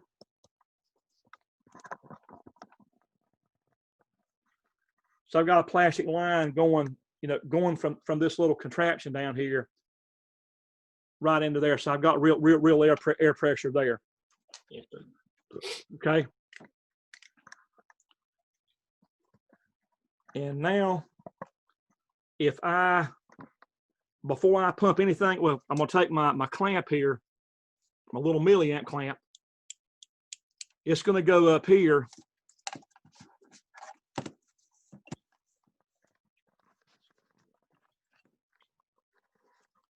And one thing about these clamps here is there's an arrow. Do you see that arrow on there?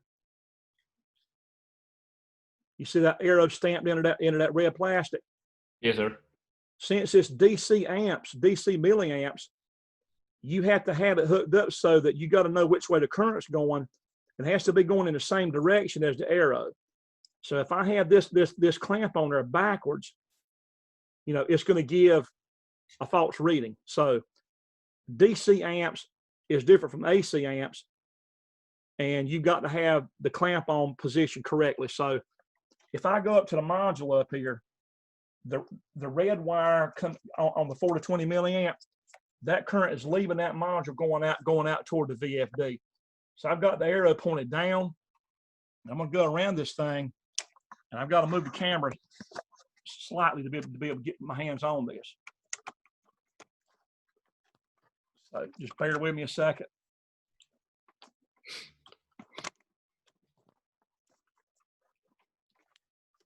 Now, so I've got that little red wire. You see how I've got that clamp around it? Yes, sir. I've got it that way, and I've got the arrow pointing in the same direction where it leaves the module going toward the VFD. And then that's going out to this little handheld meter. It's going to give me a milliamp reading here. So I can go ahead and cut it on.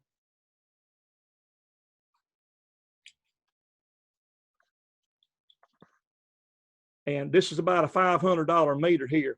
Anything that'll read milliamps DC is pretty expensive. So right now I'm going to cut it on with no air pressure in the system, and I'm going to hit the start button and watch.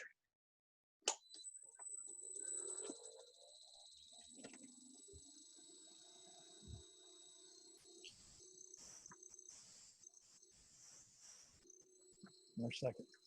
We got our 60 hertz over here. The motor's going wide open. Something's off here with the probe. Let me take the clamp off.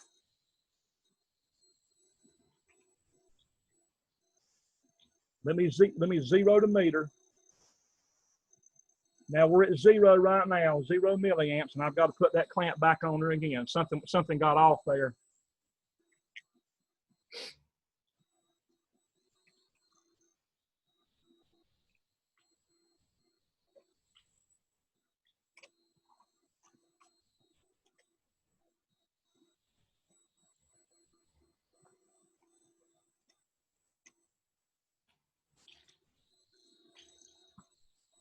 I got it back on there. Now I'm reading to 20 milliamps.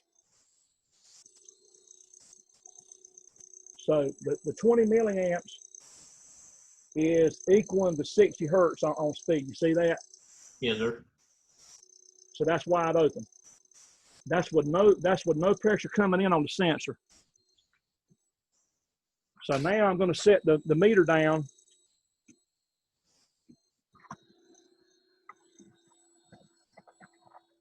And I'm going to go.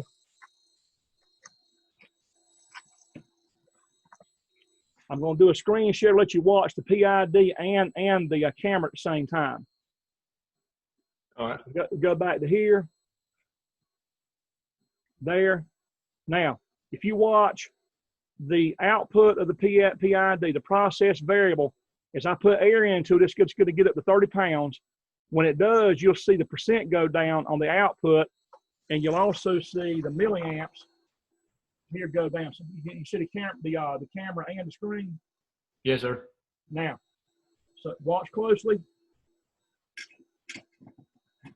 And I'm going to see if I can manage to run this.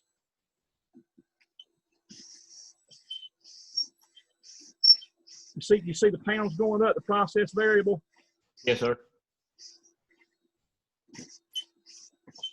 So that's the pressure going up. As I'm running a foot pump here, I've got you see me pumping that thing? Yeah. This is kind of crude here, but I'm at 12 PSI now. Mm-hmm. So as it gets near the set point, you'll see that the PID taper off. Yeah. Okay.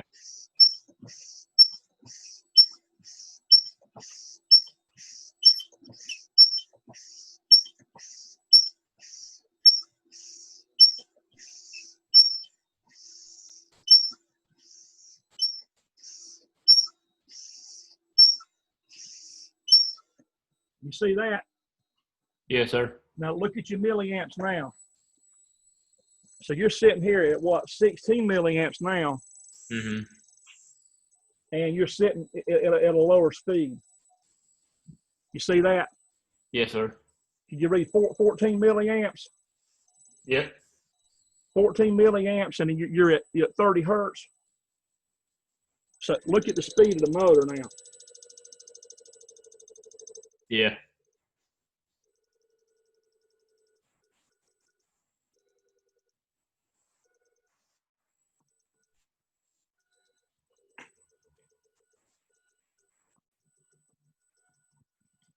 See how it's slowing down? Yes, sir. Okay. So you've got that going on. It went down slowly. The PID slowly brought the gain down to 0. But look, when it drifts, so what's the current on now? If you look, what does it say now? It says 4 milliamps, right? Yes, sir. 4. 4 milliamps, and you're at 0 hertz. Yep. So that's where your four comes in. Is you got 4 milliamps is at 0 speed, which would be 0 hertz. And so it's 4 milliamps, not 0. So that's where those numbers come from. Now, watch what happens. I'm going to come down here, and on this relief valve, I'm going to open up and bleed some air off to the atmosphere. I just got to open in down here. I'm going to bleed some air out of that line down there. You're going to see it change on the screen. Look at the process variable in the PID block. This says 30.25, 2265 now. Mm-hmm.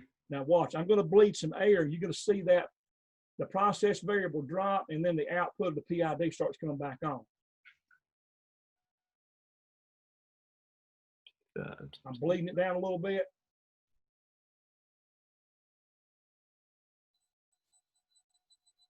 Oh, yeah. Now look at the motor speed. Going back up. Going back up. Now you're sitting there now at 14 milliamps or 16 milliamps. It's finally gone back up to the maximum now. So you're sitting here now at 19.98 milliamps, almost 20, and you're at 60 hertz again. So you're at full speed again. Can y'all make that out? Yes, sir. Okay, so that's the way it works. Is you get in that range of analog signal coming in, and it takes a place of that speed pot there. It does it by itself. See, I can go to minimum there, and it's not listening to it. It ignores this when you set up the there's a parameter in here you set up to where it's actually going to be watching that analog module. Okay, so you look at the meter. The meter's on 20 milliamps. I'm going to put some more air in there. Watch your process variable, and then we're going to stop this. All right. So you're at 28 pounds. I'm going to pump it up some.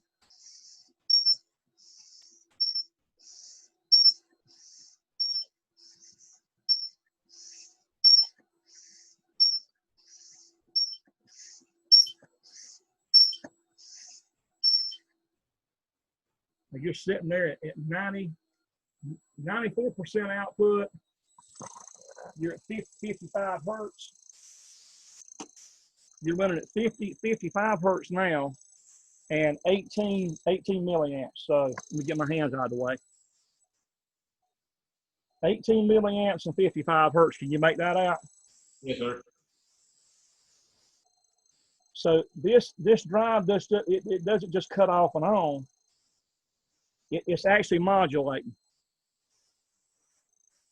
Does everybody see that? Yes, sir. Okay. And so it's actually maintaining a steady 18 milliamps on the current at 88% output on the PID. So it's doing that, trying to maintain. So the whole thing about analog is it doesn't just run wide open or off. Digital outputs are either fully on or fully off. Analog has the ability of having a range of values from 0 to some maximum. The frequency on the drive would be 0 to 60 hertz, which would equal 4 to 20 milliamps. And then you saw the scaling. You saw the scaling in the PID. Yes, sir. Now, I'm gonna push the pressure back up to 30, and you'll see it ramp down some more. So the closer it gets to the set point, the less the gain gets. You see the gain cut back some. Yes, sir.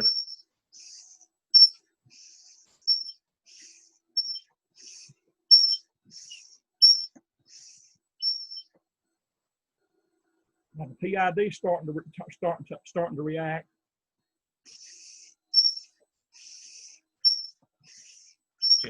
Down.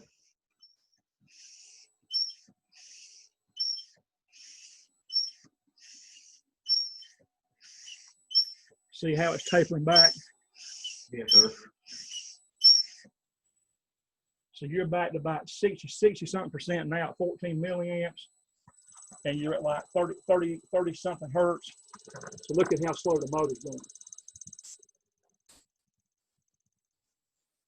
You can manage to see it. I don't know if you can see that shaft very well. You see it? Yes, sir. Slow it down. So it's slowing way on down. So that I got some red tape around that shaft. You're sitting here now at 18 hertz. So that motor, the drive gives you all that flexibility on speed, so that you can try to maintain an accurate pressure on whatever you're doing. Does that make sense? Yes, sir. So it's pretty neat. And if I had that motor shaft tied to a pump, and then if I had the output of the pump, and I had that sensor tied into to the output of the pump, then you could fine tune the loop and make it be to where it would be a good tight control, Yes, sir. But now the way it is now, you've got an open-ended loop here. You got a shaft that's just freewheeling, not going to a real load. So I'm doing what I can do here at home at night because the college is locked up. So I can't be out there at night right now until August doing this kind of thing. So I've rigged up, I've converted a room in here. If you look at this bedroom in here, I've converted this room into a PLC lab with drives. It's unreal, you know. So you see all the stuff I'm panning around. Yes, sir. That goes. So we're sitting here at the Right there in the house. yeah, right there in the house. You tell your daddy that I was running a 3-phase motor back here in the house off of 120. Oh. Yep. So I'm gonna hit the stop button. Any questions? No, sir. I don't believe so. Blend that air off. Okay. And I'm sorry it took so long for me to explain that. I'm not real fast on explaining things, but I try to be thorough, you know. Yes, sir. That's better in my opinion. Yeah, and there's a lot to it, and you know we could do. I've got another class in the works at some point that I'm going to get done, and it'll be a level 2 of what we're doing now. What you're taking now is an introduction level, and what we just worked in there was really level 2 stuff. But I want you to see it because this stuff is really out there. I mean, it's out there, and it's used a lot. Yes, sir. So on anything that you're pumping, whether it's water or chemicals or air pressure, anything like that, they're using this kind of stuff because that or refrigerant or whatever, they want tight control, so they're using PIDs and analog sensing and stuff. It's the ammonia refrigeration building in our school, this at the back of the campus beside the welding shop. Yes, sir. That lab is loaded with this kind of stuff. I mean, man, it is really a whole lot of sensors like this. This involved in refrigeration is full of it. There's more analog than anything else going on. Tons of it in there. It's just amazing all the processing that goes on in that program. I got a copy of that program where if that system goes down, I can go down there and download and put it back in there. What the original engineers designed, I saved the copy so that if he loses a battery goes out on his PLC, which it happened a few months ago, then once he got him a battery, I was able to go down there and put his program back in and get his system back going. But what I'm showing you is just a little itty bit for what's going on in that ammonia building down there. It really is. So it's just a touch. It's just a touch on it. But I'll go ahead and close with that. There's a lot more to it, and but any questions? Anybody got any questions? No, sir. I don't believe so. I think I put everybody to sleep. I bet everybody is snoring, sawing logs. Got Nathan still with us, Colby. But anyway, thank you for watching. And if whoever's watching, recording, if you got questions about any of it, just let me know. I'll be glad to help you. And I can help you in between classes. I can set up an individual Zoom session if you need it. Be glad to. And remember that the last official day would be July 7th, which would be this Tuesday. We're off because of the 4th. Yes, sir. And, so Tuesday of next week is our last day, last evening. And but I can help anybody watching. I can help anybody between now and then if you kind of give me some notice. So if you're behind, and a few people are really behind, there's still time. If you contact me, you can still catch up. I can help you catch up if you want to, and you want to put time into it. You contact me and I'll help you out. I want to see people do well, and I don't really want to see somebody get left behind, or dropped. So if you're interested in catching up, and just let me know, and I'll help you. It's up to you, totally in your hands. The ball's in your court. So most of the people are up now, but we have a few that's got some situations that I don't really understand what's happening with some people. And it's okay. Life happens, so it happens to us, and sometimes we can't really finish a course sometimes because of health reasons and all, and that we understand that. So, but thank you for watching. I appreciate you, Colby, getting involved, and yes, sir. Hope you can take some classes with us in the future if it works out for you. Yes, sir. I was going to ask you, Mr. Durwood, if by chance I'm not able to take any this fall, when would the soonest, like the next available time be? January. January. What we call spring, but we started in January, right after the first.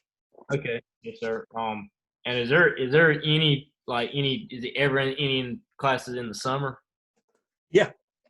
The one this one right here, this is a summer class. Okay. Is there so like there isn't any like prerequisites before? Nope. Okay, so I'm gonna have to take it during the. Well, I'll have to look at my schedule again. I'm trying to decide if I can. My schedule right now is so hard to set up. Because I even talked with Daddy about it. Because I mean, I want to take it in the fall, but I don't know if I'll be able to drive home every Tuesday and then have to go back to school the next morning. Yeah. But if not, I'm definitely I'm either gonna try to take it in the fall or spring. Yeah. If you don't put yourself in a strain, don't be unsafe about it. Yes, sir. If you wait till spring, then we're going to be having motor control class, motors and controls. It's got a whole lot of hands on in it. Yes, sir. That class, the last time it was at night, so this time it should shift to afternoons or mornings. Yes, sir. And then the electrical maintenance class for automation system, it should be at night. So it's the one that's doing what we're doing now as far as the PLCs. We're not creating programs like we're doing here, but we're going to a automated system that's in our shop that's already programmed and wired, and you have to actually troubleshoot that system. And I put a lot of bugs in it. Once you learn how to read the schematics and you learn how to read the programs that are in it that look like what we're doing here, but there's a lot more of it. Yes, sir. It's basically like going into a plant to an assembly line. And once you learn how the line works and you learn how to read all the diagrams for each station, there's 6 stations. It takes several weeks to learn how to read the diagrams and then and run the line and all. Once you get that down pat, then the whole rest of the semester, 95% of the semester, is actually troubleshooting bugs that I inject into the equipment. Okay, I got you. I inject problems like a bad sensor, a bad connection with a solenoid valve, airflow not set right,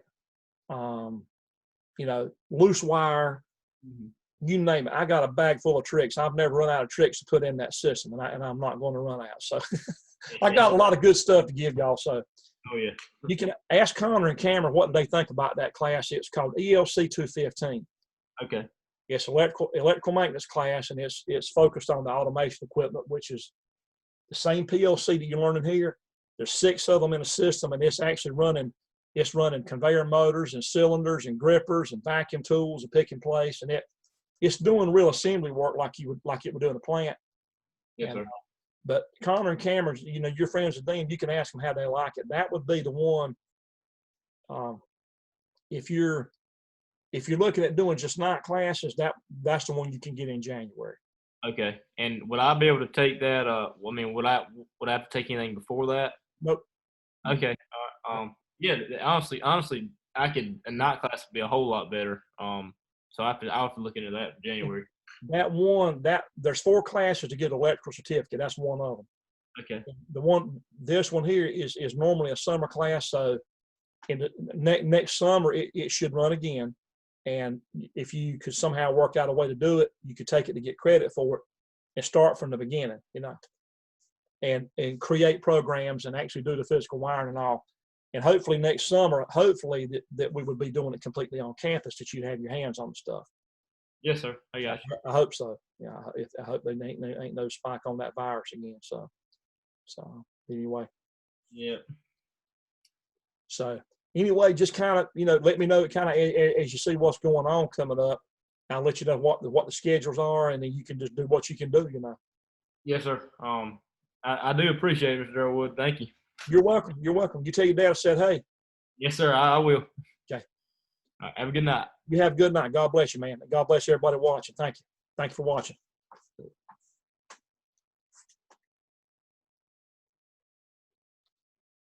And my email, if anybody watching is not hooked up, is not connected with the college, it's dking@sampsoncc.edu in Clinton, North Carolina. And I'll be glad to help you with if you have interest in classes or questions about what we've been doing, whether you take a class or not. If you need some help on anything, I'll try to help you. I'll do my best to help you answer any questions you have. I try to. Okay, thank you, and we'll see you next Tuesday.